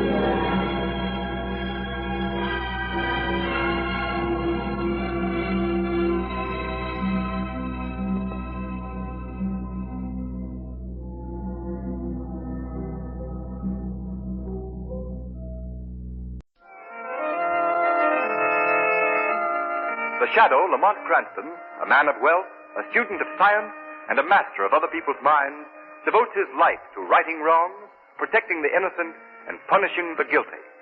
Using advanced methods that may ultimately become available to all law enforcement agencies, Cranston is known to the underworld as the Shadow. Never seen, only heard. As haunting to superstitious minds as a ghost. As inevitable as a guilty conscience. The identity of the Shadow is known only to his intimate friend and aide, Margot Lane.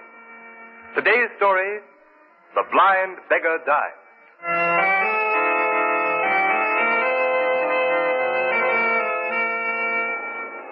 There are smiles that make us happy. There are smiles. Evening, Singing Jim. Chilly tonight, isn't it? Indeed it is. Thank you, sir. There are smiles. Hello, Jim. Wish me luck tonight. I'm going out with a new boyfriend. He's awful nice. All the luck in the world, you miss. Thank you. There are smiles which make us happy. Well, if it isn't Singing Jim. Holding down the same corner after we told him to pay protection to move. Yeah. He don't pay off and he don't scare.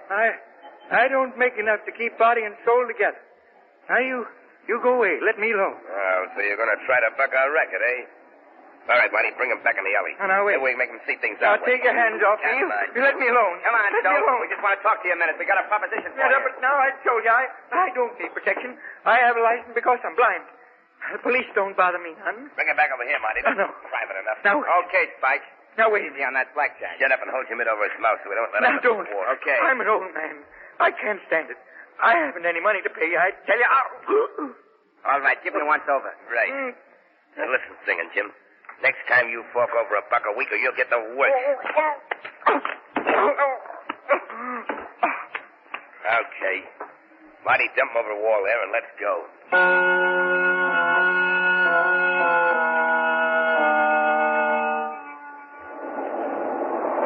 Look at that crowd gathering, Lamont. Yes. Isn't it amazing how any little thing can get a crowd together? Sometimes those little things turn out to be big things, Margot. That's just Lamont Cranston, the amateur criminologist, coming to the fore.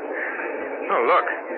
They're trying to get into that alleyway. Somebody hurt, probably. Oh, yes. All right, move on. Open up. Let's get this man in the ambulance.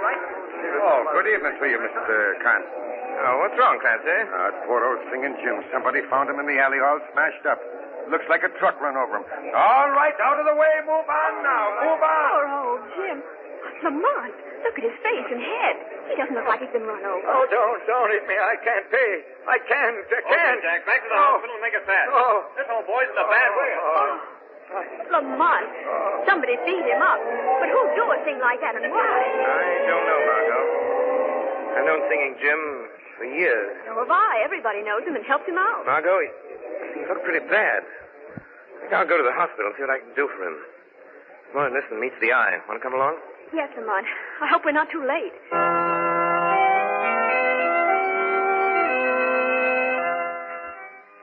Of course you can see Singing Jim, Mr. Cranston. How is he, Doctor? Triple concussion. Looks pretty hopeless. Poor old Jim. How did it happen? Well, the police report lists it as a hit-and-run case. In my opinion, he was beaten with some blunt instrument. Piece of pipe or a blackjack. He's right in here. No. Don't hit me. I'm an old man. No. I'm afraid you won't get much out of him, but you can try. I'll be back in a few minutes. Thanks, Doctor. Oh, I can't pay. I need protection. Now, Singing Jim. I don't... Jim, it's Lamont Cranston. Oh. I've come to help you. And Miss Lane is here, too. Oh. You remember her. Hello, Jim. What happened? Who did this? Oh, keep away from me. Let me go. Don't hit me again. I'm afraid he's delirious, Margot. Jim, listen. We're not going to hurt you. You're safe now. Who hit you? Why did they do it, Jim? They told me I had to pay $1 a week, or they'd give my corner to somebody else. Some phony that knew how to mooch enough to pay him for protection. No. Jim. Don't hit me. Lamont, that can't be true. Nobody could be as low as to try to make a racket out of begging, organize them, and make them pay tribute. It is hard to believe, Margot, but there must be something to it. Wait a minute. Jim, listen to me. Who did this? Who's been trying to make you pay money to them? Oh, no, don't hit me, Spike. Let go of me, Mark. Don't, I can't pay. Apple Mary can't pay either.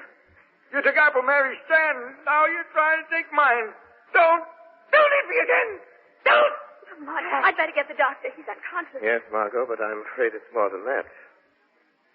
What? I'm afraid Singing Jim has sung his last ballad. You mean... Yes, Margot. Singing Jim is dead.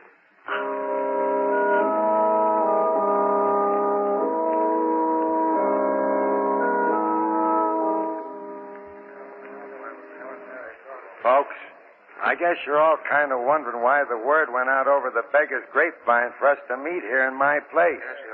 And maybe you ain't. Anyway, Apple Mary's got something to say to us. Thanks, Lame Bill. Thanks. Folks, I guess by this time you've all heard that poor old Singing Jim's dead. And I guess you know why he's dead. Yes, Mary, you're right. Now, don't get the idea that I've asked you all here to fight these here scurvy rats that pull Jim into an alley and beat him to death. I ain't asking that. Can't expect no help from the police, Mary. You know that. No, you Yes. can't, Mary. Yes, we tried that. And they just laugh at the idea of anybody trying to make us pay for the right to make a living on the streets. The only way we know how. Selling apples like I do. Singing like Jim did. Or selling pencils and shoelaces like Lame Bill here. No, we can't expect no help from the police. Yeah, but why don't they get the guys that murdered old Jim? They're investigating it, so they say. Yeah, but what are we going to do, Mary? Jim's death was just a warning to the rest of us. It means pay up or get the same. No, it don't. Yeah, that's no, what it means, don't. Mary. Because something's happened. Somebody's going to help us what can't help ourselves. Who is it, Mary? Now, before I tell you, I want to remind you that I'm not a drinking woman, and I ain't given to hearing things, and I ain't easy convinced. But last night, late, somebody talked to me at my stand. Somebody that you've all heard of. Somebody that you that have got your eyesight don't believe in because nobody's ever seen. Who was it, Mary? The Shadow. Shadow? Oh, he wouldn't bother trying to help folks like us, Mary. Oh, you're wrong. You're wrong because he asked me to call all your folks together. He promised that he'd come here tonight and tell us how he can help us. When's he coming? Why isn't he here? Hey, what's that? I am here. Why, where'd that laugh come from? Sounds like it come from right behind Mary. No, it came from back in that corner. Wait, don't be frightened. I am the Shadow. I've come here to help you. If you will accept my unseen presence without question, without fear. Yeah, that's right. We got no reason to be scared of the Shadow. We ain't done anything wrong. Yeah, we ought to be glad he's willing to help us out, protect us from fellas like Spike and Marty. Maybe he can help us find out who those fellas are. Now, wait a minute. Yeah. Wait a minute, all of you. I've told the Shadow all I know about Spike and Marty. All any of us knows. Now you listen to what he wants us to do. You are victims of the meanest racket in the world. The Shadow will help you, if you are willing to help yourselves. I have reason to believe that one among you is a spy, an informer. Why, where is he? Point him out. No, sooner or later he will betray himself. There are too many of you for me to single out the one hostile mind in this room. What do you want us to do, Shadow? We'll do anything you say. Go on doing as you have been doing. When these men approach you again, pay them, or promise payment. And then go to the west wall of the National Armory. Make your sign of distress in white chalk, using the symbols you use in communicating with one another. The Shadow will understand them and come to your aid. As for the informer in your midst, let him take this warning to the petty racketeers he serves. If one more cent of tribute is levied, if they so much as lay a hand upon one of you, they will answer to the Shadow with their lives.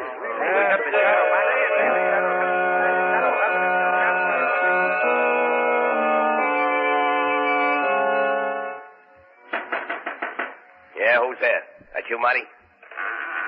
Yeah, it's me, Spike. What took you so long? Hey, you look like the real McCoy with those smoke glasses and that crutch.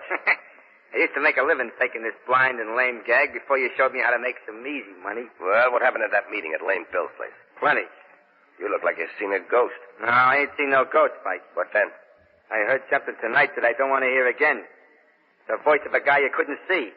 He was right there talking to us. You've been hearing things. No, it's the truth, I tell you. You've heard about this guy they call a shadow, haven't you? Yeah, I've heard about him all right. So what? He was at that meeting. That's why Apple Mary called it. The shadow got the whole story out of her. How we worked this racket, and now he's out to get us. How's he going to do it? Got it all fixed for the beggars to put their distress signs on the wall of the National Armory. The first time we try to collect any more dough. You say the shadow got all the dough from Apple Mary? Yeah, I tell you, we got to lay off. And kiss all that money we get from the beggars goodbye? Not on your life. Yeah, but Spike, the shadow's poison. He's caught plenty of big shots with dough in their gangs. What chance have we got against a guy like that? Listen, punk, you're all the gang I got, and I ain't in the big dough, but I'm plenty smart. And I got an idea how to get rid of this shadow. All right. How you going to do it? Listen, all we got to do is get a hold of Apple Mary. Bring her up here to the hideout and keep her here. Yeah, get the shadow plumb on our trail. That's just what I want. And to be sure he does get here, you're going to chalk up a message on the armory wall. You know the signs I use. Yeah, I know 'em. But supposing you do get Apple Mary here and this shadow comes after it, then what?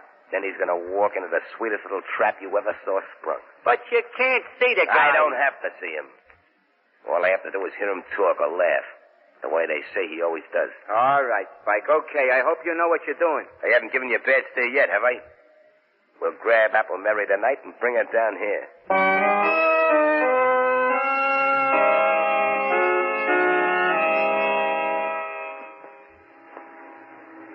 Why did you want to drive past the National Armory, Lamont? I'm looking for handwriting on the wall, Margot. What do you mean? The shadow made arrangements with Apple Mary and her friends to communicate with them. That way, those racketeers try any more strong-arm tactics. Do you think they will? Yes. There's a reckless bravado about a petty criminal that you won't find in big-time crooks. Well, they're just as dangerous. Don't forget that, Lamont. I'm not forgetting it for a minute, Margot. There's a saying, little snakes are more deadly than the big ones. Stop the car, Margot. Here's the armory. What is it, Lamont? There's writing on the wall. Maybe what I'm looking for. You mean those chalk marks, those crosses and circles and numbers? Yes. Yes, it's a message from Apple Mary. She needs help. She's waiting for the shadow in the basement of 19 River Street. I'll drive you there, Lamont. All right, Margot. Not all the way. Stop a block from that address and let me out. Very well, Lamont. Shall I wait for you? Yes, Margot. Wait half an hour. If I'm not back by then, notify the police to raid that house. But why, Lamont? What makes you think... I don't think Apple Mary sent that message, Margot. I have a feeling the shadow's being invited to walk into a trap.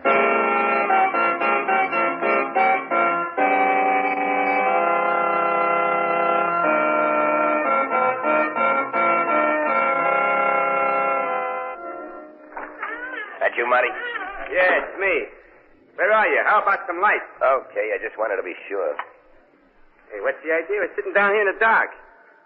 Hey, what are you doing with that Tommy gun? When the shadow comes here looking for Apple Mary, I'm going to spray this room with lead from floor to ceiling. It won't matter if I can't see him. I can't miss. And our troubles will be over.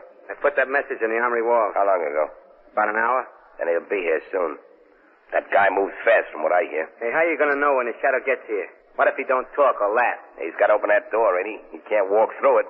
He ain't a ghost. He comes as close to being a ghost as anything I ever went on up against. How's he do it? How does he keep you from seeing him? By hypnotism, whatever that is. Yeah?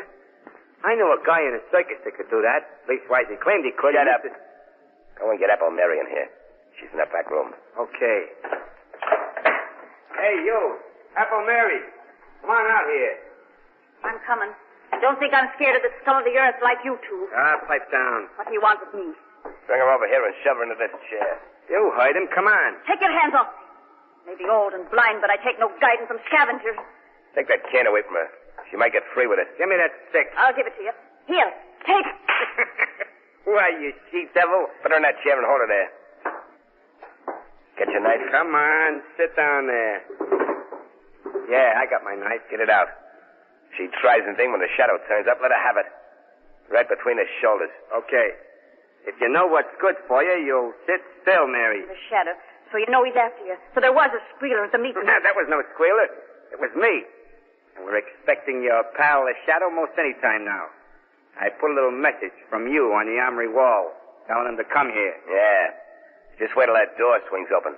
That's the only way you can get in. Or out. If this shadow guy's got a gun, starts blazing away, you'll get yours, Mary. The shadow doesn't need a gun. Shut him up, Marty. I just heard the basement door close. Hey, somebody's in the hall, Spike. Shut up. Watch it, old dame.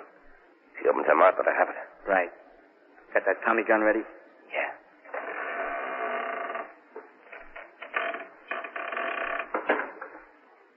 Spike, he's here. The Shadow's here. Do something. Do something. Shoot it or he'll kill it. I ain't sure if I can be sure. There is only one certainty in life. What? That is death. It's him. Shoot. Spike, you shut out the light. Yeah. But I got him. I got the Shadow. Come on. Let's get out of here. Yeah, but what about Apple Mary? We haven't got time to fuss with a blind dame. Now listen, Apple Mary. Get out and tell your friends we'll be seeing him. Tell them the Shadow's dead. Tell them if we have any more trouble making collections, I'll get what Singing Jim and the Shadow got. Tell them that for us. Come on, Marty, let's go. Shadow dead. Who can we look to for help now? You can still count on the Shadow, Apple Mary. Oh, Shadow, they didn't kill you. Didn't they hit you? No, Mary. I suspected a trap, so after I opened the door, I walked across the room and stood behind them. But your voice, it came from near the door. Ventriloquism. A simple trick of projecting the voice. That doesn't matter now. Get out of here and hurry to Lame Bill's. Gather your friends together and wait there for word from me. The Shadow.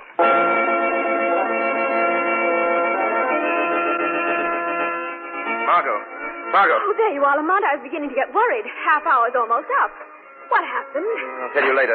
Quick, start the car. Those two men hurrying down the street? That tall one and the short, heavy one? Yes, follow them, but be careful. Don't get too close. Who are they? Where are they going? They murdered Singing Jim. They tried to murder the Shadow. We'll find out where they go, Margot, and then I'll telephone Commissioner Weston to surround the place. The Shadow left word with Apple Mary. She wants us at Dugan's pool hall. Dugan's pool hall. The Shadows tracked down Spike and Marty. Apple Mary and Lame Bill want us at Dugan's pool hall. Hey, Lippy, Dugan's pool hall right away. Mary said so.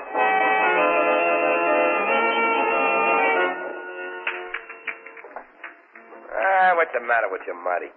They thought you could play pool. You missed that shot a mile. I can't keep my mind on the game. Can't stop thinking about it. Pipe down. Everything's okay, I tell you. I got the Shadow I couldn't have missed. You heard him fall, didn't you? Yeah, but nothing. We got nothing to worry about, I tell you. The Shadow's out of the way, and we got it fixed with Dugan for an alibi. We've been here all evening. See? Here comes Dugan now. Hey, Spike, Marty. There's something going on around here I don't like. I know I told you I'd frame an alibi for you, but I don't want no trouble. I don't want my place closed up. What's the matter with you? What's going on? It's that bunch you've been working your new racket on. Apple Mary, Lame Bill, Limpy, the whole lot of them. What? Where are they? They're out in the street, 20 or 30 of them. And more coming every minute. Yeah, who tipped them up we was here?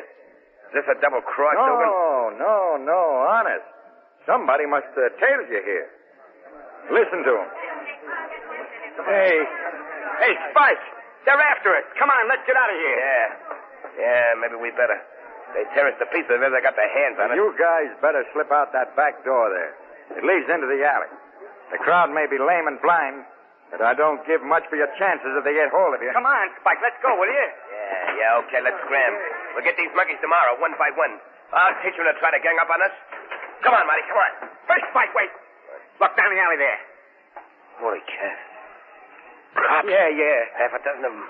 We can't go that way, Spike. They're laying for us. Hey, Dugan, ain't there any other way out of this joint? How about upstairs and over the roof? No, that door to the hall's been nailed up for years. It's either the alley or the front way. Hey, Spike, that bunch out front sound like they're coming in. Yeah, we're caught like a couple of rats in a trap. What are you going to do, Spike? Shadow. Spike, did you hear that? It's the Shadow. You didn't get him. He ain't dead. No, you will not go to the electric chair for the murder of the Shadow. Oh. So you got away. Well, then the cops haven't got anything on us now. Come on, Marty, we'll go out to the alley. Let the cops pick us up. They can't hold us more than 24 hours. Wait. You've forgotten the murder of Singing Jim. Why, you can't pin that on us. Well, the door's locked. Yeah, and the key's gone, Spike. Yes, I locked that door, Spike. I have the key. But the front door is unlocked. You can walk out that door. Singing Jim's friends are out there waiting for you. Spike, what are we going to do? They're the lame and the halt and the blind, but there's strength in their numbers. The strength of a long-suffering fury that means your death. If they get their hands on you... What do you want, Shadow? What's your game? I want your confession to the murder of Singing Jim. Hey. Yeah? If we confess, will you keep that mob away from us? I'm not confessing to anything.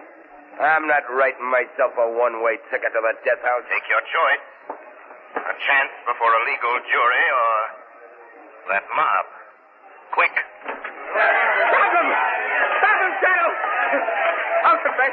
I'll tell you. Yeah, we killed Singer Jim. It was Spike. He slugged him in that alley, yeah. You dirty squealerette. Don't move, Spike. One false move. Wait a minute, they're going to... These tormented people will kill you. Mary! Lame Bill! Wait! Wait, everybody!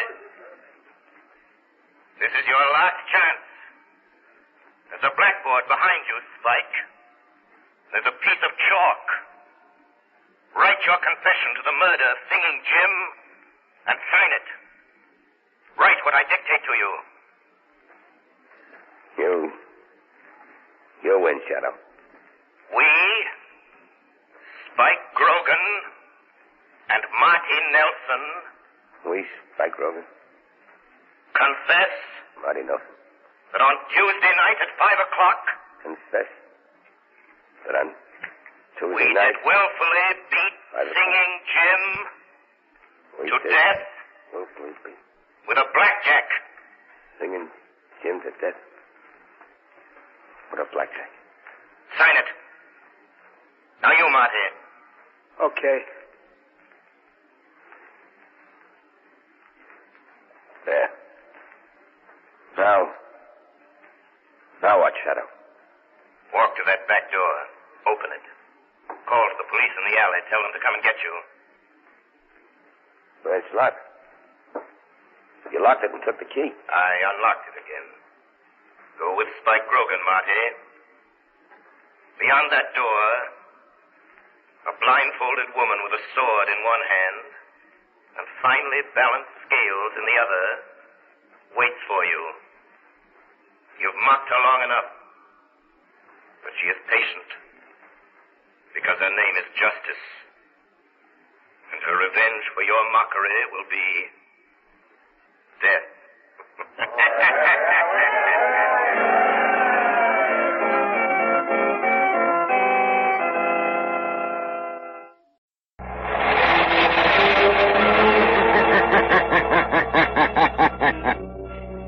Who knows what evil lurks in the hearts of men? The shadow knows.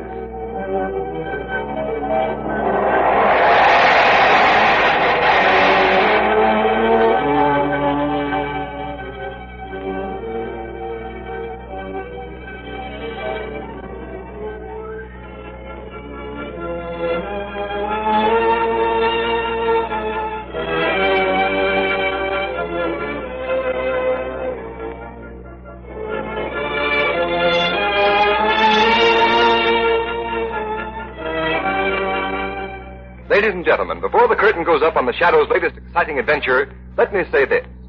I know that every one of you who owns a car is looking for a tire that will give you the greatest protection against skids and blowouts. And you'd like to get that tire without paying a price premium, wouldn't you? Well, I'm going to tell you about a new kind of tire that will stop you quicker, safer on wet, slippery roads than you've ever stopped before. This amazing tire is the new Goodrich, spelled Goodrich. Goodrich Safety Silvertown with the Lifesaver tread. And when Goodrich engineers developed this new tire, they certainly did a job. For instance, you all know what a windshield wiper does to a windshield. Well, motorists, that's exactly what the new Silvertown Lifesaver tread does to rain-drenched roads. Because the never-ending spiral bars of this tread actually act like a whole battery of windshield wipers. They sweep the water right and left. They force it out through the deep grooves. Thus, a dry track is made for the rubber to grip. And that means when you're riding along on wet pavements and have to step on the brake, you'll get the quickest non-skid stops you've ever seen. Believe me, there's nothing like a Silvertown stop to make you feel secure. And when you realize that Silvertowns are also the only tires that give you the famous golden ply protection against high-speed blowouts, is it any wonder this new tire is called the safest thing on wheels? Have this life-saving tire put on your car before it's too late. There is no extra cost. The Shadow, Lamont Cranston, a man of wealth, a student of science, and a master of other people's minds, devotes his life to righting wrongs, protecting the innocent, and punishing the guilty. Using advanced methods that may ultimately become available to all law enforcement agencies, Cranston is known to the underworld as the Shadow. Never seen, only heard. As haunting to superstitious minds as a ghost. As inevitable as a guilty conscience. The Shadow's true identity is known only to his constant friend and aide, Margot Lane. Today's story, The White God. Gentlemen, the Navy Department has today asked me to give ship owners this message. We have today abandoned our extensive air and sea efforts to trace the missing yacht owned by Rudolph Hoyt, millionaire scientist, last reported in that region of the South Pacific which has in recent months come to be known as the graveyard of the Pacific, because of more than 15 disappearances of ocean vessels in that area within the past 2 years. Admiral Champion, we ship owners beg you to continue your investigation to clear up this mystery of the South Pacific. All this publicity of missing ships, especially the publicity about the Hoyt yacht, has ruined our Pacific shipping. Why, we can't even sign up a crew to ship on our boats. I tell you, Admiral, this mystery must be cleared up. At once. Gentlemen, the Navy is just as anxious as you are to solve this mystery because of our naval operations in the Pacific, but we can't find a single explanation. May I make a suggestion, Admiral? What's that? Don't bother to try and see where I am, gentlemen. You can't see me. Well, who are you? I am the Shadow. Shadow? You're that invisible man who's always helping the police and always working against crime? Quite right, sir. I do have the power of invisibility to conceal my being and my motions when assisting authorities in maintaining law and order and peace. Can you help us solve this mystery of the graveyard of the Pacific? I think that possibly I can, gentlemen. Just a moment. You know something about it? I have a strong suspicion that the graveyard of the Pacific is really the work of some individual. It's incredible. It isn't logical that a group of modern ships, each one manned by an expert crew, equipped with the finest marine devices, should disappear unless they were made to disappear. And with a little help from you, Admiral, I think I can prove it. Well, what do you want of me? First, a fast cruiser to take me down to the South Pacific. Second, an airplane to cruise around among the islands. But you insist you must stay as the Shadow? I'm sorry, sir, but my identity must remain unknown. Besides that, I feel that I will be of greater value to the venture if our enemies cannot see me. Very well. I think I can arrange it through Washington. How many will be in your party? A young woman named Margot Lane will be your visible passenger. I will be with her, but you will not see me. You will advise the crew of my invisible state as the Shadow and tell them to obey my voice, even though they cannot see me. Anyone else coming? No, just Margot Lane and the Shadow. Well, I hope that he's successful. I certainly hope that he...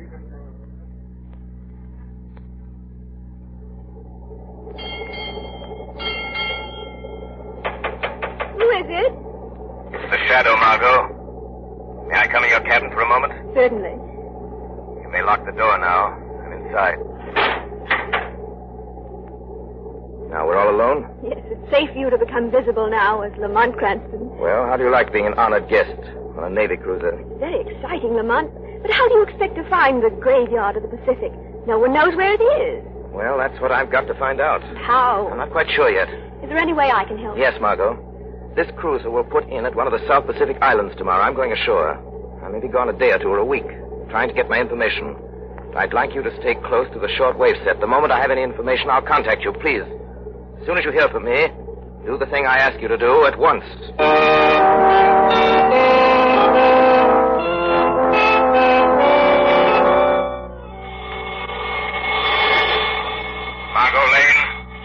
Margot Lane, stand by for orders. Have the commander of the cruiser prepare a seaplane for immediate takeoff. I'm leaving this island where I've been for the last few days and returning to ship at once. I believe I know what happened to the missing ships. You will board the seaplane with me as the Shadow.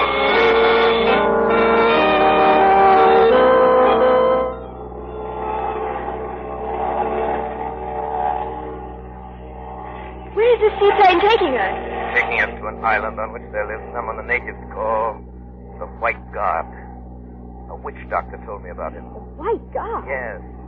From the witch doctor's description, it's obviously a man who has managed to overawe the ignorant natives with elemental experiments in chemistry and physics, which he passes off as magic. Pilot, what made the plane lurch like that? I don't know, Shadow. There it is again. Something's tugging at the plane. Tugging at the airplane? Yeah. But the motors have gone crazy. I can hardly keep them going. Pilot, we're descending. Yeah, we're being pulled down. Look, we're heading toward that island. You're right, Margot. Look, the wreckage of boats. Crashed on the rocks. Deserted in those coves. This must be...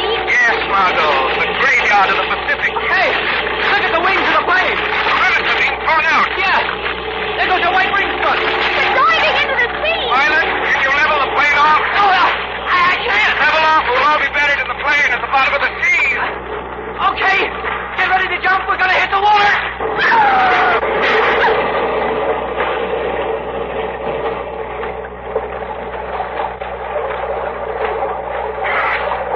All prisoners accounted for. I'm here, Shadow. Count on me, too. Good thing you leveled off so we landed on top of the water instead of beneath it, Pilot. Yeah, I prayed for a moment. I couldn't make it. Well, I suggest we make for the island there and pay a visit to the White God.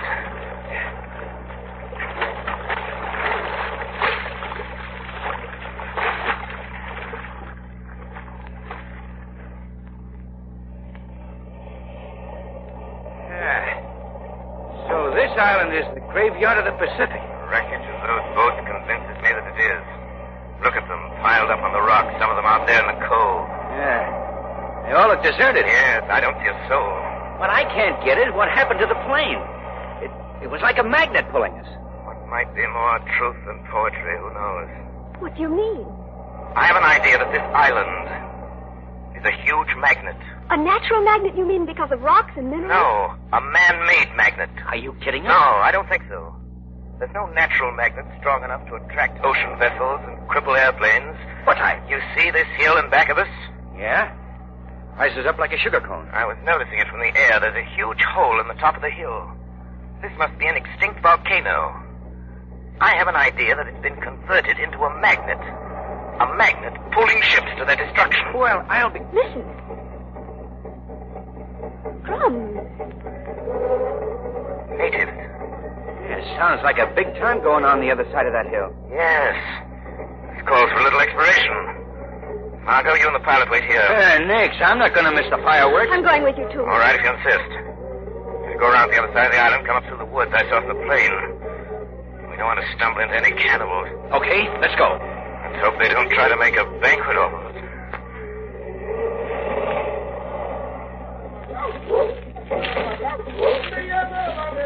Here. Yeah, we can see them all right from here. Yeah, they are. Boy, just look at those natives. Must be several hundred of them. They're all painted up. Judging from those fires and that feast laid out on the ground, they must be having some ceremonial.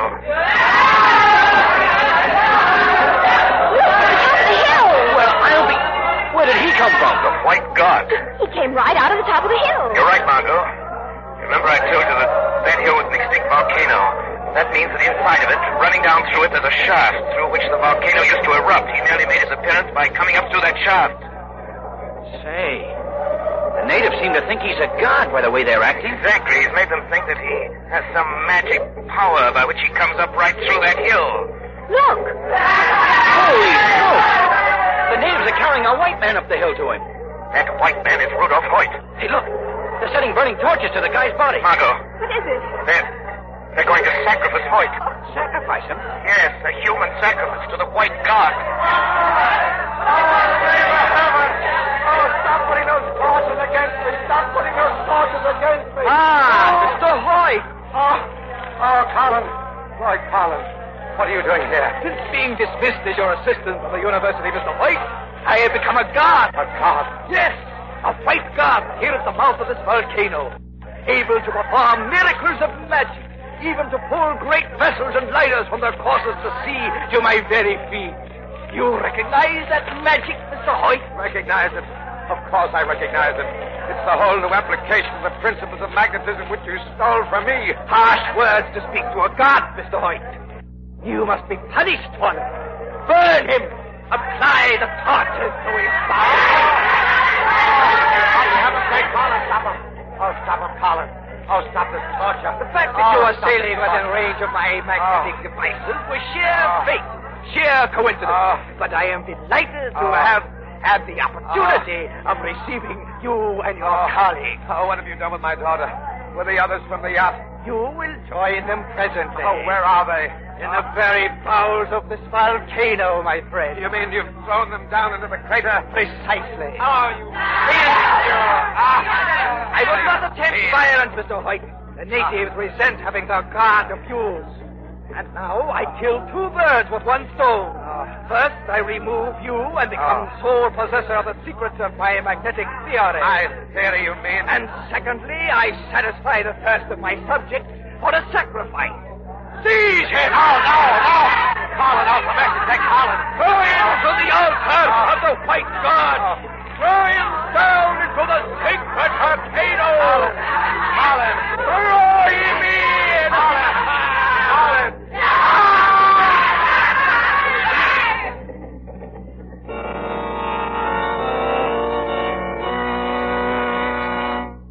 Ladies and gentlemen, how will the Shadow defeat his enemy this time? In a few moments, we'll continue this exciting story. But meanwhile, motorists, remember this. The road you travel on may be perfectly safe when dry, but deadly enemies when wet. Yes, beware. Roads may be skid traps when wet. Don't take chances, motorists, especially when you can now get a tire that will stop you quicker, safer on a wet pavement than you've ever stopped before. And that tire is the new Goodrich Silvertown with the Lifesaver tread. The never-ending spiral bars of this Lifesaver tread really go to work on a wet, slippery road like a whole battery of windshield wipers. These bars sweep the water right and left. They force it out through the deep drainage grooves. This means your tire actually has a drier, safer road surface to grip. This means real protection against the hazard zone of motoring. Think of the added security for yourself and your family from this road-drying tire. And then remember that Goodrich Silvertowns also offer you golden ply protection against high-speed blowouts. Is it any wonder that this new Silvertown is called the safest thing on wheels? Don't buy any tire until you've at least seen this new Goodrich Silvertown. Don't buy any tire until you've ridden on this new tire and discovered what it means to be saved by a Silvertown stop.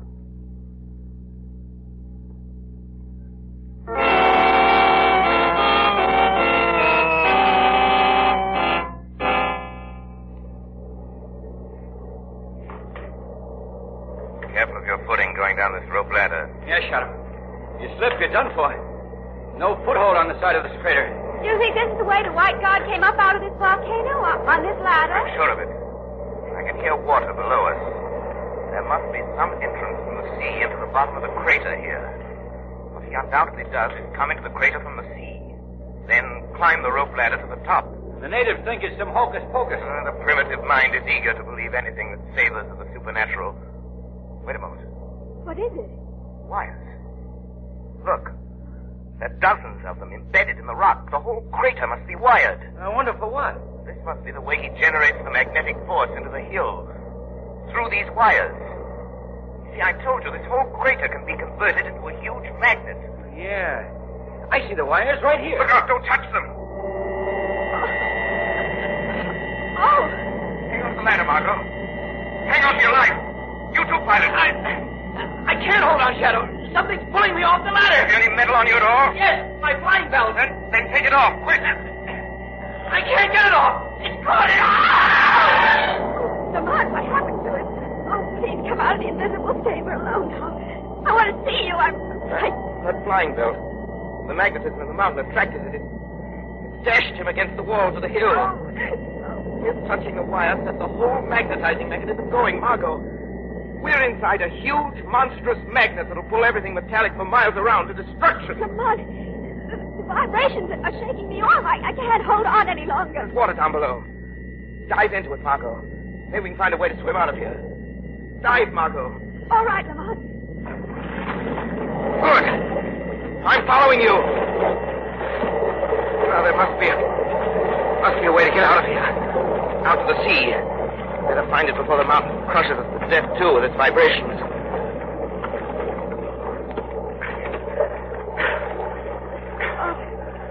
vibrations. Dark. Yes, the white guard must have turned off the power. Lucky for us, he did. Oh, Lamont. Did you hear that? Yes. Yes, it sounds like a woman. Look, Margot. There she is. Hanging on that ledge at the side of the cabin. Let's swim over and get her.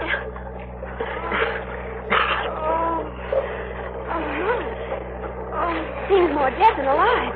We must get her out of here. All right. I can manage to support her, all right. I've got her. All right. Take her someplace we can bring her to. Hear her story.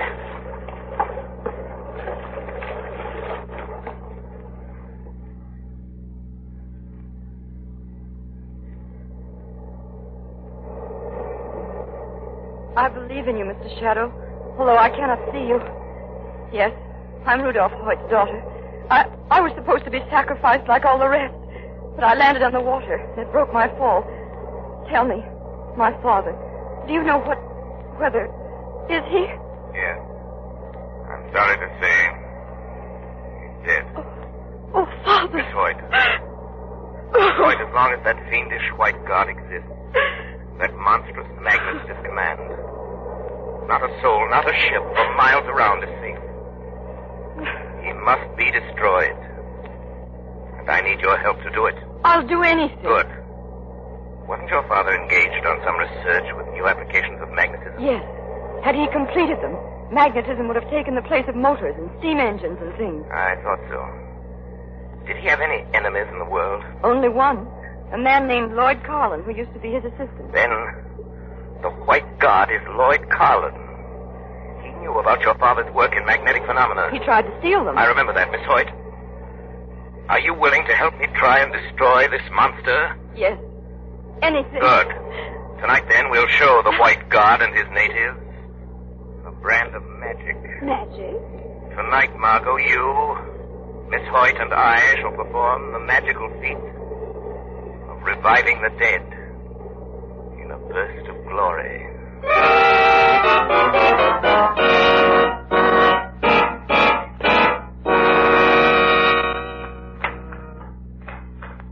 Careful. Careful on the steps of the ladder, Miss Hoyt. I am, Mr. Shadow. They're almost at the top. Good. Mr. Shadow, will you tell me why you wanted me to wear this bulletproof vest we found on the yacht? It's possible Carlin has a gun. That vest might come in handy. Oh. And remember, a wooden boat is waiting on the shore by the woods. Run for it when I tell you. Yes, Shadow. Good. I imagine Margot will be directing the searchlight from the yacht onto the top of the hill any moment now. There it is now. See, the light shooting across the mouth of the shaft? Yes. And we're ready for your return from the dead. Step out of the shaft onto the rim of the crater. All right.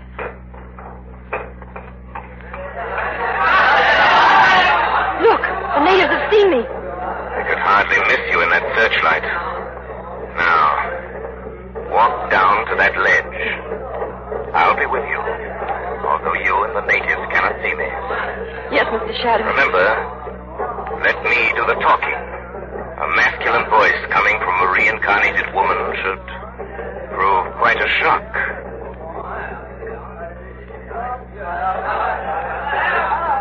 Hello there! Your voice has them all afraid. Just the effect I anticipated. Bring your white god to me, heathens.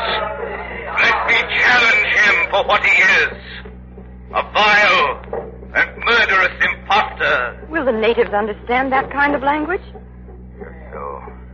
I think so. Carlin hears me. That's all I'm interested in. Where is this white god? Come here, imposter, and be exposed before your master. Be exposed for what you are. Here he comes now, Mr. Shadow. Remember, don't be afraid, Miss Hoyt. No matter what he does. Greetings, Mr. Carlin. What nonsense is this? Nonsense? Yes. Your voice, Miss Hoyt. Yes, I lost my voice temporarily when you threw me down into the crater. And when it returned, it was the voice of a man. I'm in no mood for joking. You're hiding in the shadows and speaking for Elise Hoyt there. Who are you? Where are you? Tell me or I'll shoot. A waste of bullets. shooting into the shadows, Carlin. I'll hit you. You think you can shoot invisibility? For shame, Carlin. You, a great scientist. Whoever you are, you can't stop me from destroying Elise Hoyt here as I destroyed her father. Come! Come, all of you!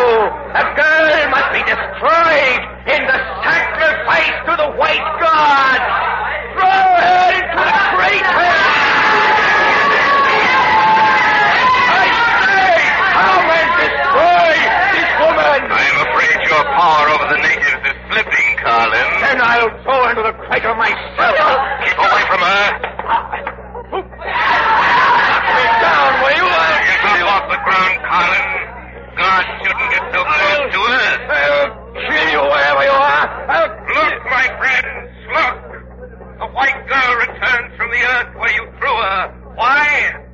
Because the earth is angry with the white god. He rejects his sacrifices. The girl is your new and only god. I am the white god. Watch, I'll show you with the fire from my gun. Watch and see how much of a goddess she is. You see, Carlin, even gunfire can't destroy her. It must. Careful, Carlin. Your native disciples don't like to be disillusioned about all your claims to power. I shan't disillusion them. You already have. First, Miss Hoyt returns from the all-destroying sacrifice. Then your gunfire fails to phase her. What other magic have you to hold your followers? I'll show you. Shadow, he's running up the hill. He's running to the top of the crater. Start his magnetizing device. We must stop him. I'll show you who's all powerful here. Shadow, if he starts that magnetizing device, we'll all be shaken from the crater to our death. Then run for your life, Miss Hoyt. Run to the boat. Go through the woods. But he's already at the top of the crater. Run for your life. I'm going to stop him if I can. Powerful, my invisible friend, when my magnetic mechanism shakes you off the hill to the rocks below and crushes you. No, I touch the wires and... I'm right beside you, Carlin. I'm right beside you. You shouldn't have wasted so much time talking if you wanted to escape me. But you're too late. I started the magnet working. Rudolph Hoyt would have revolutionized all industry with this invention. Balls of steel would have taken the place of dynamos and turbines. Iron threads would have supplanted motors and engines. It was all my dream. My dream. But you concocted it all as an instrument of death and destruction. Used it to awe the natives who did your fiendish bidding against the unfortunate souls you lured here. The natives are coming to kill you, Carlin. They'll throw you down the crater. I too. All of you. The power of the magnet increases unless it is turned on. It will vibrate the volcano until it crumbles to pieces. You hear me?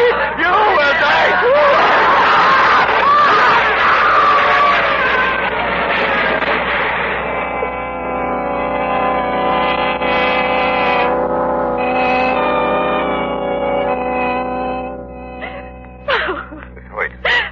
Who's that? It is I, the Shadow. But I thought, weren't you killed with the rest of them when the volcano crumbled? Evidently not, Miss Hoyt. But you were up there with Lord Carlin. I heard you talking to him as I ran for this boat. You heard my voice, but I was only a little way behind you. But how? By the simple trick of ventriloquism, Miss Hoyt.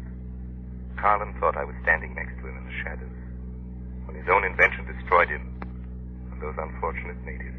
Then that's the end of my father's invention, Shadow? Yes, Miss Hoyt. With your father and Carlin gone, we must wait until another mind can conceive it again. Until then, the secret must remain entombed in the volcano of the White God.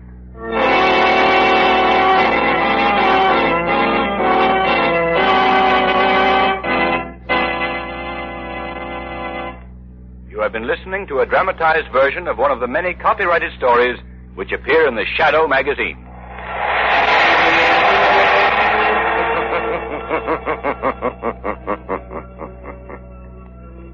The weed of crime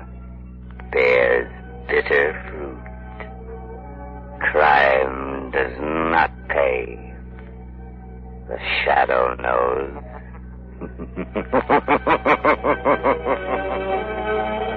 All the characters and all the places named are fictitious. Any similarity to persons living or dead is purely coincidental.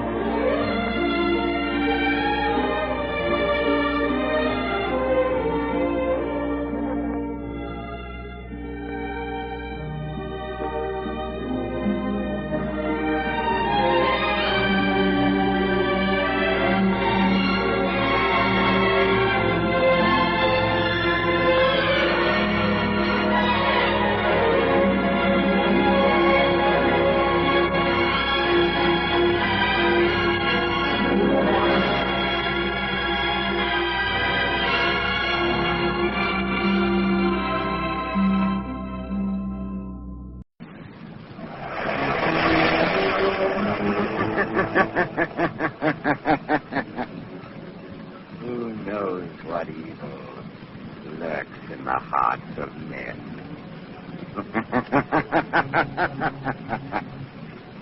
The Shadow knows.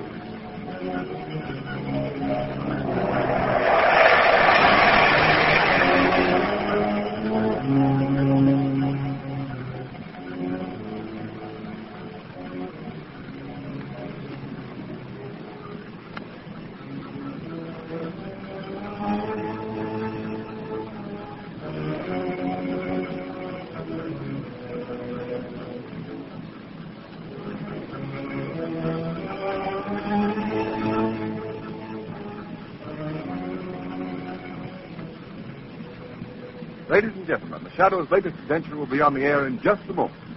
Don't miss any of it because it's a thriller from the word go. And if you drive a car, don't miss this. It's the biggest news of the year for motorists. It's the inside story of the safest thing on wheels, the new Goodrich Safety Silvertown tire. This remarkable tire brings you something entirely new in tire safety, the Lifesaver Tread. Developed after 2 years of exhaustive research, after grueling tests of tread designs by the hundred, this amazing Lifesaver Tread stops you quicker and safer on wet, slippery roads than you've ever stopped before. Its never-ending spiral bars, like a battery of windshield wipers, sweep water from under the tire, force it out through special deep drainage grooves, make a dry track for the rubber to grip. Thus it protects you against skids in all directions, overcomes the hazard zone of motoring. Take my word for it, you'll never know what the word stop really means until you've felt the grip of the Silvertown Lifesaver Tread on a wet, treacherous road. And that's not all. Silvertowns are the only tires in the world that give you golden ply blowout protection. And think of it, you get both of these priceless safety features, skid protection and blowout protection, at no extra cost. Tomorrow isn't a bit too soon to start riding on Goodrich, spelled Goodrich. Goodrich, Safety Silvertown.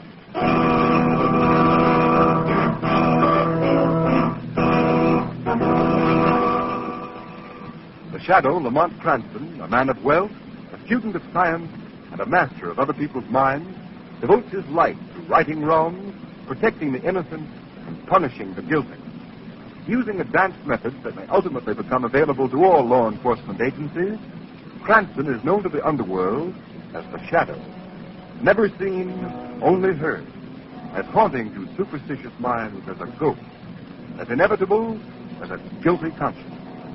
The Shadow's true identity is known only to his constant friend and aide, Margot Lane. Today's story, aboard the steamship Amazon.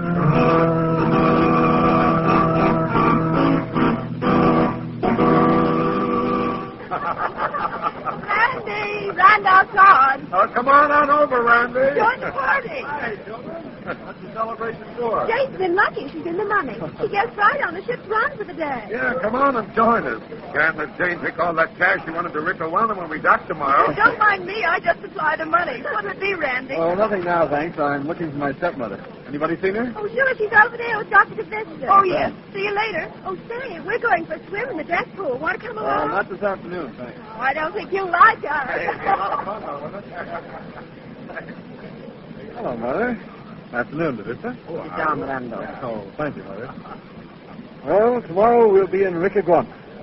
From there on, it's going to be one great big party. Lower your voice, my son. Oh, no one can hear us in this corner.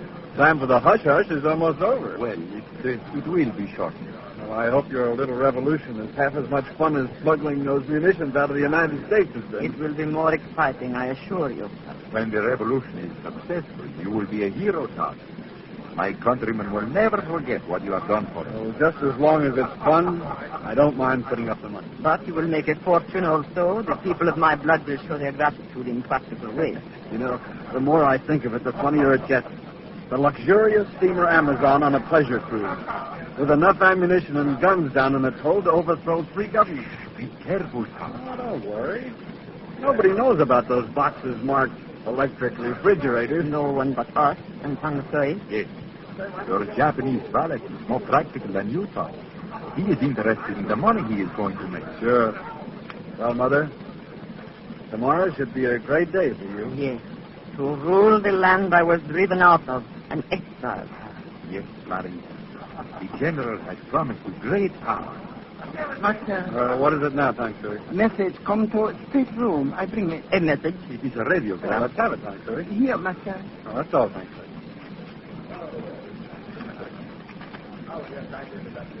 Oh, blazes, it's been cold. Cold. Then it's from headquarters, yes.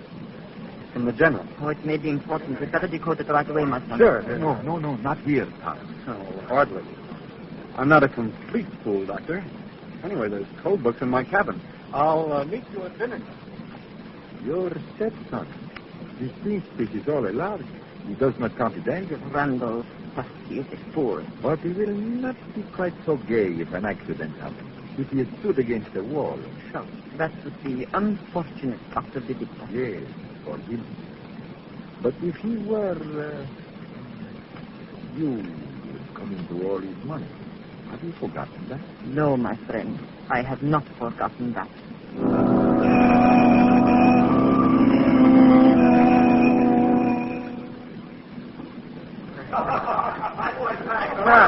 Nice swim, Margot? Fine, Lamont.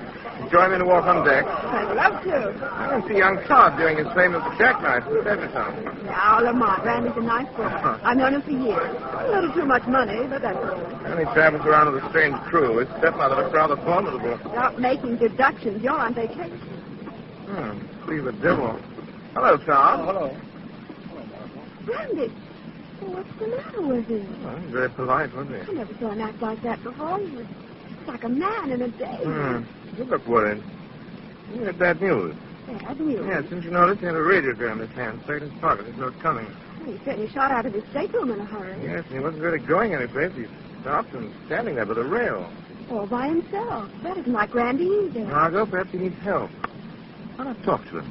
He wouldn't talk in front of you, Lamont. All right, you go alone. I'll duck. And if he does need help? Maybe we can supply it. See you later. All right, I'll go over and talk to him. Nice day, isn't it, Randy? Huh? Hello, Margot. Randy, what's the matter with you? Well, I'm in kind of a jam, Margot. Don't you worry. What sort of a jam? Well, it's the worst darn mess Suppose you tell me the whole story. I can't do that. Of course you can. No. awful coward, Margot. Coward? Nonsense. What is there to be afraid of? Oh, nothing. Randy, I believe you are frightened.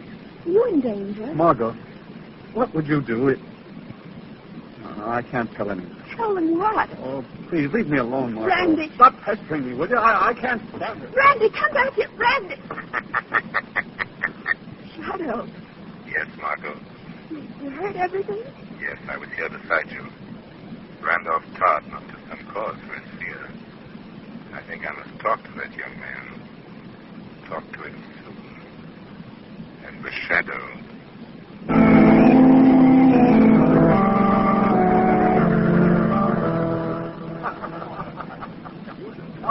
Dr. DeWitt, have you seen Randolph? No, Maria. I thought surely he'd be here dancing. No, he did not even come to dinner. Aunt Louie is looking for him. DeWitt, there is something wrong. Let's go to the boys' club. Come. Here is Aunt Louie now. Aunt Louie, is my stepson? My master has gone back to his bedroom. Good. Yes, wait. He walks up and down, up and down. We must see about this. Please come, both of you. That radiogram, Maria. Perhaps that is what upset him. Here is the cabinet. Open the door. Hello? Oh, it's Jim. Yes, Tom. It is so. Shut the door, Aunt Louie. Yes, Mister. Well? We thought you were coming to the dance. No, I changed my mind. Something further, master, maybe. No, I'm all right. Randolph, stop handling that old dagger and look at me. I'm interested in this knife. An ancient Indian knife, we know all that. Randolph, we want to know why you are acting like this. What did the general say in his radiogram? The radiogram? Yes. What was the message? Oh, there's nothing important. Just good wishes. Really? May I see the message? No, I tore it up and threw it overboard. You destroyed it? Yes, it wasn't important. That message was from the general. We had the right to see it. I'm sorry. I just didn't think. Randolph. What difference does it make? What are you all staring at me for? Me think master lie. Aunt Louie is right, Randolph. You're lying. I said I threw the message overboard. You're a poor liar, Randolph. Give me that paper. I tell you, I... Grab him. Oh, no, look out, he stabbed the knife. Hold him, Aunt Louie. Don't say hold master, drop a knife. Twist his arm, Aunt Louie. I twist it. Drop a knife. Stop! Drop the knife, you fool. Aunt Louie's jiu-jitsu will tear your arm off. Good. Go through his pockets, Teresa, and pick up the knife. Hold him, Aunt Louie. No worry, tongue 300. This won't catch anywhere. Find the radio message, Doctor, and the code book. Here it is. In the book. And it's decoded copy. Read it. Entire plan discovered by government. Blow up ammunition to prevent capture. Master, lie. Well, what if I did? Can't take that message seriously. It is an order. It's insane. Think of all the people on this boat. I won't do a thing like that. If you set off the ammunition, they'd all be killed. What is that to us? Fool. We follow the general. This isn't what I joined. This is mass murder. Innocent people. I didn't mind fighting in your penny ante war, but this... You are a traitor to your people. Your people, Secretary, not mine. The passengers on this boat are my people. I won't let you slaughter them. I'll show up the whole scheme. You dare? So watch me. Either you call the whole thing off or I go to the captain. No, master. You can't hold me forever. Oh, you would betray. Enrica Guana, this is the fate of traitors. Mother, put down that knife. The knife, it is for the traitors. Maria! You threw the knife. Let him fall, Aunt Louie. Mr. Well. He's dead. Maria, this is murder. Do not be a fool, Davista. We had to silence him. You cannot hide the murder. It is not murder. The knife is Randall's. His grip alone is on the handle. I threw it by the blade. My poor, destructive stepson killed himself. Suicide? Mistress is very wise. Yes. We shall say when they ask questions that we three left him alone and went to dinner. Later, in the dark, we shall carry out the general's command. Explode. Yes, my dear father. Blow up the ship.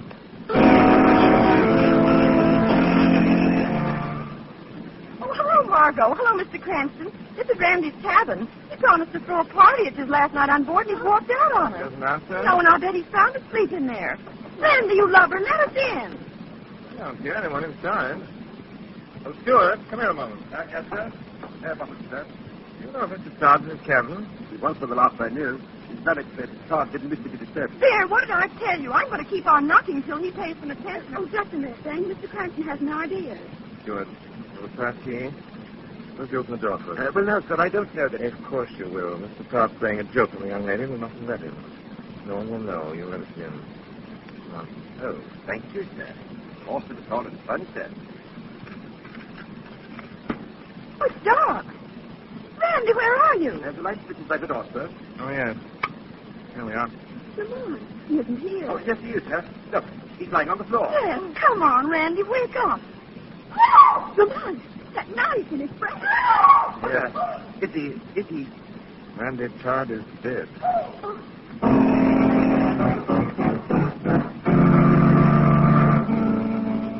Oh, my poor Randolph. I'm sorry, Mrs. Todd.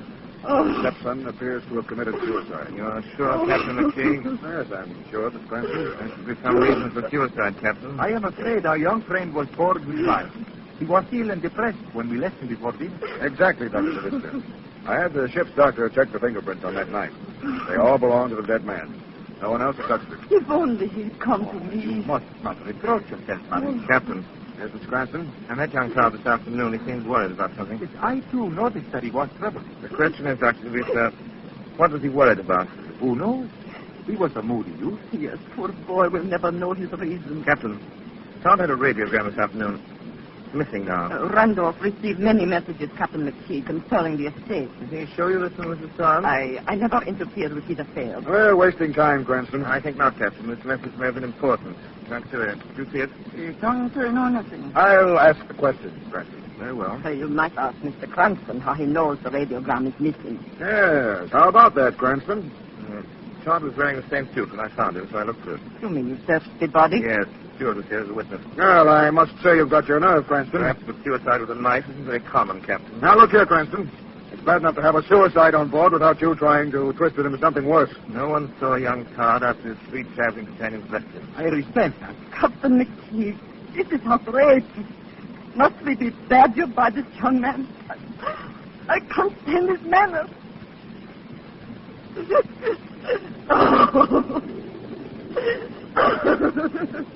I still say... That's enough from you, Cranston. I'm merely tired. I've had more than enough of your impudence. Adams, take this Mr. Cranston to his stateroom and lock him up. Lock me up? Yes, I am holding you as a material witness. Oh, that's ridiculous. And Adams. Yes, sir. Put a man on the deck outside Cranston's cabin window. He's to stay in his room. Yes, sir. Coming. I'll see you again, Captain. Very soon.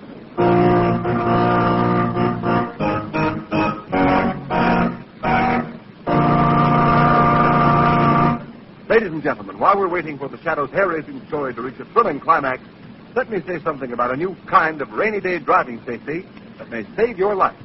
Because who knows? The Shadow knows. When there's wet, slippery film on the highways, there's always the grim uncertainty that your car may start sliding, swerving, spinning off the road. Why gamble with fate? Yes, motorists, and why gamble on tires when the new Goodrich Silvertown, with its lifesaver tread, offers you such marvelous skid protection? And marvelous is the word for it, because exhaustive road tests of the regular and premium price tires of America's 6 largest tire manufacturers prove that the new Goodrich Silvertown gave greater skid protection than any of the other tires tested. And don't forget, motorists, those grueling road tests weren't made by Goodrich. They were conducted by absolutely impartial engineers from America's largest independent testing laboratory, the Pittsburgh Testing Laboratory. What's more, some of the tires the new Silvertown was tested against have list prices as much as 40 to 70% more. When you consider that, then the fact that this new Goodrich Silvertown gave greater skid resistance than any tire tested is even more remarkable. Remember, when you buy Silvertown, you get Lifesaver Tread skid protection plus Golden Fly blowout protection. 2 exclusive Goodrich features at no extra cost.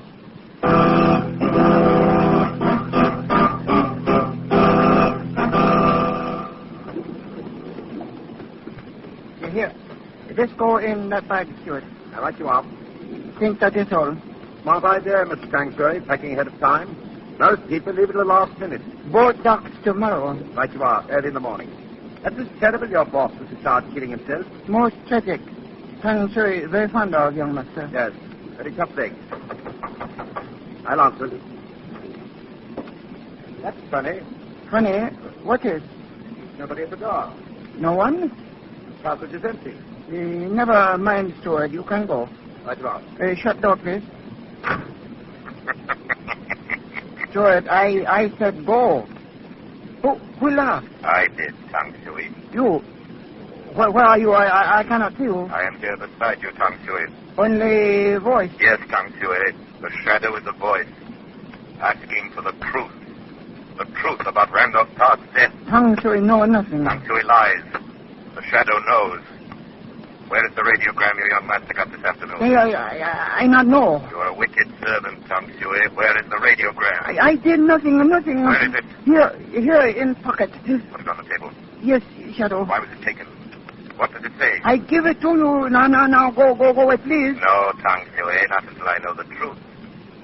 Was Randolph Todd murdered? Go away, please, go away. Tang Shui, did nothing. Tang Shui, get away from that door. No, leave me alone. I run.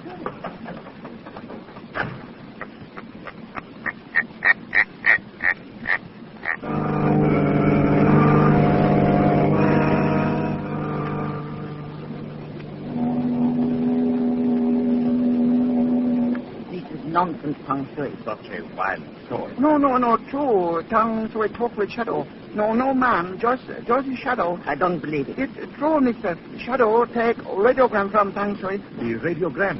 You gave it to him? You cow. Cannot fight Shadow. Cannot see. Fool. There is the answer to not seeing him. He hid in the fog. No fog in Tang Shui cabin. Well, we won't mind that fog a little later tonight. Doctor, you'd better shut the window. Look at the way the curtains are blowing in. That's funny. There has not been a breath of air all night. But the curtains were blowing just for a moment. This man with the shadow, he may prove an obstacle. How? He cannot know our plans or what is in the hold of the ship. Now listen, we are only about 10 miles off the Ricaguana port. In a section friendly to the revolution. Yes. In the fog, we can easily lower a boat and slip away. But this is a shadow. You and your ghost stories, Tang Shui. He cannot do anything. He has radio message. Only the copy in code. I destroyed the decoded copy. How can you read the message without the code book? And you have the code book saved, Vista? Of course, I have it on me. Look in your pocket, Vista. Huh? What's that? Who spoke? Shadow. He's here. Yes, my friend. The shadow is here. Maria, the code book. It is not in my pocket. It is gone. You, Vista. I took it. Now I can read the message that caused one of you to murder Randolph Todd. Maria, if he reads that message... Sir, he must decode it. By that time, he will be too late. Come, we act at once.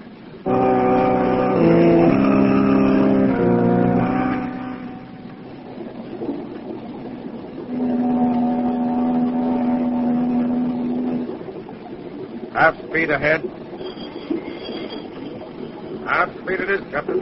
Very good, Miss Pearson. Keep her on the course and keep sounding that whistle. Yes, sir. Nothing like that. Blasted fog. Watch it doesn't get any closer to shore. There are shoals in there. Aye, sir. Captain McTeague. What was that? I am here, Captain McTeague. Behind you. Where? Get off the brig. There are no passengers allowed up here. Your ship is in danger, Captain. Listen, whoever you are, get off the bridge. There's no danger. I've brought the Amazon through many a fall. The danger isn't the fog, Captain. It's below decks. Below? Say, come out here in the light so I can get a good look at you. You cannot see me, Captain, but you must believe me. There are explosives in the hold. You must be crazy. There are munitions. Disguised. They're bound for revolutionaries in Ricaguana. The plan to blow them up. Hey, who are you? They call me the Shadow, Captain. Believe me, you must go below before it is too late. Randolph Todd knew about the munitions, too. That's why he was murdered. Murdered? If you don't believe that, Captain, at least go down into the hold. Go now. You will learn. Mr. Pearson. Yes, sir. Take over. I'm going below. I want 2 men. Armed.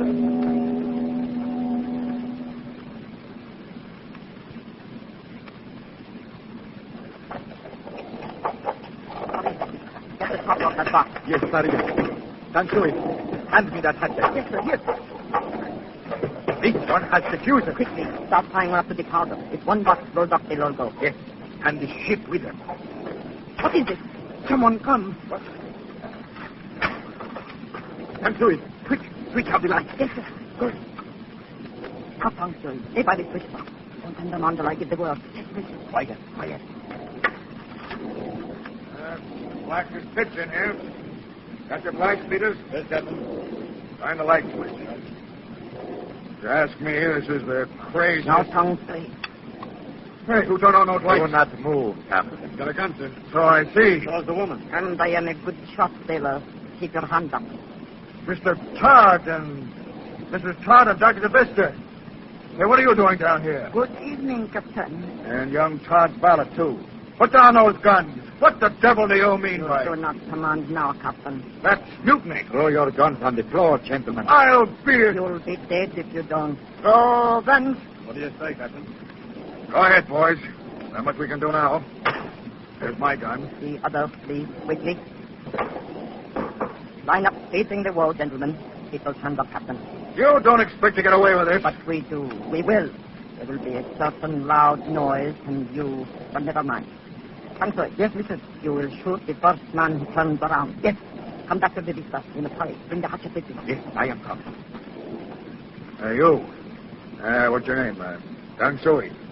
What does she mean by a loud noise?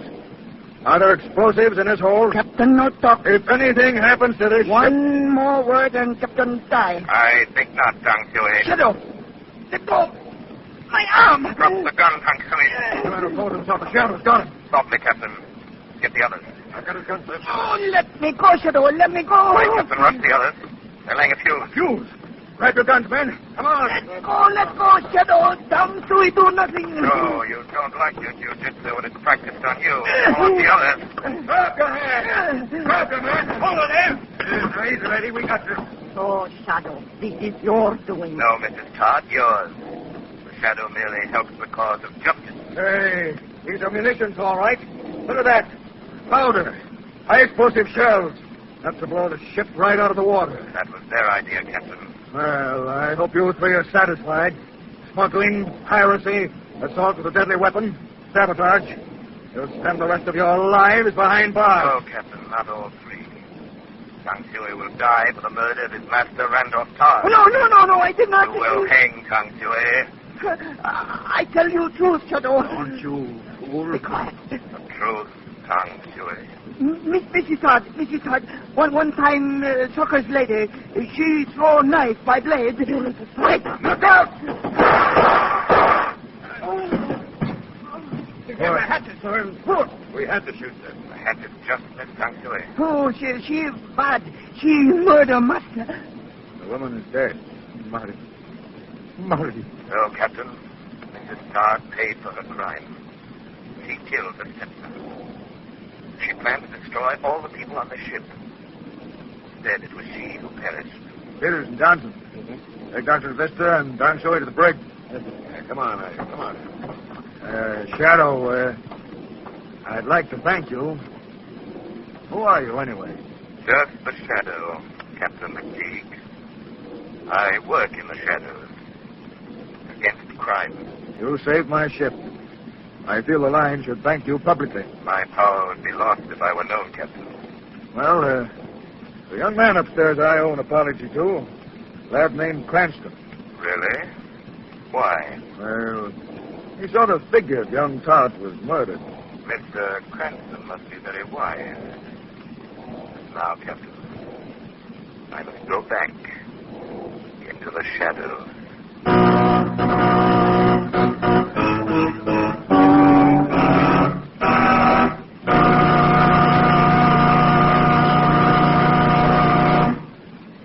You have been listening to a dramatized version of one of the many copyrighted stories which appear in the Shadow magazine.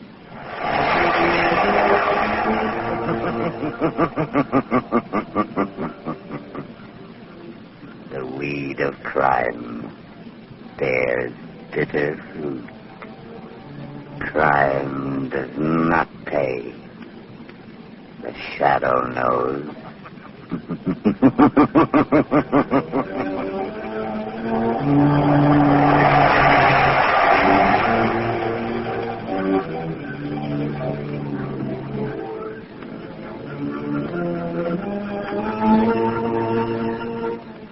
All the characters factors and all the places named are fictitious.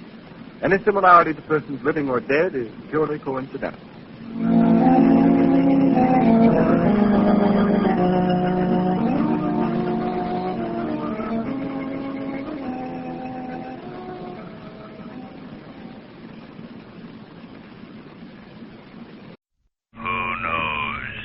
What evil lurks in the hearts of men? The Shadow knows.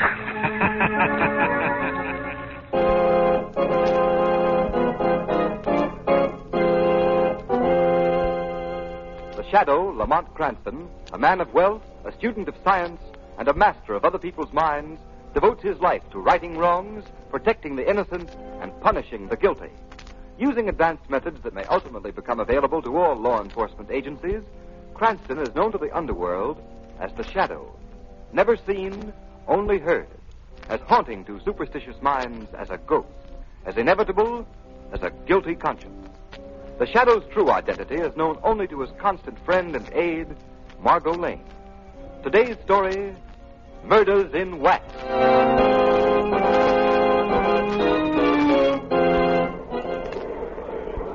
Ladies and gentlemen, we invite you to step inside and view the illuminating and educational exhibits that are the features of our waxworks.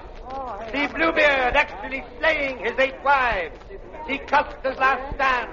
See the capture of George Keegan, public enemy #1, and many other thrilling, lifelike tableaux. The price of admission is only 1 dime, 10 cents. Our lecture is just starting, and if you hurry, you'll be just in time to witness the complete show on the inside. Step right up now. How many for the fees? 2, please. All right, how many of these?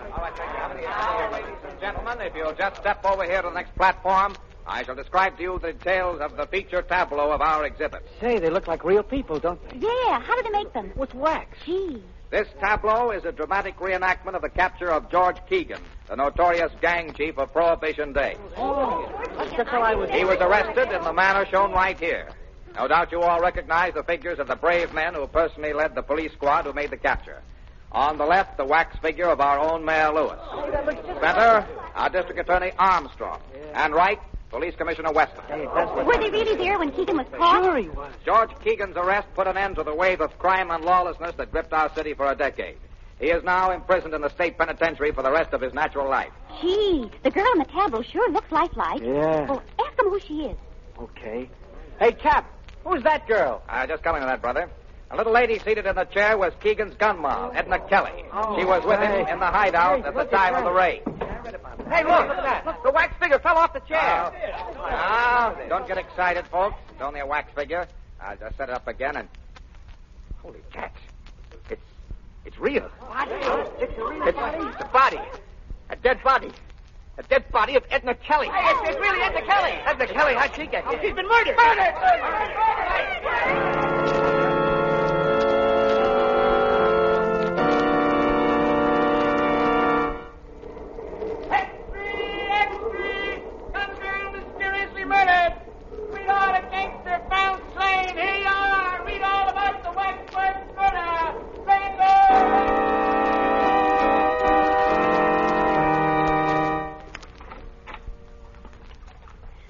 Lamont, you do row beautifully, but if you don't pull a trifle harder on that right oar, we'll hit that rock. It's all right. There we are. A little rusty on navigation, Margaret. This is my first rowboat venture in the park this spring. I'm really enjoying it. I need a little fresh air and sunshine after that experience at the waxworks yesterday. That was pretty terrible. How'd you ever happen to go to that place, Margaret? Well, I was showing the town to my cousin Jane from upstate. We passed the Waxworks Museum, and she insisted on going in. She'd never seen a chamber of horrors. And she saw more horror than she bargained for. Yes, and so did I. I'll never forget it. Just what was that wax tableau like? It was set in a replica of a furnished room in the house where Keegan was captured. Yes? The figures of Mayor Lewis, District Attorney Armstrong, and Police Commissioner Weston were grouped about Keegan and Edna Kelly. Didn't anyone notice that the figure of the Kelly girl was actually she until it fell from the chair? No. The wax figures were so lifelike that no one suspected. I see. Shall I row off the island? Oh, that'd be nice. Lamont, whom do you think killed Edna Kelly? Well, she was a gunman's girl. Always the obvious suspects, her lovers, enemies, or even members of his gang who might be more comfortable with her out of the way. But Somehow I don't think it was either of these. Why, Lamont? Doesn't it strike you that the substitution of the girl's body for the waxwork in such a spectacular fashion may have some deeper significance than a mere bizarre effect? Oh, what do you mean? It must have been the girl's connection with the other people represented in that group that motivated the murderer in bringing her body there. I don't quite understand. My deductions are correct. The taking of Edna Kelly's life is only the first of a series of vengeful murders. But, Lamont, if that's true, isn't there anything you can do to forestall her? Perhaps I only knew a little more. If I only knew where the killer plans to strike next. Surely the Shadow can find that out. With your help, Margot, perhaps he can.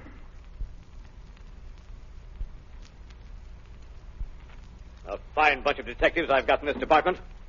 You call yourselves a homicide squad? That's a laugh. But, Commissioner Weston, we've combed this city. Hogan, have you checked on the story of the museum proprietor? Commissioner, you talked to him yourself. Have you verified his statements? Yes, Chief, they're solid. The murderer entered the Waxworks Museum by a back door. It was found jimmied. After he put Edna Kelly's body in a tableau, he took the wax image of her outside and buried it under some trash in the alley. Did you go over the image for fingerprints, Cardona? Yeah, but we couldn't find anything. Tell him about the face. Oh, yeah, Commissioner. Funny thing, the face of the wax dummy had been slashed with a knife across the left cheek. Why didn't you tell me that before? You know what that means as well as I do. That's right. That's the mark of a squealer. Yeah, but it couldn't have been any mob stuff. The probation report shows that Edna Kelly's been going straight ever since Keegan was sent away. If you ask me, I think it was a lunatic that done it. Yeah. No sane guy had set a dead girl's body up for exhibition in that waxworks joint. No, it looks to me like one of them love things. Some guy carrying a torch for Kelly. And, You're both wrong. It was no lunatic that committed that murder.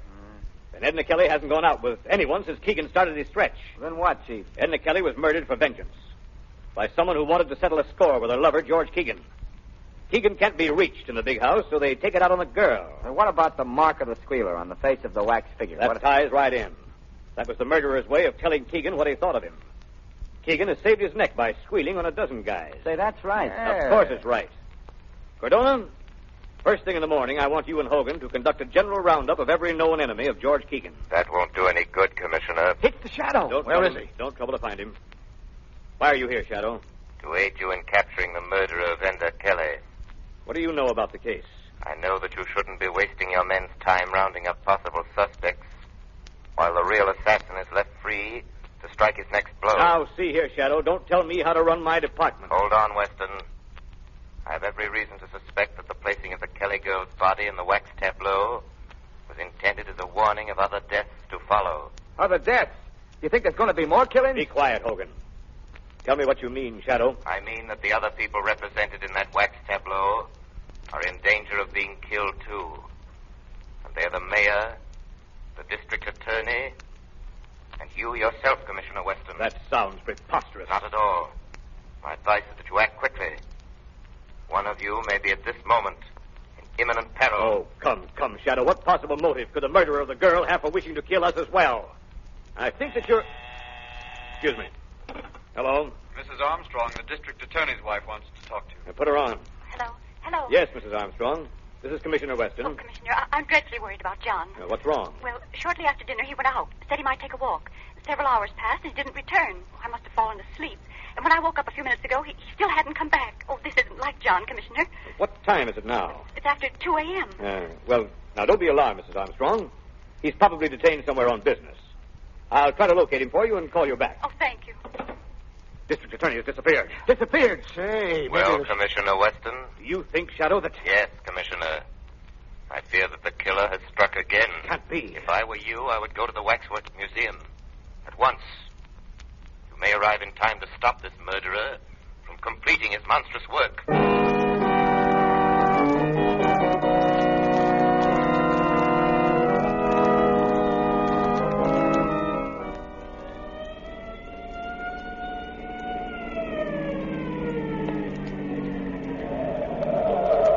Here's the Wax Museum, Commissioner Weston. Sergeant, take some men around to guard the back door. Yes, sir. Cardona, has anyone any keys to this place? No, sir. We'll have to force a lock. All right, go to it. Okay. I'll help you. Get in there. Get in there. Get in. Okay, all right. All right, there she is. Now, where's the light switch? Never mind that. Use your flashlights. Okay. Hey, kind of scary in here, ain't it? Yeah, it gives you the creeps. Hey, what's that? Where? That guy over there. He's got a knife. Don't shoot, you fool. That's one of the wax dummies. Oh. Now, where is this Keegan tableau? It's right over here on the left. Oh. So that's it.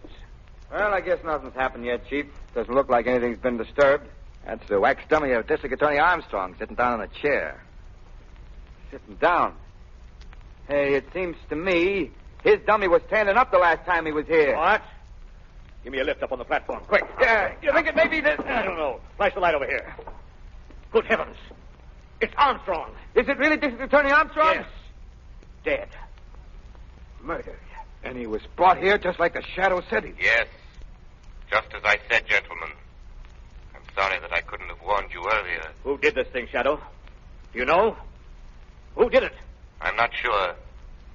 But with your cooperation, Commissioner Weston, together we may bring about his downfall. How? I am positive now that either you or Mayor Lewis is the next victim marked to go. Guard yourselves well. I'll attend to that, all right. You will hear from me soon, Commissioner. When the Shadow finds out who the killer is, he will be brought to justice.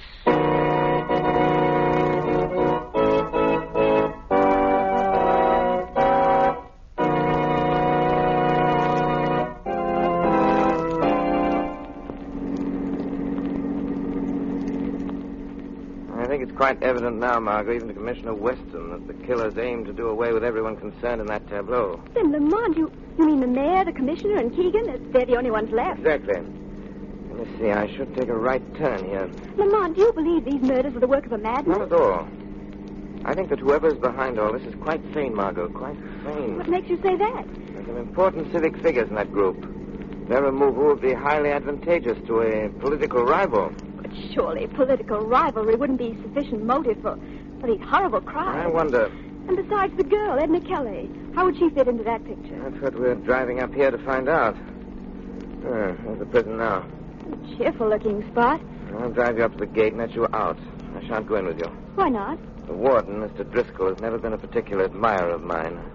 Feeling which I reciprocate. Why, Lamont? Well, I had occasion to expose the graft-ridden conditions in this prison a few years ago. Naturally, that didn't make me too popular with Mr. Driscoll. Here we are. Now, remember what I told you? I think so. I'm a reporter from the Daily Globe. I'm to act for an interview with Edna Kelly's sweetheart, Keegan. And when I see him, I'll try to find out from him. Please tell me something, Mr. Keegan. The readers of the Daily Globe have sent us thousands of letters expressing their interest in your reaction to the tragic death of Miss Kelly. I ain't got nothing to say about it. Do you believe that the killing was executed by one of your enemies? I wouldn't know. You loved Edna Kelly, didn't you? Hey, what are you giving out with, the Lonely Hearts column? No. No, you see... Lay off that love stuff. But, Mr. Keegan, I was sent up here by my paper to get a human interest story from you. And after all... Well, you were fond of Miss Kelly. She was your girl. My girl? Oh, no. But I'll tell you what Edna Kelly was. She was the same as any other dame, see? She was a double-crosser. But I thought... Wait a minute. Wait a minute. I didn't mean that. Don't write nothing like I just said there. I get a little screwy sometimes when I think about what happened. Oh, of course. I understand. So, just don't write nothing, will you? No, but what about this theory that she was slain by one of your enemies, Mr. Keegan? I wouldn't know.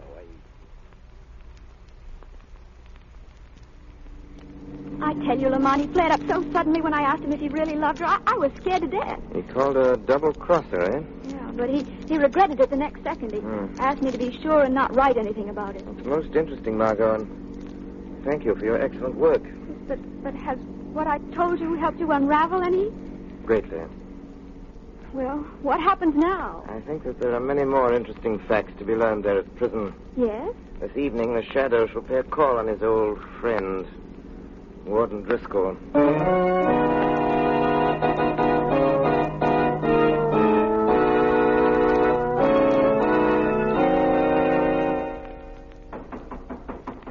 Come in.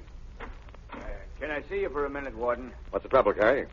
Well, it's about Keegan. Well, what about him? Well, I put him in solitary like you told me. Yes, yes. That was this morning I done that. Hey, Carrie, what are you trying to tell me? Well, he ain't ate no food for the last 3 meals. So? So I was wondering if something should be done to make him eat. He just lays quiet on his bunk. I thought I told you that no one was to go near Keegan's cell without my orders. Well, I thought if he wasn't eating... Harry, if you just perform your duties as guard around here and let the warden do the thinking, everything will be satisfactory. Yeah, sure, Warden, sure. And leave Keegan alone. Yes, sir. I'm sorry. Good night, Warden. Close that door after you. Yes, sir. Fool. Hello? Yes? Oh, yes, Mac. Oh, did he get away all right? Good. Yeah? Uh-huh. Well, get him back here before daylight, no matter what happens. Yeah, okay. Tell him I hope he does a good job. Huh? Yeah. Yeah. Oh, goodbye. You seem to be quite amused, Warden Driscoll. Huh? What? Who's that? Won't you share your little joke with me? Carrie, are you outside that door? Is that you talking? Carrie, if this is your idea of something funny... This is not Carrie. Well, who are you? I am the Shadow. The Shadow? Yes, Warden. Well, why are you here? What do you want with me? I came in when Carrie left. I overheard your phone conversation, Driscoll. It was very interesting. Really? Yes. I'm more than curious to know who you were talking about. Now, listen, Shadow. What business have you... It wouldn't have been George Keegan. Oh, now, see here. I have had enough of this. Wait, Warden. I wouldn't advise you to leave until we've finished our conversation. Well, what are you after, Shadow? I am seeking the murderer of Edna Kelly and District Attorney Armstrong. Well, why look here? Because this is where he is to be found. Who do you mean? George Keegan. Keegan? Oh, that's preposterous. How could a man in prison for the rest of his life suddenly commit 2 murders in a city 50 miles away? Very simple, Warden. You just go there. Are you inferring that Keegan has escaped? Oh, no, nothing as crude as that.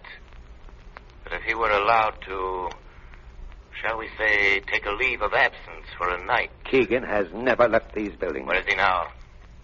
In his cell. Oh, no, he isn't. I investigated before I came here. And his cell is empty. Oh, yes. Yes, that's right.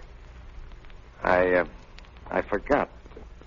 He's in solitary confinement. You mean his cot is stuffed with pillows to make it appear as if he were in solitary confinement? Ah, that's not true. I'll tell you where George Keegan is. He's on his way to the city right now to add another link to his chain of cold-blooded murders. He's gone there with your full knowledge and consent. No. It would be a great political advantage for you to have the District Attorney Armstrong, the Mayor Lewis, and Commissioner Weston out of the way. Wouldn't it, Warden? Oh, you don't know what you're talking about. It's an easy thing to prey upon the susceptible jealousies of a man like Keegan until you've goaded him into carrying out your evil wishes.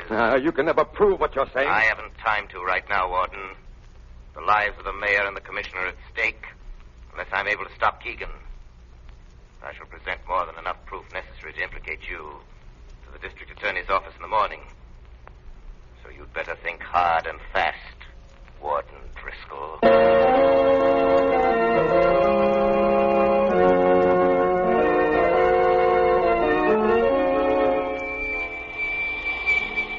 Margot Lane. Calling Margot Lane. Telephone Police Commissioner Weston immediately. There's no time to lose. Tell him that tonight both he and the mayor are in great danger. Even now it may be too late. If they do have time to follow out my instructions, tell them that they must follow my instructions.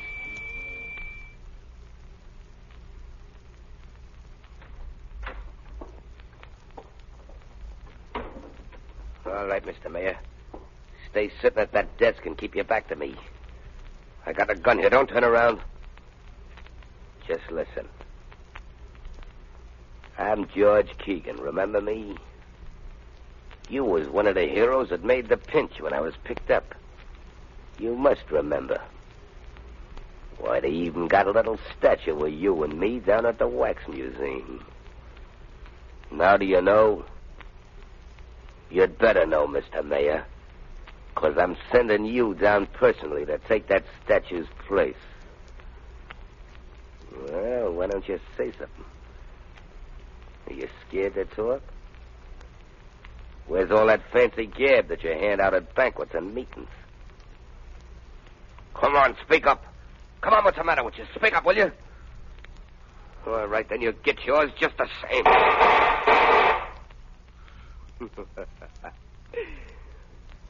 Looks like I just brought about a special election.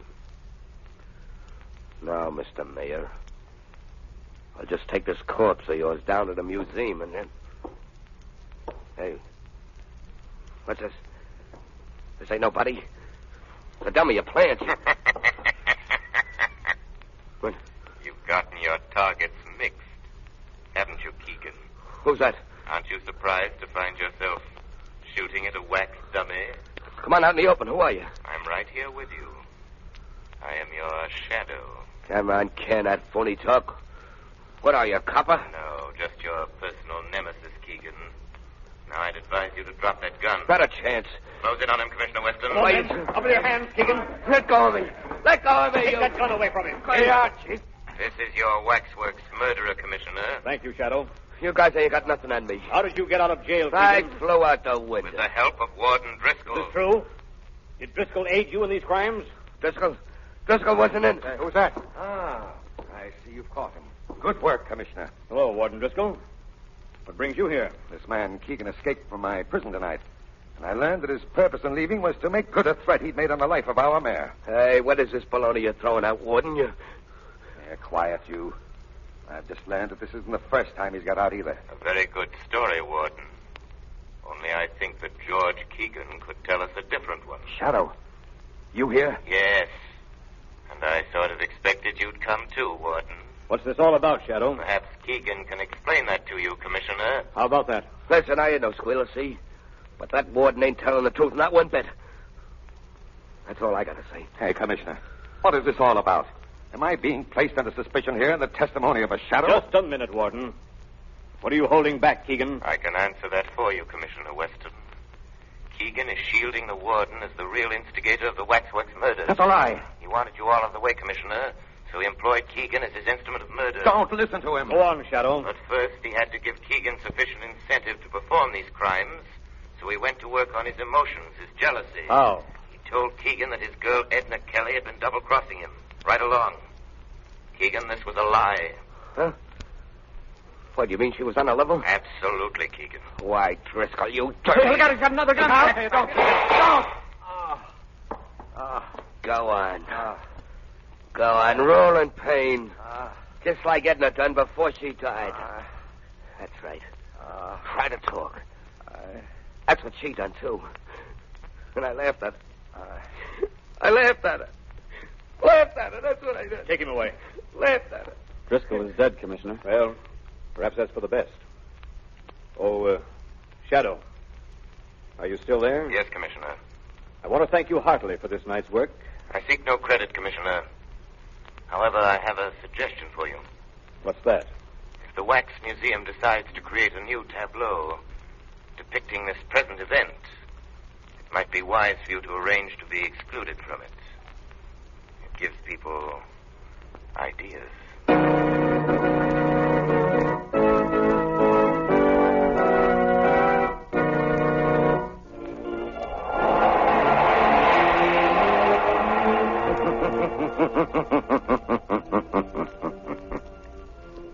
The weed of crime bears bitter fruit.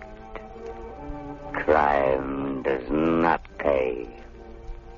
The shadow knows.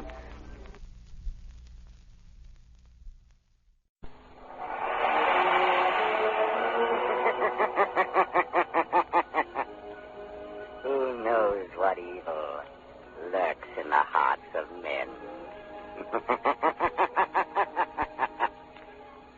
shadow.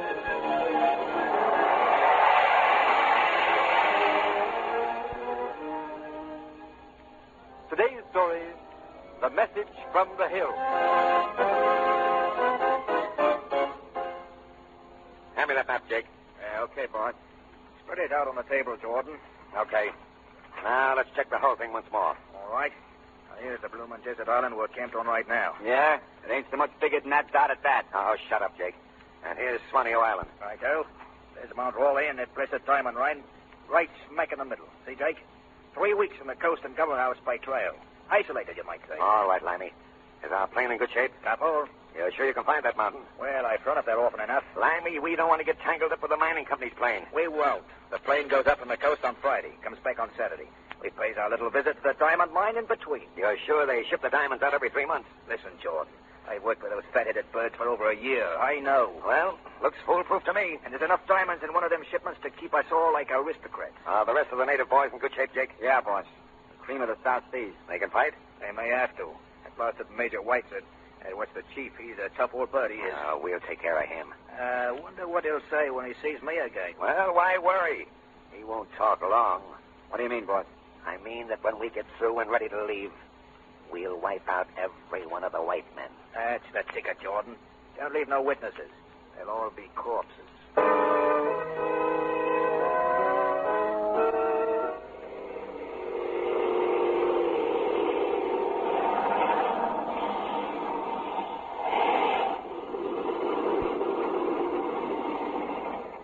Miss Lane at the Manfroli Diamond Mine. Nice landing, Rick, here. Thanks awfully, Mr. Fenton. Oh, here comes a nice-looking boy to greet us. It's Ned Fenton, the assistant superintendent of the Diamond Mine. Hi, Ned. Visitors for you. Well, this is jolly. Miss Lane, may I present Ned Fenton? How do you do? How do you do? And Mr. Lamont Cranston, Mr. Fenton. How do you do? We're glad to be here. It's lovely here on your mountain top. Glad you like it. Can you help you down, Miss Lane? Oh, thanks. All right. Here you are. I suppose this is one of the few rarely secluded places left on the Earth's surface. I imagine it is. By the way, Ned, where are the others? Oh, Major Whiteside's off in the hills with the 3 junior engineers. See them all at mess tonight. Leave the mail sack there, Ricky. Tenga will haul it in. By the way, how is Tenga? Still down in the mouth? Quite poor old chap. Oh, Tenga. And what's the matter with him? Oh, Tenga's our houseman, butler, cook, and so on. He's mourning for his son who lives on a small island about 1,000 miles from here. Poor fellow. When did he hear? Months ago. Same night he thinks the boy died. But I thought you had no wireless station here. No, we haven't. Then... Tenga's wife told him by telepathy. Told him? You mean he believes his son dead because of a mental message sent by telepathy? Yes, ridiculous, isn't it? Oh, I don't know. Oh, come now, Mr. Cranston. You don't believe such rot. Frankly, I don't think it is all rot. I believe when two minds are in tune, sometimes they can communicate. Across 1,000 miles of ocean. The ends of the earth. Oh, after all... Don't laugh too loudly, Mr. Fenton. Your disbelief might get a rude shock if you stay in the Orient long. You can never tell what strange things may happen today, tonight.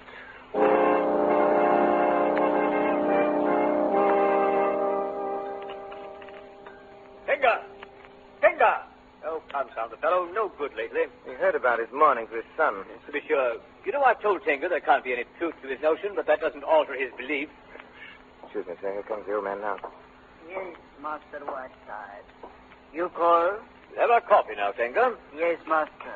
I bring it. A fine old type. A chieftain, I imagine, his own island. Well, I can't say, Mr. Cranston.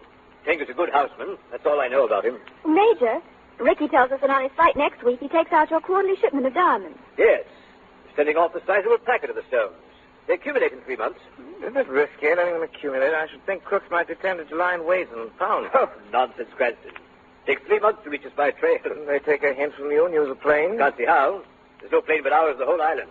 None nearer than Australia, I should fancy. Major. Now, if you'll forgive me, I'll take a squint at my mail from the office. No, of course. You other boys must want to read yours, too. Thanks awfully, Miss Lane. There is one from home I'm making. Well, by Jove. Anything wrong, Major? No, nothing wrong. Just use it odd, that's all. I bring coffee now, Master Whiteside. Oh, yes. Tenga. Yes, Master. I have a letter from the office. Message for you in it. The fact of the matter is, your wild guess was right. Your son did die a month ago. Oh, no. Yes, Master, I know. Tinga's wife tell him boy dead. I say, Tinga, we're awfully sorry. Thank you, Master Ned. Well, that'll be all, Tenga. We'll help ourselves. You may go. Yes, Master. Tinga, go. Oh, fancy that now. I said that in the East the unbelievable always happens. Now, you excuse me? I think I must speak to Tenga, sir. Well, whatever for? I'd like to give the old man a few words of consolation. Oh, I say that won't do. We never have personal dealings with the natives, Cranston. Bad for discipline, you know. I'm afraid I must ask you to refrain. Why, naturally, Major, if you wish. Margot, supposing you and I go out and look at the moon. Why, of course, Lamont. Lovely tonight. I'll open the screen door for you. Well, what do you think of the Major, Lamont? A fine example of a ruler in the empire on which the sun just doesn't set. Not very nice of him forbidding you to speak to Tenga. Oh, I don't mind. At least he can't forbid the Shadow doing so. You mean you'll go to Tenga as the Shadow? Yes, Margot. Yes. But Lamont, you'll scare the poor old man silly. Lamont, where are you? Speak to me. It's all right, Margot. I'm on my way to talk to Tenga as the Shadow.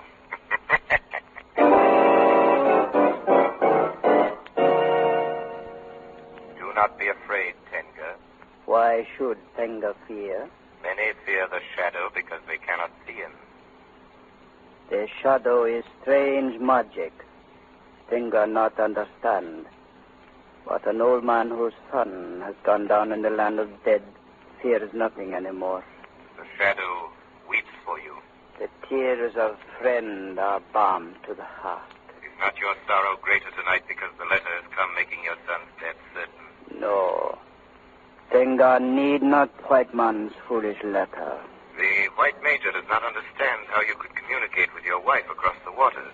White men do not know wisdom and magic. Some white men know. That may be. I do not know. You do not question the Shadow. You do not ask where I come from. No. The young and foolish question.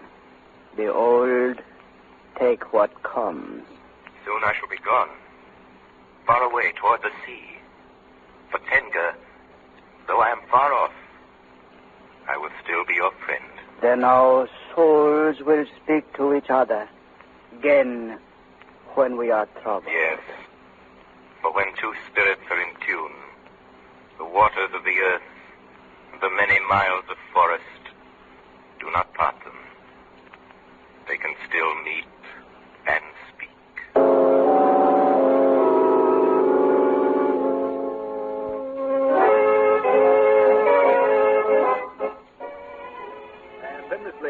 Roger backed down and paid for every one of the cows. Oh, how interesting, Governor. Yes, must tell that down to Cranston. Yes, indeed.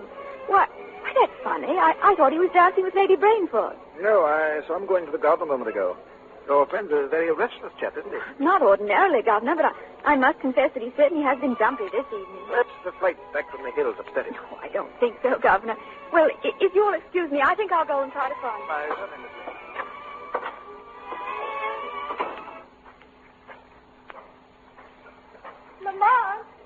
Lamont Cranston. Oh? Yes?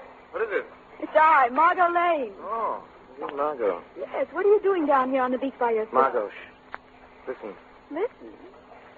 I can't hear anything. Nothing at all? Look at the waves lapping on the shore. There's nothing else to hear. But there is, Margot. You just interrupted a very interesting conversation. Interrupted? But Lamont, there's no one here for you to talk to. Who was it? Tenga. Tenga? You mean that old native up at the mine? Yes, Margot. But it doesn't seem possible. He's 100 miles away. In the Orient, Margot, many strange things happen. All evening I've been restless. I had the feeling someone was trying to speak to me. I came out here to put myself in a receptive mood. Well, what did Tenga say, Lamont? Your coming disturbed me, and the contact was broken. Oh, I'm sorry. Yes. And just as you called out, Tenga spoke of danger. Yes, something to do with the Mount Raleigh diamond mine. Let's establish contact with him quickly. Sit down here beside me. Yes, Lamont. Now, clear your mind, Margot. Think of Tenga. Think of the hills about the mining camp. Listen. Shadow. Ah. There. Can you hear him now? Yes. Yes, I think so. Master Shadow. Master Shadow. Tenga calls you, Master. I can hear you, Tenga. I can hear, too. Tenga, speak. Tell Shadow. There is danger? Yes, Shadow. White men come to mine. Make war. White men? Strangers? Yes, Shadow. Bad white men. Come rob. Come kill. Where did the strangers come from? Bad white man come in big skybird. An airplane? Yes. They come with gun. Money gun. They want rob stones from mine. Yes, Tenga?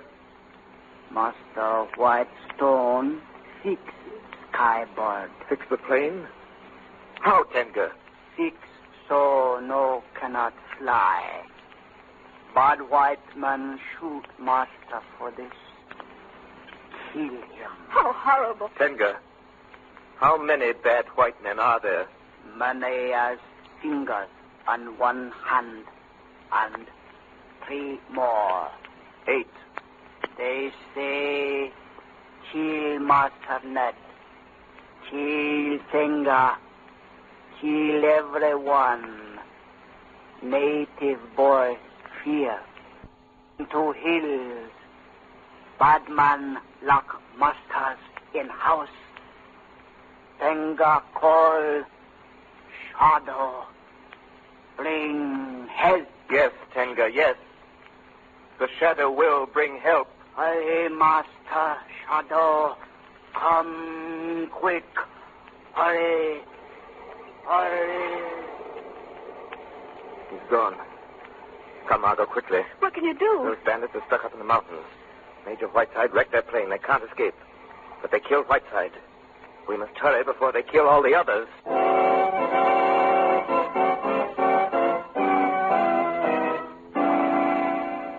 Governor, you've got to listen to me. I tell you, I know. Ridiculous, Mr. Cranston. Governor, your friends, those men in the hills, they may be killed. My dear Miss Lane, it's impossible for you to know anything about what's going on up there. Impossible. I told you, Governor. Tenga spoke to us. Please, Mr. Cranston, you can't ask me to believe that. Yes, it's true. I heard Tenga, too, Governor. Pure imagination, my dear. Give me a plane and some armed men, then we'll find out if it's imagination. The plane, Mr. Cranston, is for official business only.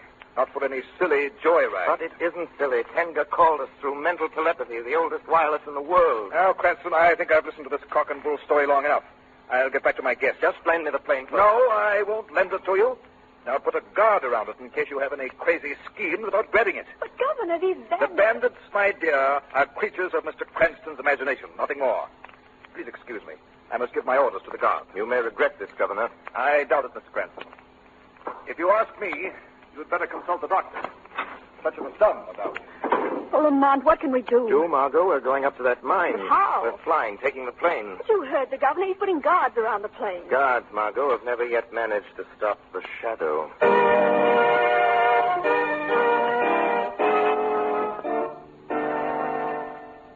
Say, Corporal. What is it? Sitting in this hangar guarding the plane. Any kind of silly? It ain't for you to question the governor's orders. No, sir. Well, who's going to meddle with the plane? Never mind that. Orders is orders. All right. Hey, someone's opening the small door. Who's there? See anyone? Ain't no one, I guess.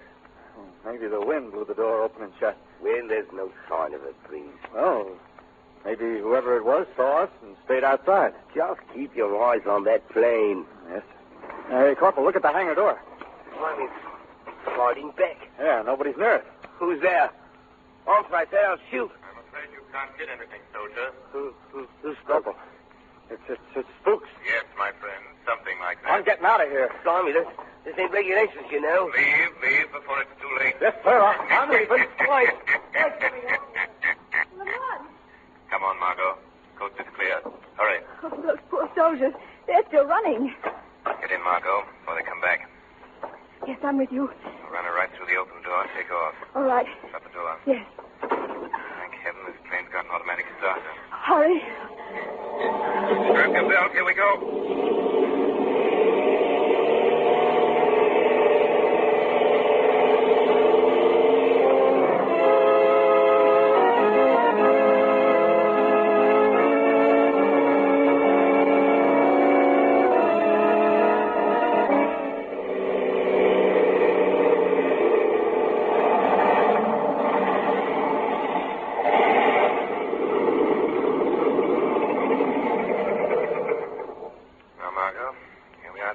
Oh, I hope we're in time, Shadow. Here come some men now. They heard the plane landing. They're strangers, and they have guns. No doubt they're the robbers. The plane's a surprise to them. Yes. There'll be another surprise later. They'll be hardly expecting the shadow. No. Now remember, Margot, you're alone. No one on the coast suspects what's happening here. I'll remember. Be careful, Shadow. Here they come. Let's move. Hi. Come on, now drag the pilot out of here, Dick. What's the matter? Hey, boss. It's a woman. Well, what is it?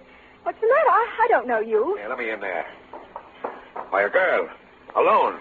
Yeah, look. Hey, what are you doing here, sister? Well, please, put down that gun. Answer my question. Well, I borrowed the plane and flew up to see a friend, Ned Fenton. Well, your friend ain't receiving, sister. But thanks very much for the plane. Bring her out, Jake. Sure. Come on, Babe, and keep those pretty paws up. Very well. There she is. Now, come on, miss. Jump down here. This is a hold-up, isn't it? You'll catch on quick. Limey, can you fly this crate? Sure, easy. But I used up all the gas. There's gas over in that shack, Limey. Fill her up. We'll bump off the rest of these mining guys and get out of here. I'll get the gas on the way. All right, Jake. Bring the dame. I want to talk to her. Okay, boss. Come on, you. Coming. Let go of my arm. Come on, get out of here.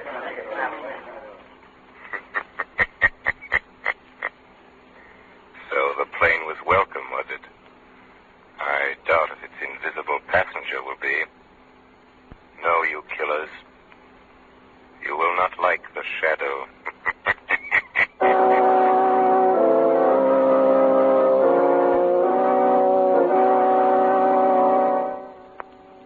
Hey, you.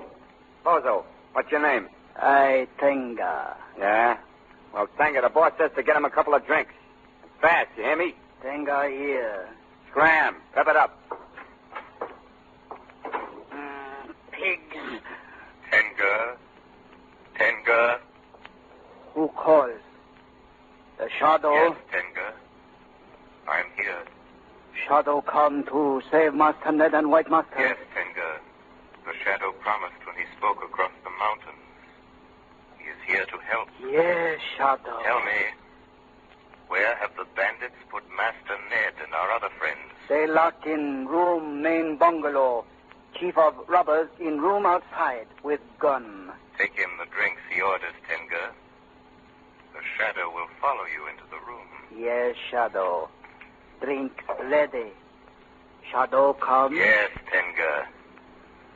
But do not speak to me with others near. No. Tenga knows. Shadow stay hidden. Lead the way, Tenga. They are in here, Shadow. Hey, Tenga. What are you whispering about out there? Nothing, Master. Who are you talking to? No one, Master. See, no one here. Yeah?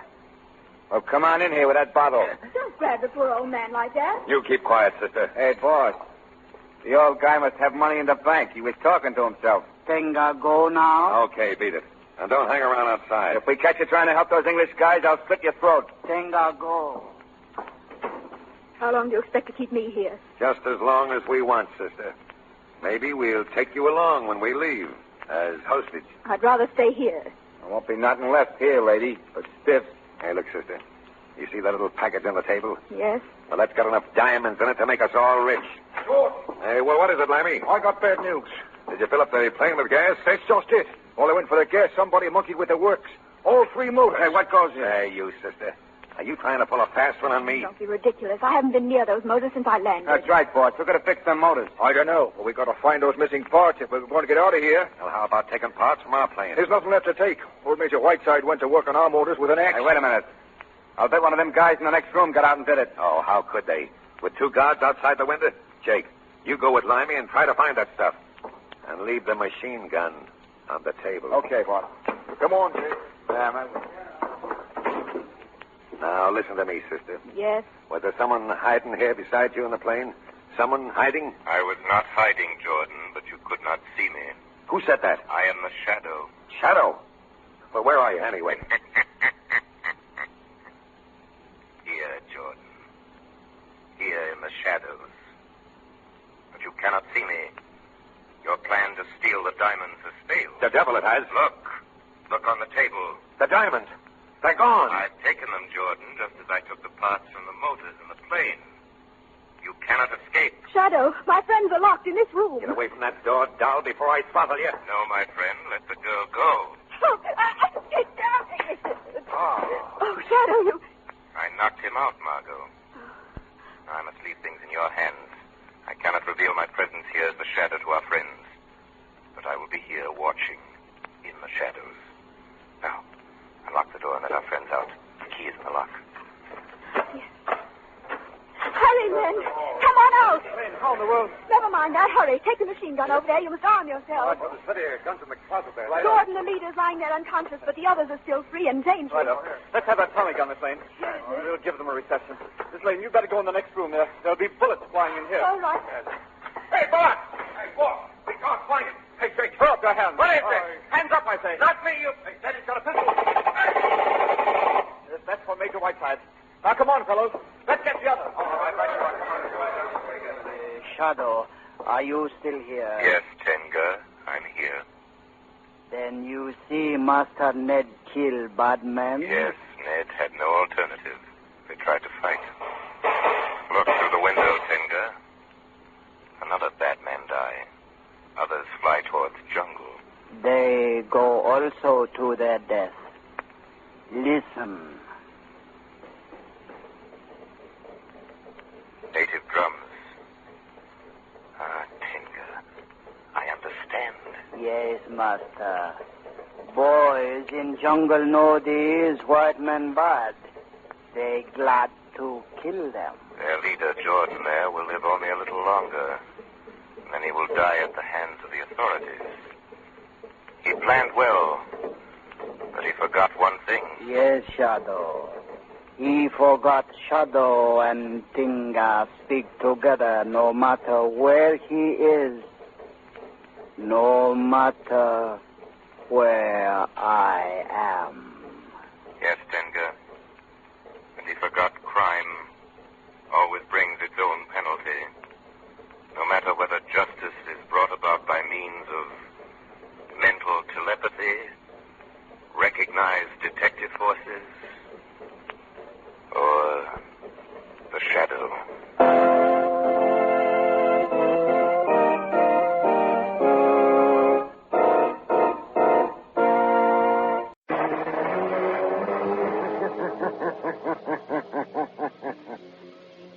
Who knows what evil lurks in the hearts of men?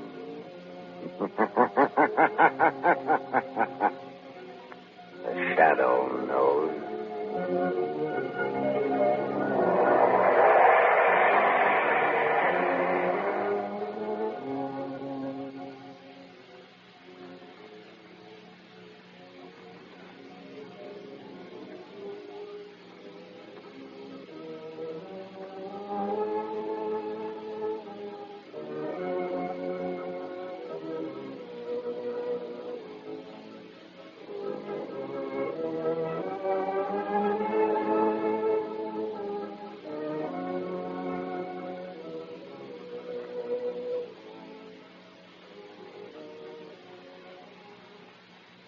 Ladies and gentlemen, to stay at the top and meet the competition of the underworld's keenest minds, the Shadow has to be still better than any of them. And it's the same way with tires. For years, Goodrich Silvertowns have given motorists the real blowout protection of the Golden Fly. Now, like a true champion, Goodrich offers another important safety feature. The amazing new Lifesaver tread that gives you the quickest non-skid stops you've ever had. This new tread is specially designed to overcome the hazard zone of motorists, where a slippery film of water on the road may make complete command of your car almost impossible. Its never-ending spiral bars sweep the water right and left, force it out through the deep grooves, make a dry track for the rubber to grip. Wouldn't you be thankful for a tire like that the next time you're faced with a wet road emergency? Put Goodrich Silvertowns on your car now.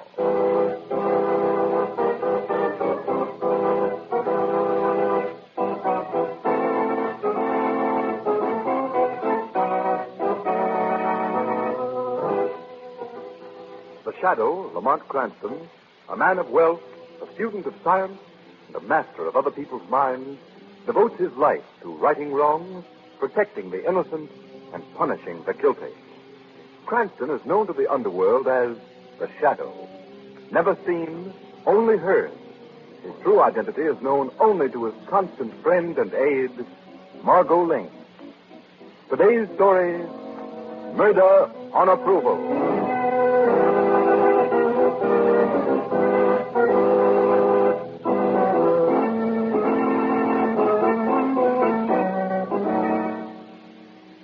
Dr. Calandra. I have read your statement. Yes? Frankly, I am interested. I thought you would be, General. Otherwise, I never would have traveled so many thousand miles to see you. You say that you can infect a large number of persons with a deadly disease at will. Yes. That you can cause more deaths in an army than all the guns in the world. Your Excellency, once let loose, this disease would totally destroy an enemy's morale. With its aid, you can easily overcome any nation in the world. The general is already ruler of the East. But he will not stop with his conquest. I am sure His Excellency is planning to extend his powers even further. I can give him victory.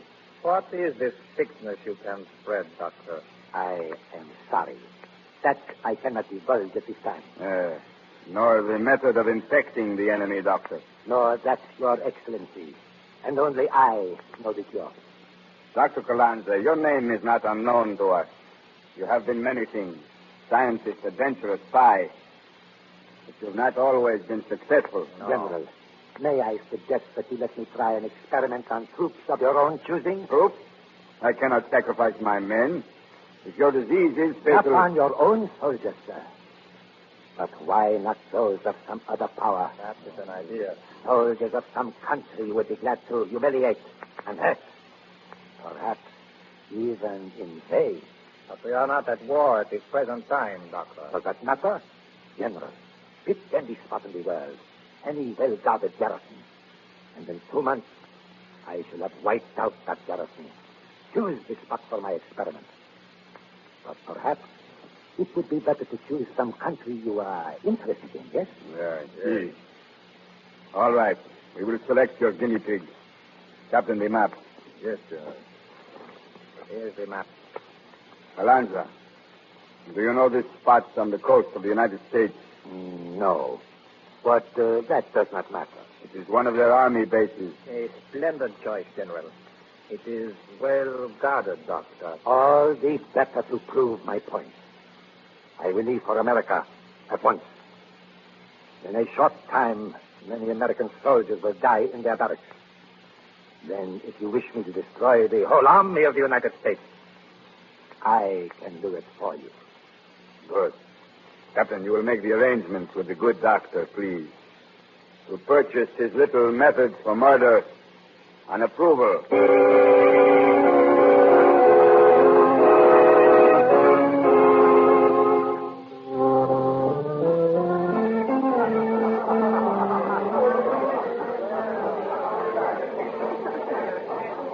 Enjoying yourself, Miss Lane? Very much, Colonel Torrance. I like the army. So I've noticed, Margot. I think you've danced with every officer at the base. Why not, Lamont? The poor boys are due back inside the post at midnight. Awfully glad you could come tonight, Miss Lane. I don't get away from the base often myself. You'd be surprised at the trouble a couple of thousand men can manage to get into. Oh, trouble, Colonel? Yes, if it isn't one thing, it's another. Yesterday, what should crop up but some new-fangled disease? Oh, a new disease? Nothing serious, I hope. Is it catching? Well, nobody seems to know much about it. Fortunately, there are only a couple of cases. Dr. Harris isolated the sick men immediately, so the rest of us should be safe enough. Have I met Dr. Harris, Colonel? I think so. He's around someplace with a foreign doctor. Yes, the stocky, red-faced officer coming this way. Oh, no, that's nice. Harris promised to introduce his guest. Evening, Dr. Harris. Good evening, sir. Miss Lane, Dr. Nicholas Harris. How do you do? We met at dinner, Doctor. Oh, yes, Mr. Cranston. Colonel, may I present my friend, Dr. Gregor Calandra? You're welcome, Dr. Calandra. Thank you, kindly. Lamont, shall we dance? I'd love it, Margot. Will you excuse us, Certainly. Well, how are those boys in the hospital, Doctor? Well, they seemed a little better when I left them. Good. Get him to tell you about that, Dr. Calandra. A couple of soldiers have caught some strange disease. Really? Yes, it seems so. They're pretty sick, too. Oh, sorry, my wife is looking for me. I'll see you later. Yes. That's quite amusing. What? You are to tell me about this strange new disease. Not so loud. Oh, nonsense. There's nothing to fear. No one knows anything about us, Harris. Unless you have done some talking. Is it likely I'd go around telling people that I was betraying my country? You are being well paid. I know that. Nothing can happen, Harris. The disease is unknown. It strikes very quickly. And it is fatal within a week. Well, I had no idea when we started that I was handling such powerful germs. That's why I insisted on shooting antitoxin into you. Without it, we would both get the disease. No, I wish it were over. Oh, don't worry. In a few days it will be. And you'll be a rich man, Harris. Yes, rich. After all these years in the army. You broke the little glass bottles as I instructed? Yes, I dropped one of them in the barracks tonight just before I came away. There are enough germs in those bottles to kill a regiment. You will have some new cases shortly. Be careful. Here comes one of the lieutenants. Doctor. Doctor, have you seen Colonel Collins? Why, yes, he's right over there. Oh, yes. You better come along, sir. You'll be needed. There's trouble at the base. Trouble? Yes, hurry, sir. It seems that our plan is going smoothly, Harris. Be quiet, will you? We'll come on over to Colonel Collins. Get me inside the base. All right. I'll keep quiet. Colonel Carr. Yes? From the base, sir. Urgent. Yes, Lieutenant. Let's have it. Yes, sir. Let me see. Good Lord. What is it, sir? The whole barracks has come down with that confounded disease, Harris. 200 men. Pretty bad, sir. It's an epidemic, sir. Yes, Lieutenant. Yes, sir. General order. All officers must report back to post immediately. Emergency. Yes, sir. The base is already under quarantine, sir. Good. Announce the recall from the bandstand. Right away, sir. Colonel, perhaps Dr. Calanza could give us a hand. We're going to need every doctor we can get. I would be delighted, Colonel. Well, very kind of you. No excitement, Colonel. Cranston, you'll have to drive us back at once. The base is hit by an epidemic. An epidemic? Yes. Will you have room for Dr. Harris and Dr. Calanza? General order! All officers are to report back to post for duty immediately!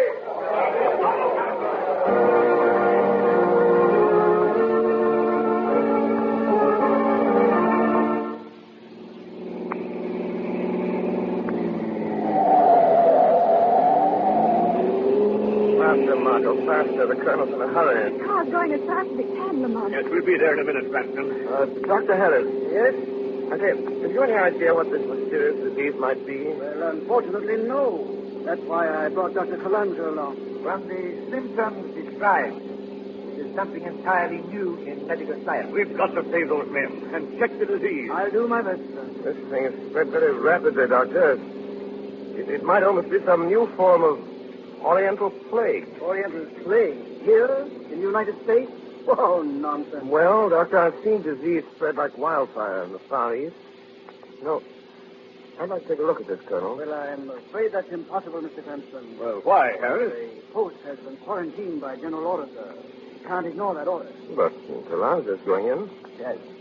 I am a doctor, Mr. Cranston. And besides, Mr. Cranston, you might catch the disease. Well, I don't mind taking that chance. Well, that's very brave of you, sir, but I'm afraid we can't allow it. The order is definite quarantine against civilians. Yes, I'm afraid the doctor's right, Lamont. In the Army, orders are orders. Very well. What do you say, sir? So it's just around the bend, Miss Lane. Pull up alongside the gate. You are right here, Mr. All right. Here we are. Halt. Who goes there? Colonel Collins. Advance to be recognized, Colonel Collins. Well, thanks for the lift, Lamont. Don't mention it. Come on, Dr. Calanza, hurry. I am ready. Good night, Miss Lane. Good night, gentlemen. I still wish you'd let me go in and take a look around. Well, I'm afraid that's out of the question entirely, Mr. Cranston. Come on, Calanza. Coming. It's nice of you to offer, my boy. Goodbye. Goodbye, Colonel. I suppose we might as well drive back to the hotel. Just a moment, Margot. I'm getting out here. Getting out here? But Lamont... I'm going to take a look at this disease, Margot. There was a queer look on Calanza's face when I mentioned it might have an Oriental origin. Yes, but the sentries won't let you in, Lamont. The place is quarantined. I have a very hard time quarantining a shadow. Lamont, you mean you're going in there as the shadow? Yes, Margot. When the car door slams, I shall immediately become the shadow. Who's that? Say. Now, wait a minute, Miss. Oh, well, you want something, soldier? Why, I just heard the car door slam. Somebody get out? Well, you don't see anybody, do you? No. No, ma'am, but I thought I saw... Well, I guess it's all right.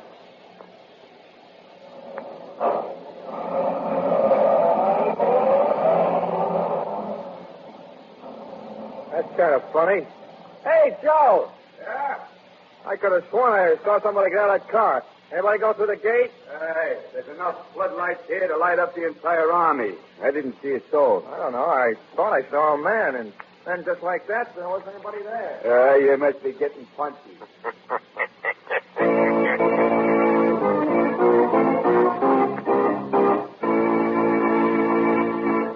Ladies and gentlemen, while we leave the shadow for a moment, just put yourself in this picture. You're driving along in the rain. The road ahead looks safe, even though it is plenty wet.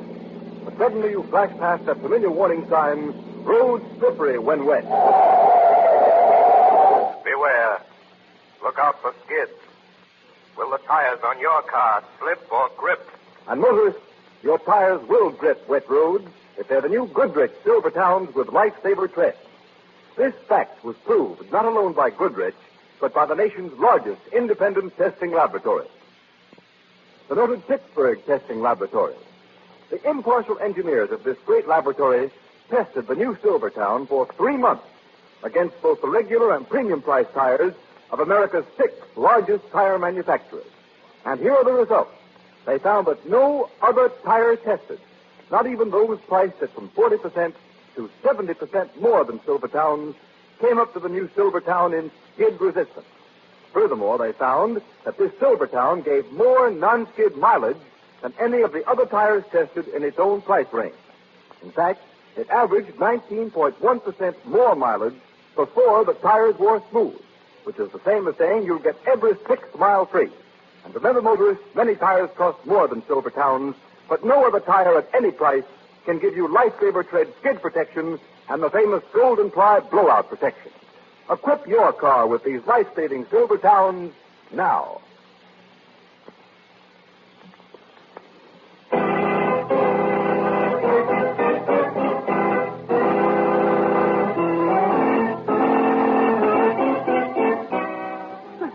Broken glass.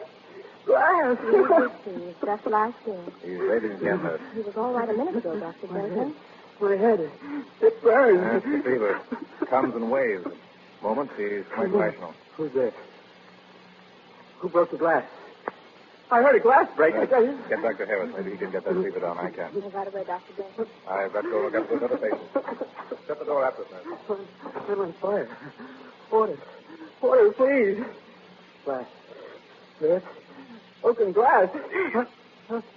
Steve, can you hear me? Listen to me. Who is it? Oh. Someone there? You must tell me something, Steve. It's important. Where are you? I can't see. Don't worry. Even if you can't see me. There's only a voice. I'm here, Steve, here in the shadows. Listen to me. Yes? Listen. Quickly, before the fever returns. Tell me why you keep repeating the word broken glass. Broken glass? Yes. Keep saying it over and over. Why? I don't know. Think, Steve. Think. What is there about broken glass? Glass.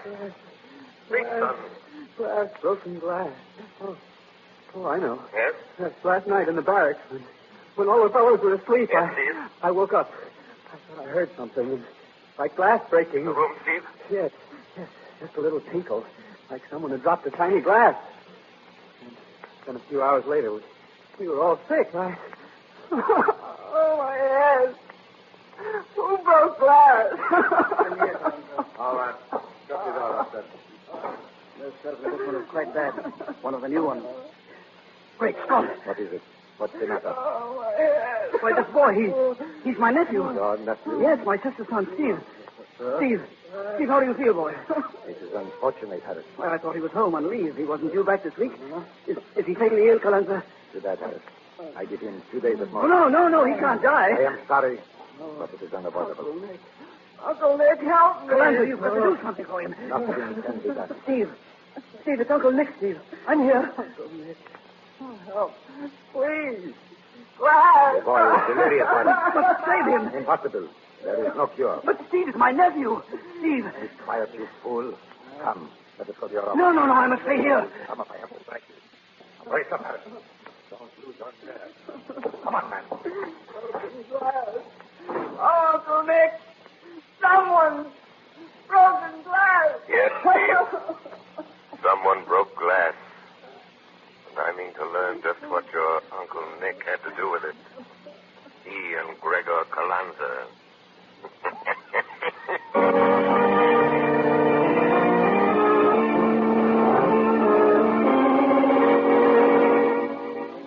Calanza, you've got to do something for Steve. What can I do? I told you the disease was taken. I don't care about the others. Steve's different. He's my sister's son. So you said. I am sorry. Calanza, tell me, isn't there some sort of serum? No. But you gave me antitoxin. That was to prevent your catching the fever. It is different. Your nephew is already infected. There is no hope now. There's got to be. Harris, pull yourself together. You are being well paid. I know, but money won't give Steve back to my sister. I told you I was sorry. But there is nothing to be done. Nothing. I am going back to the ward. The progress of the disease is very interesting. Oh, don't be so callous. I am a scientist, Harris. I'll get hold of yourself, man. Remember, a soldier died this morning. It is murder now. Murder? Yes. And death is the penalty for that. So you'd better keep quiet about it. I will see you later. Oh, Calanza! Later. Oh, Steve. Steve. Weeping won't help Steve, Dr. Harris. Yes? Who spoke? Who's there? The shadow. Your nephew is dying, Dr. Harris. Who are you? Where are you? I am here, although you cannot see me, Dr. Harris. What do you want with me? You and Gregor Calanza are responsible for this disease. No, you're wrong. I don't know anything about it. You cannot lie to the shadow, Doctor. I tell you, I know nothing. Then your nephew dies, Doctor. Dies horribly. Oh, stop it. Will you stop it? The voice of the shadow is never silent when there is evil. I won't talk to you. I won't talk to you. I'm getting out of here. You cannot escape from the shadow. Leave me alone. We shall meet again, Dr. Harris. And then...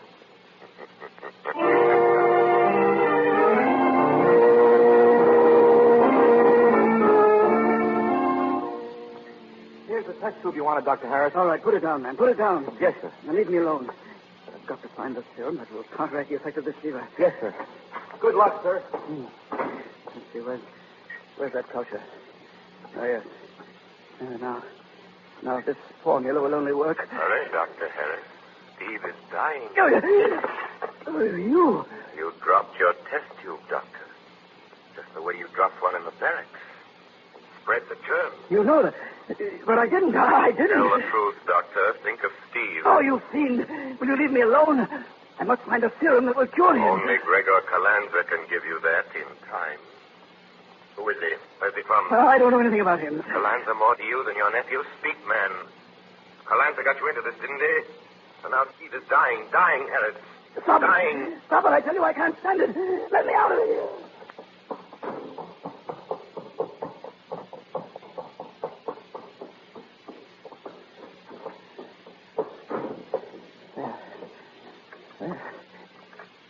There's in my room. Later. I must lock the door. Locked. And bolted. No, he can't get in. That voice. Coming from nowhere. Always in my ears. Oh, I'm going crazy. Where's my bag? I've got to get away. Leave Steve dead behind you, Doctor? How did you get in here? I'm with you all the time, Doctor. Oh, please. Go away. Please leave me in peace. There is no peace, Doctor, for a man who will let his nephew die in agony. Oh, I'd save him if I could. Believe me, but I don't know how. Calanza knows. But he says there's no cure. You believe him? He had an antitoxin, didn't he? Perhaps he has a serum that will cure the disease once it's developed. But he told me... He got you into this crime, didn't he? Yes. Yes, he promised me wealth. I've always been poor. Why did he pick this army base for his crime? Because if he's successful, it means the entire army will be wiped out in this way. United States Army? Yes. This disease would wipe out whole armies. Then invasion will be a simple matter. But you can't isolate the germ. There's no cure. There must be a cure. Calanza would have one. But he says there is none. There must be. Make him tell you what it is. Otherwise, your nephew dies. But I can't help him. Or this country either. Steve is dying, and you're afraid to cost the one man who might cure him. What is Calanza compared to your sister's son? He got you into this. Make him help you. Yes. All right. All right, yes. Yes, I will. Hurry. He's out there now, watching the soldiers die. Watching Steve and the other men he's poisoned. And enjoying it, Harris. Enjoying it. I'll get him to my office and make him give me that serum. That's it. I'll make him. Hurry, Doctor. Hurry.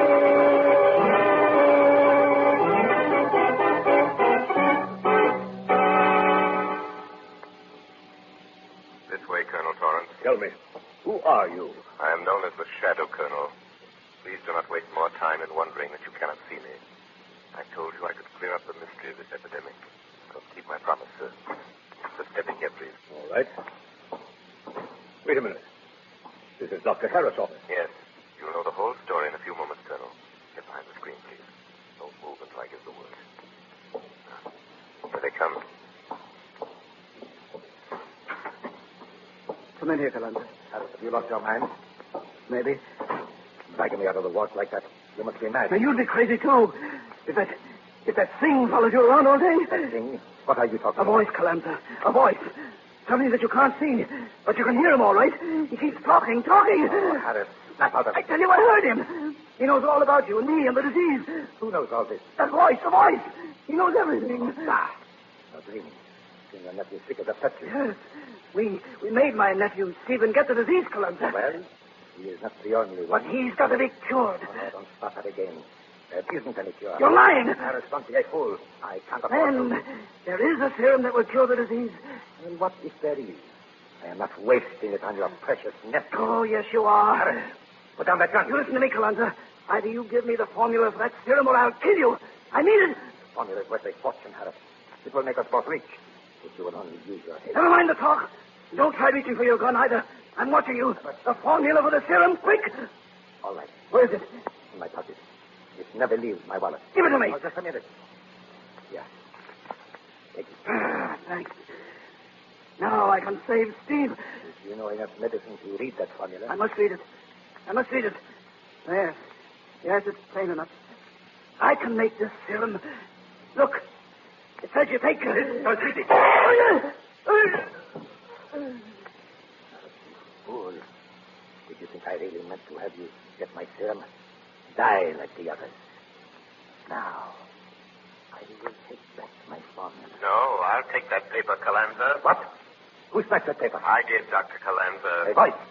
Harris was right. Dr. Harris was quite right. Give me back my formula. I'll shoot. What will you shoot at, You Doctor? better not shooting, Calanza. Drop your hands. Colonel Torrance, drop that gun. Never. Take it then. Calanza's dead, Colonel. If a man deserved to be shot, it's that murderer.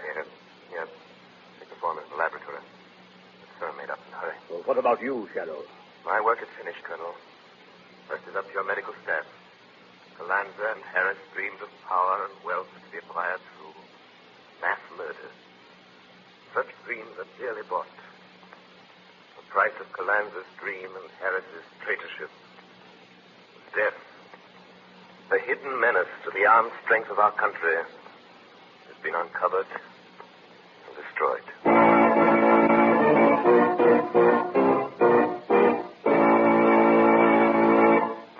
You have been listening to a dramatized version of one of the many copyrighted stories which appear in the Shadow magazine, now on sale at your local newsstand.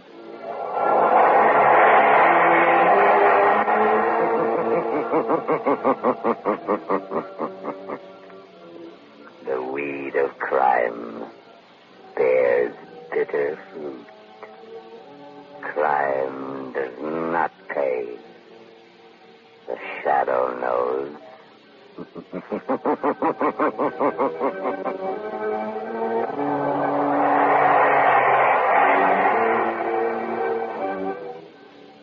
All the characters and all the places named are fictitious.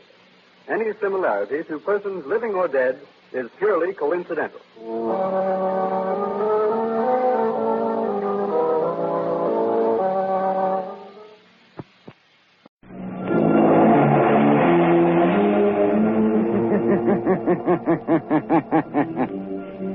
Who knows what evil lurks in the hearts of men.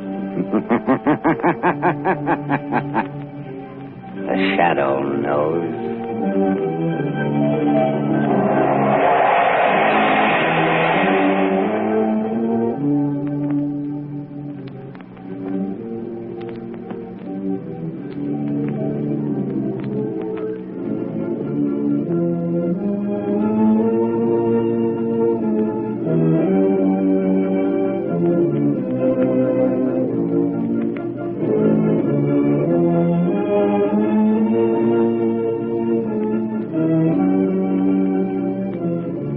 Ladies and gentlemen, in a moment, the Shadow will be on the air with a thrilling new adventure. But first, let me tell you about a new kind of tire that makes wet weather driving safer than you've ever dreamed possible. It's the new Goodrich Silvertown tire with the Lifesaver tread. Next time it rains, just notice the way your windshield wiper sweeps the water right and left to give you clear, safe vision. Well, that's how the amazing Lifesaver tread on the new Goodrich Silvertown tire performs on a wet road. It sweeps the water right and left, forces it out through the deep drainage grooves, makes a dry track for the rubber to grip, gives you the quickest non-skid stops you've ever seen. And you get this life-saving skid protection plus golden ply blowout protection at no extra cost. So play safe. Equip your car with Goodrich Safety Silvertown.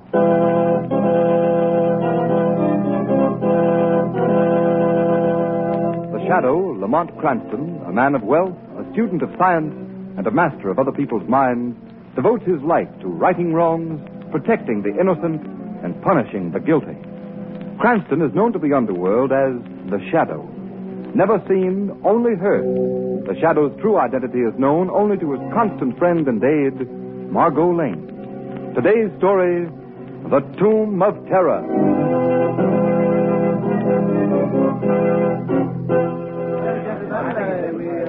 And so, gentlemen, we are gathered here on the grounds of the City Museum to pay tribute to those who have successfully brought to this country the building that stands before you, the authentic tomb of the Egyptian pharaoh, King Khufra-Tep.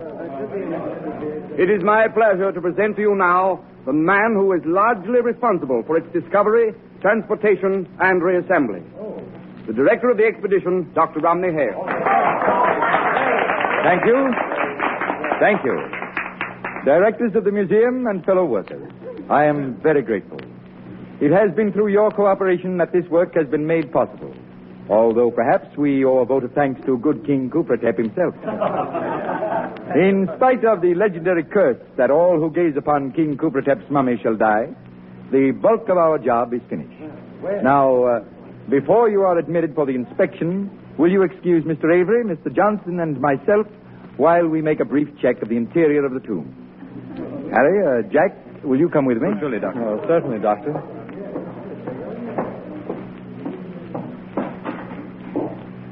Well, gentlemen, how does the place look to you? Why, Doctor, you've done an amazing job. It looks exactly as it did when we first unearthed it in Egypt. Thank you. Would you like to pay your respects to His Majesty? Oh, indeed I would, Doctor. Very well. Will you help me with the lid of the mummy case? Oh, sure. There you are. Khufra-Tep the King, Lord of Egypt.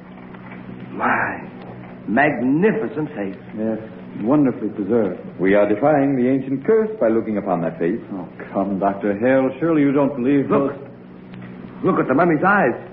Why, that's strange. They seem to glow. Yes, I see it, too. A sort of unearthly light. What is this, Doctor, a trick? No, gentlemen, I give you my word. I don't know what it could be. The light's growing brighter. I don't like this. It's uncanny. Close that case. Let's get out of here, Doctor. I can't understand it. If we hadn't all seen it, I would... Dr. Hale, what's the matter? Take his arm, Jack. Let's get him outside. Where did you... What's wrong? What's the matter with Dr. Hale? I don't know. He suddenly collapsed. He was... Jack, what's the matter with you? Someone get a doctor, quick. These two men are very ill. Harry, what happened in there? Well, Mr. Rafferty, I was... Harry! Catch him. He's falling. Harry. Here, man, tell me what happened. Mr. Rafferty, it was... The eyes. The eyes. Yes. It's King Khufra-Tep's curse.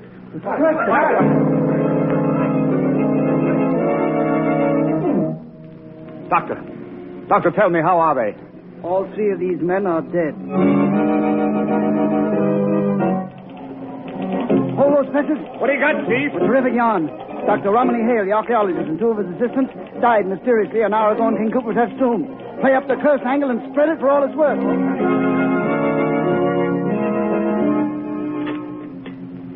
Dry soup, cream on the side. Some of those donuts, too, please. Oh, donuts? Lamont, do you suppose we can dunk? Certainly, Margot. Lunch wagon etiquette not only allows dunking, it encourages it. Here's your donut, Chief. That'll be 26. Here you are. Let's keep the change. Thanks. Say, Bud, is there anything new on them guys that kicked off over at that coffee, the Kipper, that Egyptian king? No, nothing new. Hey, how about my ham on rye? Right with you. What do you make of that tomb affair, Lamont? Just amazing. The newspapers are playing up the superstition fallacy. You don't think that all three deaths were due to coincidence? Hardly that, but I certainly don't hold to the Kufatep curse theory. But something strange must have happened in that tomb. Unquestionably. According to the newspaper reports, one of the three men before he died was heard to mutter something about eyes, terrible eyes. And his last words were King Kufatep's curse. They were undoubtedly terrified by something they saw in there. He did not die of fear. Oh, I know. According to the doctors, they all died natural death. Yes, that's quite true. One of pneumonia, one of typhoid, and one of heart disease. That's the way the doctors had to write their death certificates. Perhaps when the truth is known, it will have to be changed. Changed? What do you mean, Lamont? You finished eating? Oh, yes. Should we take a walk? Oh, all right, let's go. Good night, boss. Good night. Night. Lamont, what did you mean the death certificates will have to be changed? Three men do not die within seconds of one another of different diseases without a single underlying cause. Oh, that's true. Margot, the mysterious death of those three men has challenged the imagination of the shadow. I must find out the medical details of the death of those men. Then you think there's more in it than the papers have printed? I know there is. I can get those details for you. Good. As soon as you have the necessary information, communicate with me. The shadow will await your call.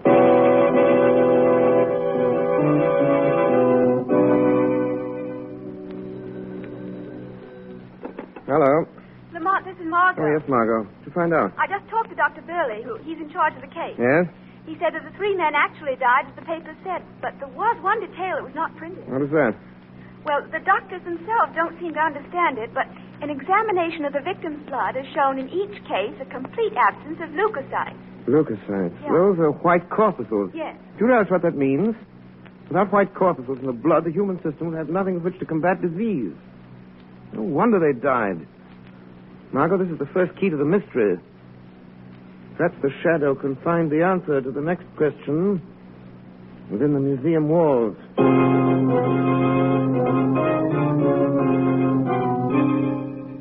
I tell you, we must go through with the public opening of the tomb, as originally planned. But will the public be there? We'll have to take that chance. Gentlemen, I wish we had never started this project. Now, see here, Kent. You've been acting like an old woman about this whole thing. But, Mr. Rafferty, We've poured thousands of dollars of the museum's money into the tomb, and it's up to us to dispel this nonsense about the Kufatep curse. I am not so sure that it is nonsense. Rubbish. Oh, you can't dismiss the fact that three men died. They all died natural death. I wouldn't be too sure about that, Mr. Rafferty.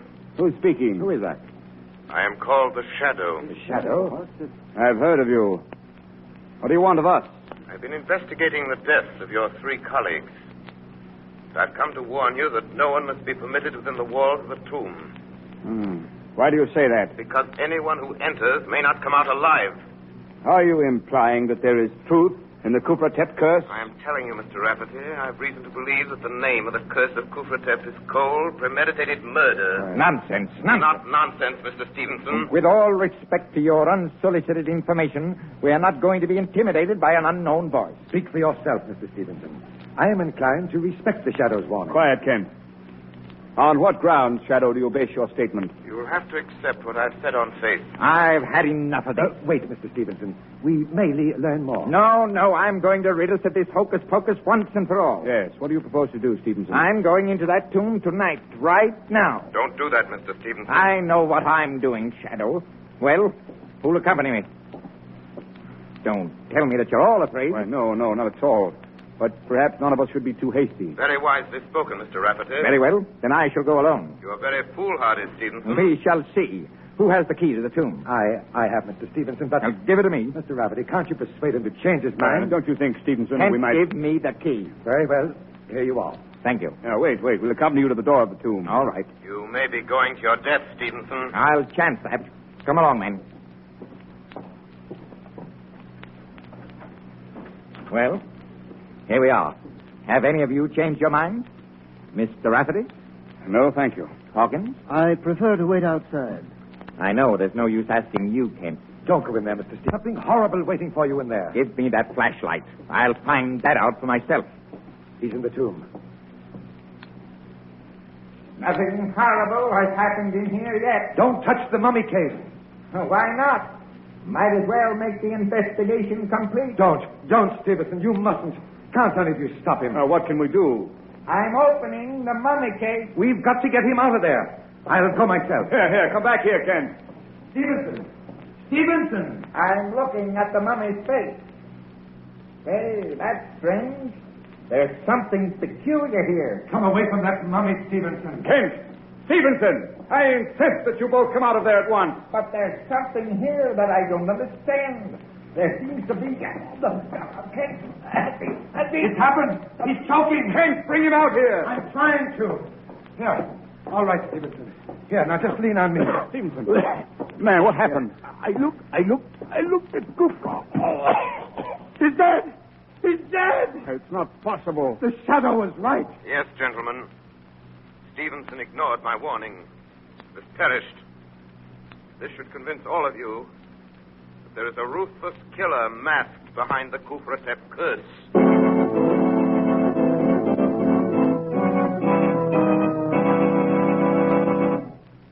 Ladies and gentlemen, one warning from the shadow strikes fear into the hearts of his adversaries.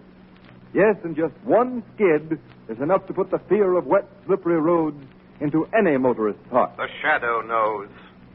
The thousands of motorists who are killed or injured every year when slithering skids throw cars out of control would never risk the danger, grief, and expense of riding on unsafe tires if they had another chance. Motorists, I've already told you that the new Goodrich Silvertown tire will stop you quicker, safer on wet pavements than you've ever stopped before. But you don't have to take my word for it. Here are the facts. Exhaustive road tests of both regular and premium price tires of America's 6 largest tire manufacturers were made by the nation's largest independent testing laboratory, the Pittsburgh Testing Laboratory. And here's what they found. The new Goodrich Silvertown with Lifesaver tread gave greater skid resistance than any other tire tested. Yes, and that included those tires listed at from 40% to 70% higher in price. The Goodrich Safety Silvertown gave more non-skid mileage than any other tire tested in its own price range. Average 19.1% more miles before the tires wore smooth. That's performance in any car owner's language. The kind of performance that spells safer, more economical driving for you. Remember, there's double protection in these life-saving Goodrich Silvertowns at no extra cost.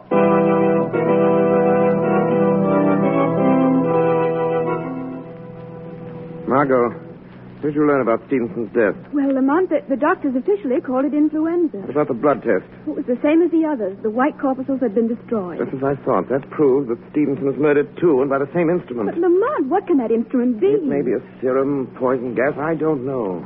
More important than the killing device is to find the killer's motive. You found out something, Lamont? Not exactly, but I saw a man at the museum about whom I should like to know more. Who is he? Aldous Kent, an assistant curator. I'm sure that he has more knowledge of this affair than he allows himself to show. Why do you suspect him? For several reasons. His apparent concern for Stevenson's safety was a bit overdone. For a scientist, he was surprisingly naive about the Kufratep curse, and most important, in spite of his outward fear, he followed Stevenson into the tomb. I'd like to know more about that man, Margot. And that's where you can help me. Yes, Lamont, but how? By visiting Kent as a newspaper woman. Interview him about his career. Find out whether he's interested in any branch of science other than archaeology.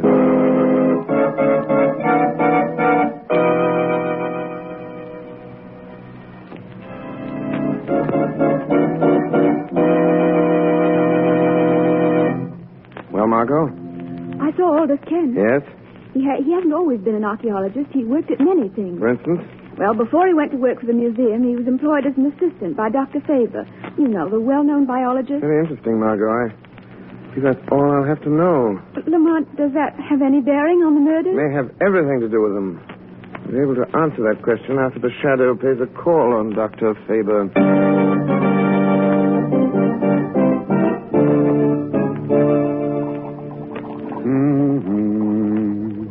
Dr. Faber.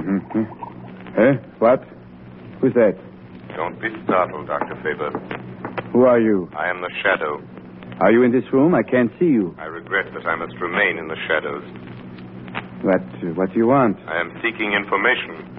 Well? I would like to have you tell me what you know of Aldous Kent. Kent? Aldous Kent? Well, he worked for me. He was my assistant for several years. Yes, I know that, Dr. Faber. What kind of a man was he? Very efficient laboratory man. Why did he leave your employ? Well, frankly, because he was dissatisfied.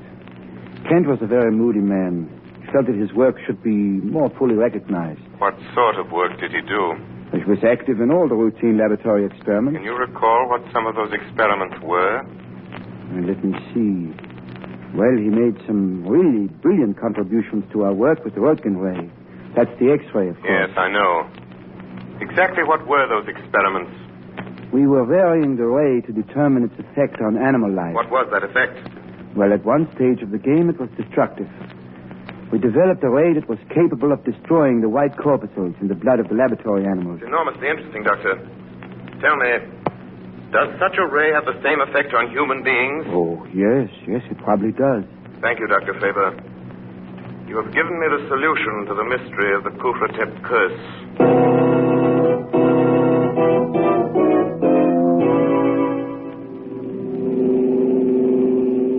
I feel certain, Margot, that the machine of death is concealed somewhere within Kufratep's tomb. But why must you go there tonight? Because I can investigate without danger of interference. There's no time to be lost. Can't you confront Kent with the information you already have? No, Kent's a clever man. He might give him time to destroy the evidence. And we could pin nothing on him. Yes, I see. If I can uncover the deadly ray and positively identify Kent with it, he can be tricked into capture.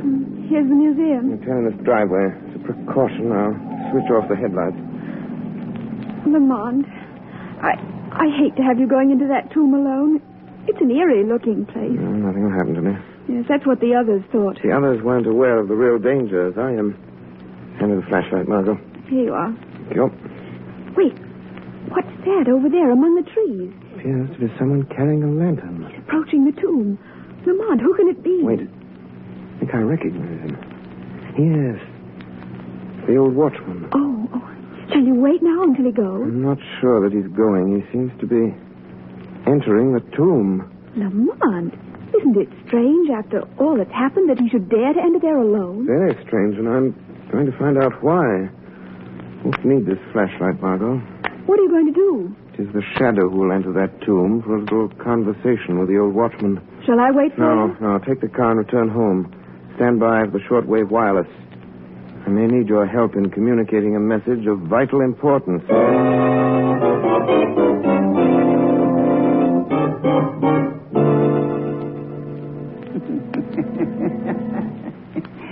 Good evening, Your Imperial Majesty. I've come again to see that you are resting well. Your work is nearly done. Only one more to gaze into your eyes. And then the vengeance is complete. You have served me well. Who speaks? Who indeed would speak within the resting place of the king. Are you the... Yes. It is I, Kufratep, Pharaoh of Egypt. Oh, Your Majesty. Rise up. You need not kneel in my presence. Yes, Your Highness. Do not tremble. You have nothing to fear. You are not angry? Angry? Why should I be angry toward one who serves my interests? I have come to reward you. To reward me? Yes. But first, I must have an accounting. Well, what do you mean? You You must tell me how you brought death to the defilers of my tomb by the curse which bears my name. Oh, the credit is not mine, Your Majesty. Whose then? Aldous Kent. Aldous Kent? Why should he concern himself with me? It is not your vengeance alone that he seeks, but his own as well, and mine. Kent is a great man, but no one will recognize him. They keep him slaving in the museum day after day, doing all the real work.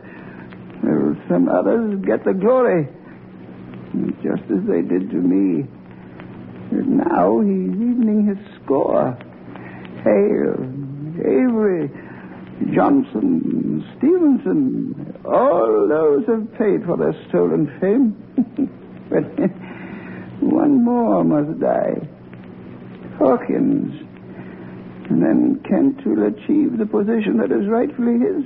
Do you know how Kent destroyed those men? Of course. I helped him, Your Majesty. Yeah, it was clever. So clever. They all scoffed at the legend of your curse, but it was really you who killed them. I killed them? Yeah, no one would dream that within your mummy there lies concealed the generator of the ray. What ray? The ray that shines from your eyes and destroys all who look upon you. Show me how this is done. It's so easy, Your Majesty. Here. Hidden here in the wall is a switch. You see? It is thrown like this. Then whoever approaches the mummy case, as I'm doing, and lifts the lid, so, and gazes into your eyes, the gleam of death shines upon them.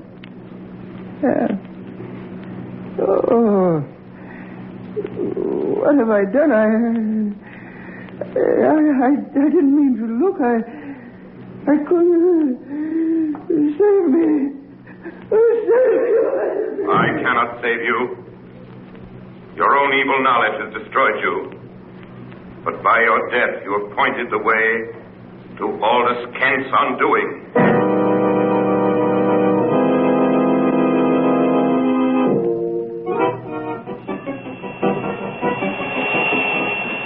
Margot Lane.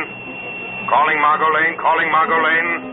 Communicate with Rafferty, the director of the museum, at once. Tell him to arrange the public opening of the tomb tomorrow as planned. Be sure that both Kent and Hawkins will be there. This is important. Margot, tell Rafferty that he must follow my directions implicitly. A man's life is at stake.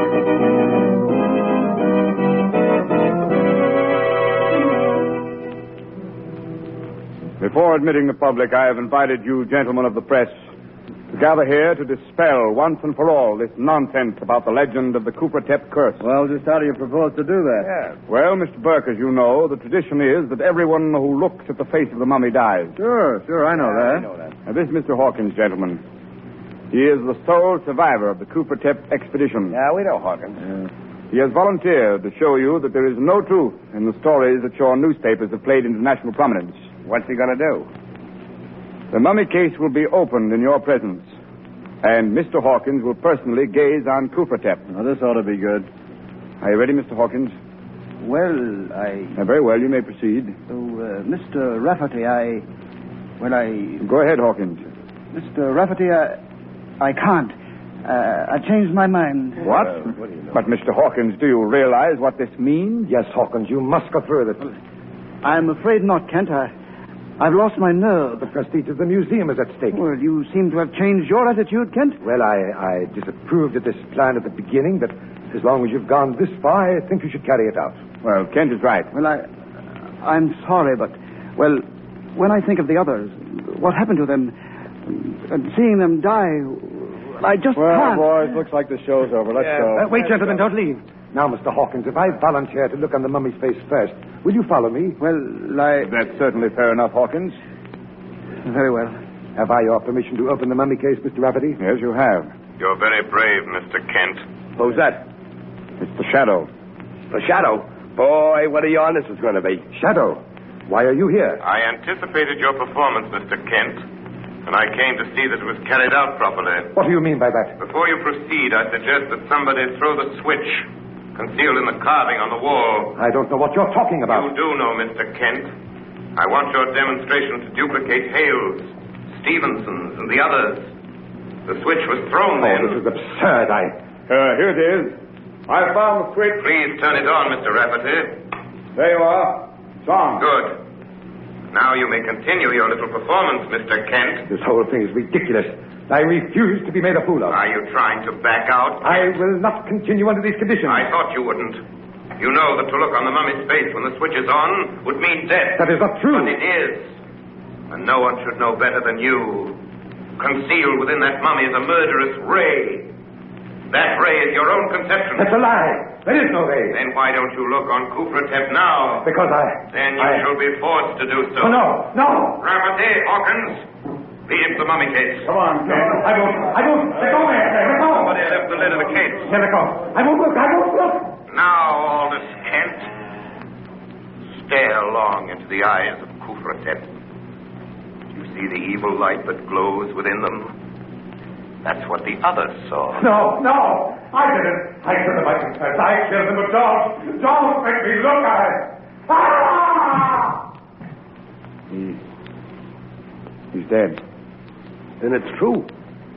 There is a ray. Not any longer, gentlemen. I removed the machinery that generated that ray.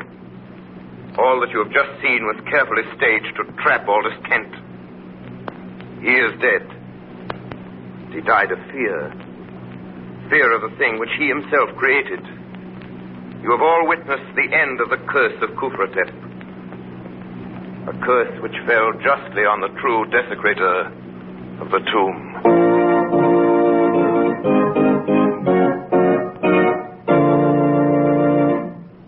You have been listening to a dramatized version of one of the many copyrighted stories which appear in the Shadow magazine, now on sale at your local newsstand.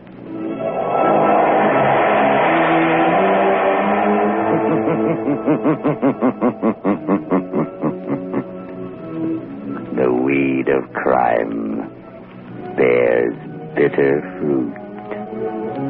Crime does not pay. The shadow knows.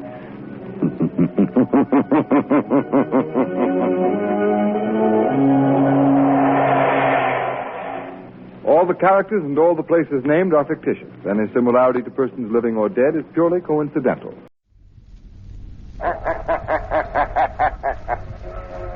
Who knows what evil lurks in the hearts of men?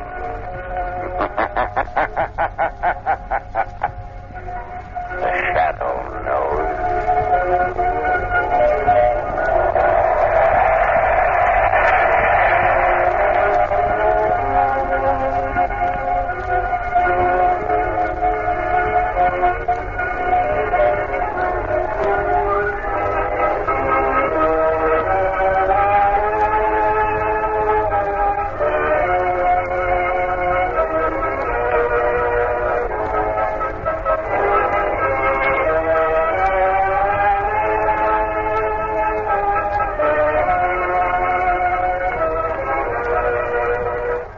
Shadow, Lamont Cranston, a man of wealth, a student of science, and a master of other people's minds, devotes his life to righting wrongs, protecting the innocent, and punishing the guilty.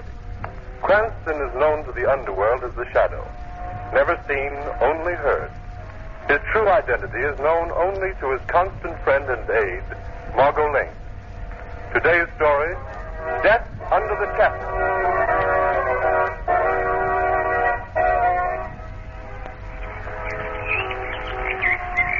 Isn't it time we started on, Lamont? Huh?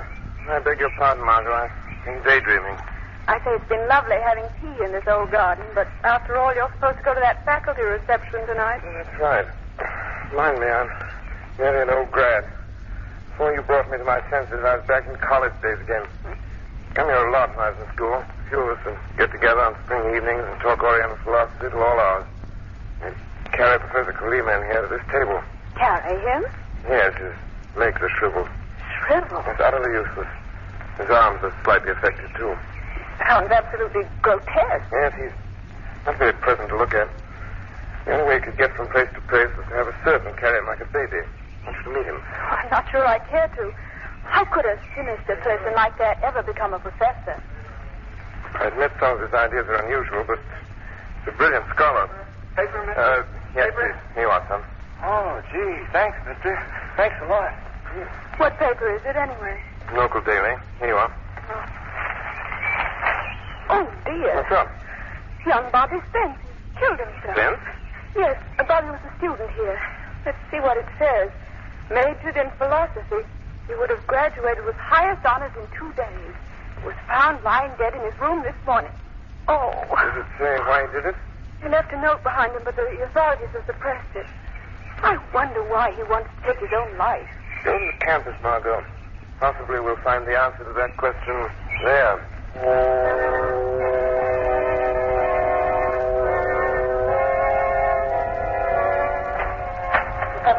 Come in, Bragg. Well, who was it? President Winwood is here to see you. Well, what of it? Well, he looks very severe, sir. I hope he doesn't blame the philosophy department for this. For what?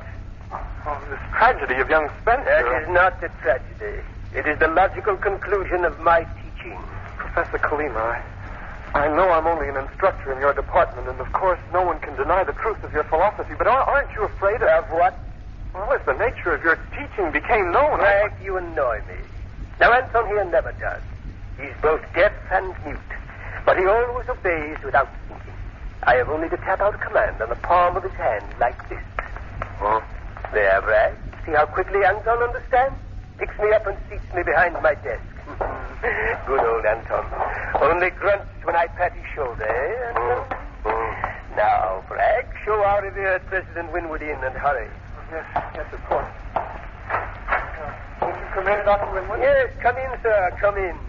And how are you this fine... Professor Quelima, may I speak to you in private? Oh, if you wish. Take Anton with you, Bragg. Yes. There, Anton and Bragg have gone. Do sit down, my dear doctor. I can say what I have to say standing. Quelima, I have just come from a meeting of the administration committee. Yes? It is my painful duty to ask for your resignation from the faculty. Resignation? How dare you? My work is noted. The most brilliant department... Just a moment. Quelima, your reputation for scholarship is very high. We grant that. I've gathered the most remarkable young minds in this country around me. And what have you taught them? Things beyond your comprehension. I can believe that.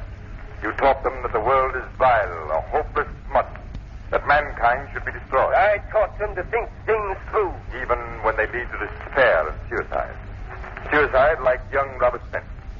Professor Quelima, you killed young Spence with your poisonous ideas as surely as if you'd put a pistol to his head and blown his brains out. Don't be childish, Winwood. You know your rival university has been after me. It would serve you right if I went over to them. Do you think they'll want you when I publish young Spence's suicide note? What? He names you as the man who drove him to it. You wouldn't dare publish it. I am going to. And don't bother to write out a resignation. You're discharged from the faculty. Dishonorably discharged. Good day. Winwood, if you dare. Oh, you fool, you stupid fool. You imagine I won't have my revenge for this? That I haven't plotted it already? Come in, Bragg. Come in. Hurry. Bring Anton. I must get to work. Is it really true? Winwood has discharged you? Yes. Yes, but he can't. It's outrageous. It's impossible. Yeah, that's right, Bragg. Absolute belief in me is what I need right now. You and I will show these academic fools that they can't insult Philip Kalima. That would be wonderful, but how will you do it? I've been carrying out certain experiments secretly. Now we will find the use for my research and put it into practical chemistry. Chemistry? Oh, I don't understand. I mean to make a change, a slight change in the graduation exercises in the chapel tomorrow. As a warning to those who insult me. Well, what are you going to do, Professor? Plant a bomb in the basement. Time to explode as President Winwood is giving out his precious degrees. Oh, and this is... Oh, but you can't. That's murder. What of it? It's going to be done. And you will help me. No, I won't. I can't. It's not murder. Let me out of here. Anton, stand away from the door. No chance, Bragg. Anton cannot hear, and he knows I don't want you to get away. He has braced himself against the door. You'll stay and help me with my plan. You can't get away. I can. I must. Even if I have to jump out this window. Bragg. You can't stop me. gone through the window. I must signal Anton along this wall. To chase Bragg and bring him back. Anton understands, as he always does. He'll bring him back, and when he does, I can put my scheme of revenge into operation.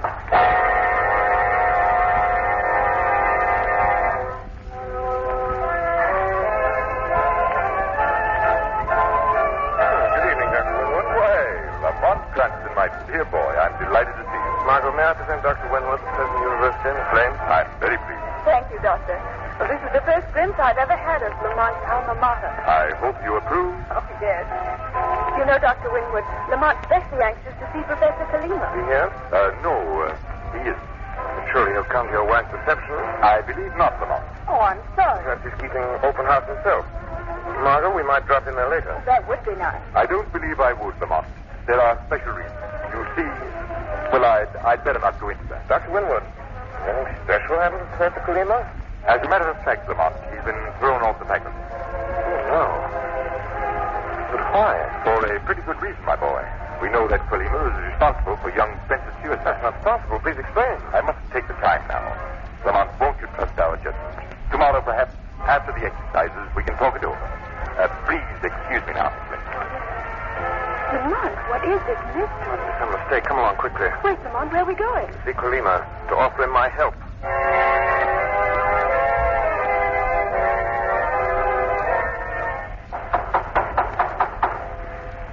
No answer, Lamont. The house must be empty. Oh, there's a light in Kalima's study. I'll try again. Where is it? Who's knocking?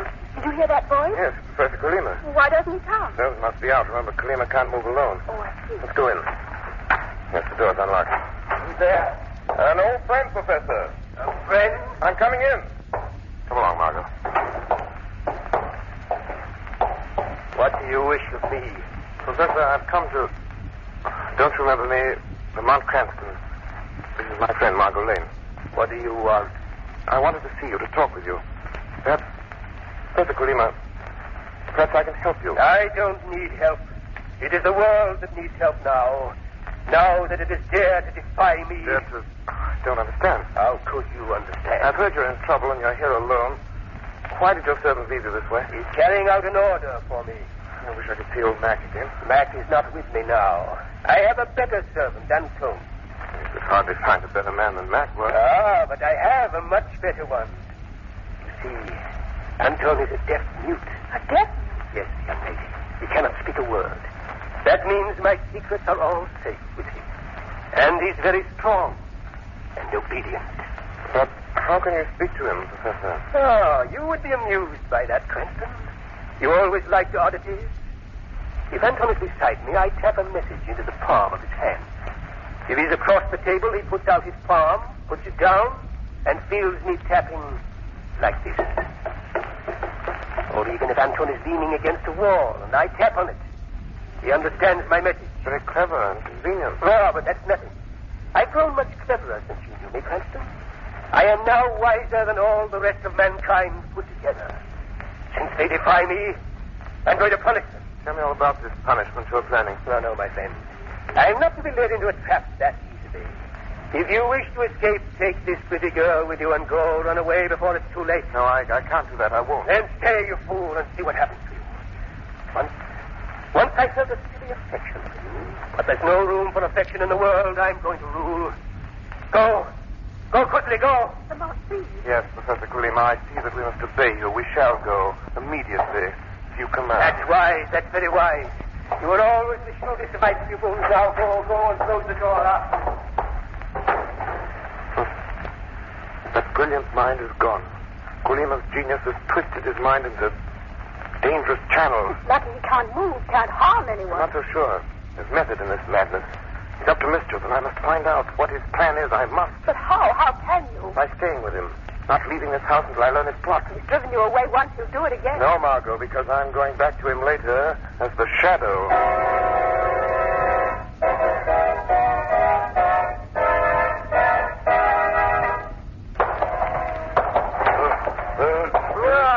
Bragg, you're back again. I thought Anton would catch you. Let go of me, Let go of me. He cannot hear you. Let me go.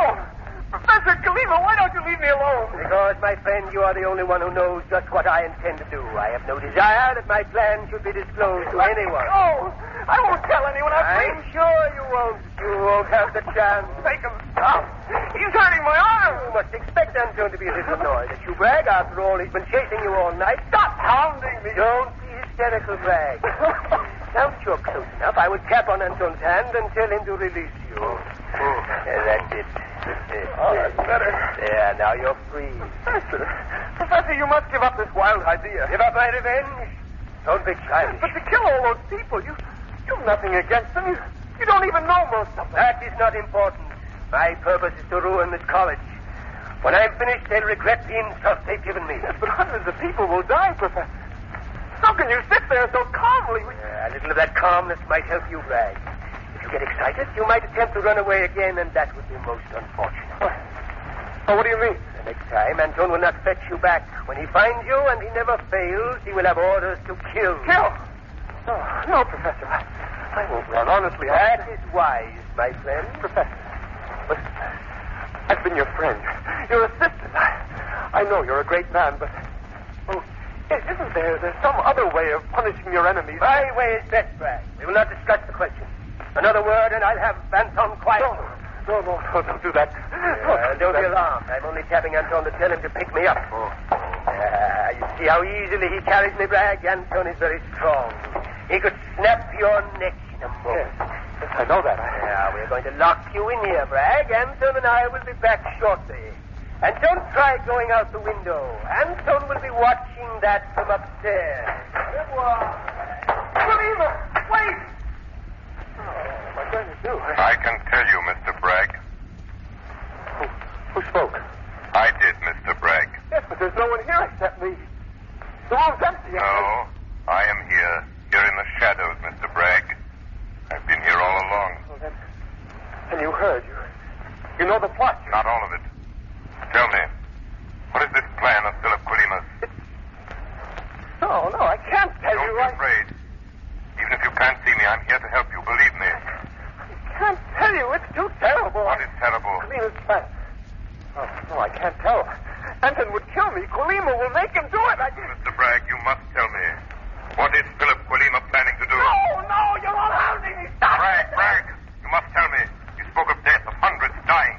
You want those deaths on your conscience? No, I then don't. Speak then. Who will die? What is Quilima planning? Anton will... There's no time to waste. Remember, only you can save hundreds of lives. You must tell me. Yes, I'll tell. Good. It's the chapel.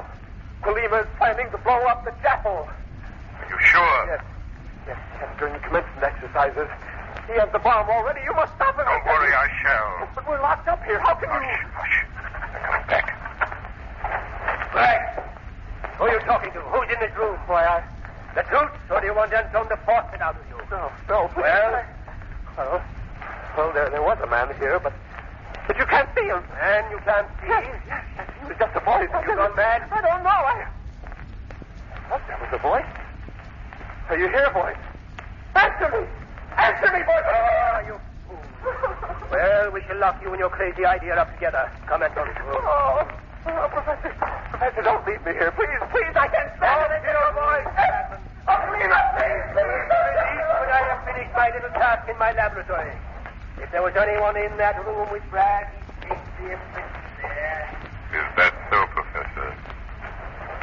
When you and Anton reach your laboratory, the shadow will be there with you.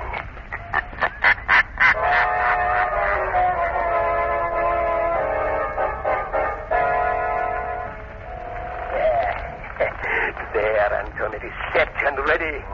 How do you like the lovely toy we have made here in our laboratory? It makes you grin, eh? Even though you can't hear me, you know I am pleased. Good old Anton. If you knew that this is a bomb, Anton, you might not be so pleased. Professor Quilima. What? Who's there? Who spoke? I did, Professor. Men call me the Shadow. What? Where are you? Here. You cannot see me, but I'm in this room. Oh, Bragg was right. You are the voice that can't be seen. Yes, Professor, and I come to warn you. I've learned about your plan. It will fail. You underestimate my power, Shadow. Your servant seems disturbed, Professor. He is asking about you, Shadow. Anton wants to know with whom I am talking. But I won't tell him you are here. Anton might be frightened. You are not frightened, Professor. I am not a child, Shadow. I do not know. I don't know how you work this trick of invisibility. But it's not important. It may destroy your murderous plan. That is a bluff, magician. Nothing can stop my revenge. I will warn President Winwood to stop the exercises. Go ahead. No one will believe that wild tale about an explosion. And anyway, it's too late. In a few minutes, the graduates will march into the chapel. Quilima, you will fail. No, Shadow. You are the one who will fail. My plan will work to perfection. You cannot stop me from leaving my laboratory here because if you try, I'll drop this little cross here. And both you and I will be blasted into nothingness. Even so, Professor Quilima, there will come a time when you won't escape from the shadow. And that time is very near.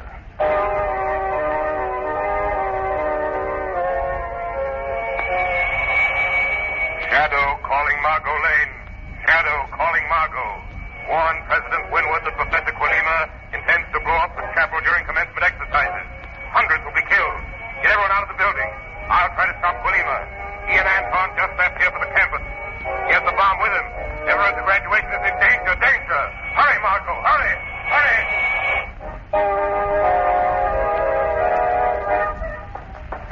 Hey, just a minute, miss.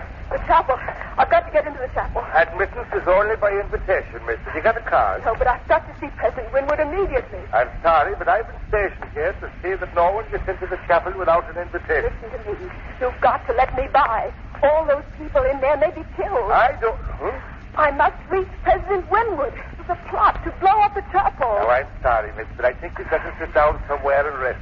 Everyone in the chapel is in danger. They may be killed. Killed, do you hear? Not so loud now with your bloody. Do you want to start panic here? Can't you tell when a person's telling the truth? I'm sorry, miss. Now, I've been around this college for years, and I guess there's no aiming to blow up any part of it. Please, at any minute the bomb may go off. You've got to let me in. You've got to. Stop that now. Do you want to start a riot? Put me down. Put me down. I'm going to take you away from me and cool off a bit. You don't know what you're doing. You're letting hundreds of people get killed. Murdered.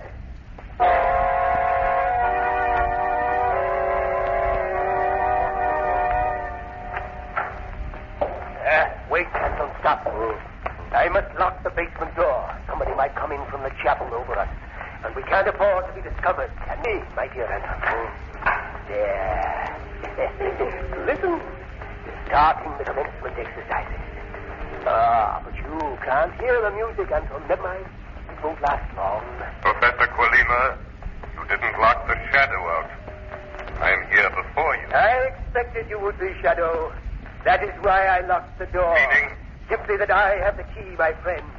And you shall never leave this room beneath the chapel. Nonsense, Professor. I know you too well to worry about that. Your life is very precious to you. You have no intention of losing it in this explosion. There is no necessity, Shadow. I shall be far away when those fools upstairs are smashed into eternity. When you leave, I shall simply shut off the bomb. You are mistaken there, Shadow. When I leave, you will be dead. I am going to tell Anton to kill you. A silly threat. How can your servant kill what he cannot see? I have thought of that. And when I throw this light switch, so... the room is dark. Shadow. Can Anton see any better in the darkness than I can? He does not have to see better, Shadow. But Anton will be able to see as well as you. You will not see him, and your being invisible will not help you. Your trick will not frighten Anton now. No? No, Shadow. Anton will find you, and with his strength, he will break you like a snapstick. Don't be so sure, Quilima. I have planned it well, Shadow. The door is locked. You cannot escape. The room is tiny. Anton is bound to catch you. Others have tried to trap the shadow. But I have done it. You hear me tapping on Anton's hand? I'm telling him there is a man here in the darkness ordering him to search for you, Shadow. To put me down and kill my enemy. Anton is very angry with you, Shadow. You hear, Shadow? I hear. I've been very clever, Shadow. Anton has placed me in the middle of the room. so that I shan't get in the way of his groping for you. There! He has started his search. He's coming toward you, Shadow. Do you think so, Quilima? Thank you for speaking, Shadow. I have pushed Anton toward the sound of your voice. You hear him coming toward you, Shadow? Anton will find you, and then you will die. If that bomb goes off, we will all be killed. There is plenty of time. You will not talk long with Anton's fingers around your throat. Your man is rather slow, Quilima. Slow, Shadow, but sure. Nothing can save you. Nothing? There! He has reached the wall. Now, Shadow, he will herd you back into your corner. It is not over yet. Are you prepared to die, Shadow? Listen, Shadow. He's moving along the wall.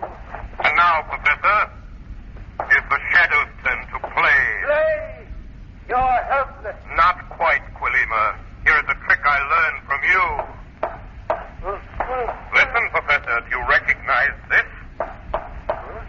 That's my code. Yes, Professor.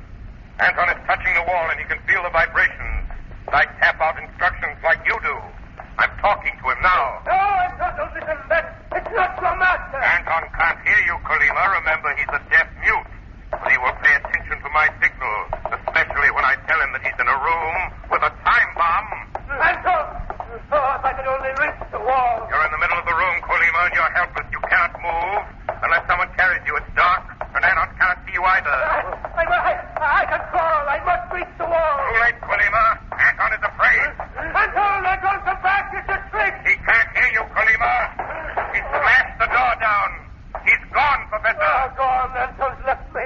I am helpless. Yes, Professor, helpless. Now I'll take this bomb away. Stop. Give me that bomb. No, Professor, I have it. Blast you. You snatched it out of my hand. Yes, Professor, and I'll just shut off the mechanism. There, thank heaven, Quilima, your plan has failed. You won, Shadow. But I have one trick left, young Spence's trick. This little pill. Quilima, don't. It's too late, Shadow. I've swallowed the pill. Death is almost instantaneous. I only wish I... Poison. Poison, I can smell it. The most deadly poison known. So, Professor Quilima has killed himself. A brilliant mind. Too brilliant. His dreams of power and revenge upon those who thwarted them unbalanced and drove him to crime. No matter what the cause, crime is a boomerang that returns to punish the guilty ones who set it in motion.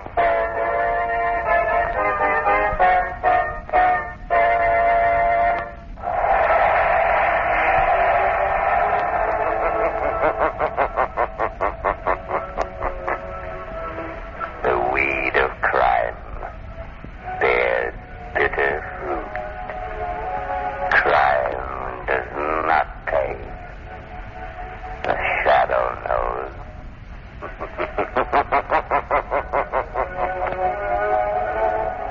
All the characters and all the places named are fictitious. Any similarity to persons living or dead is purely coincidental.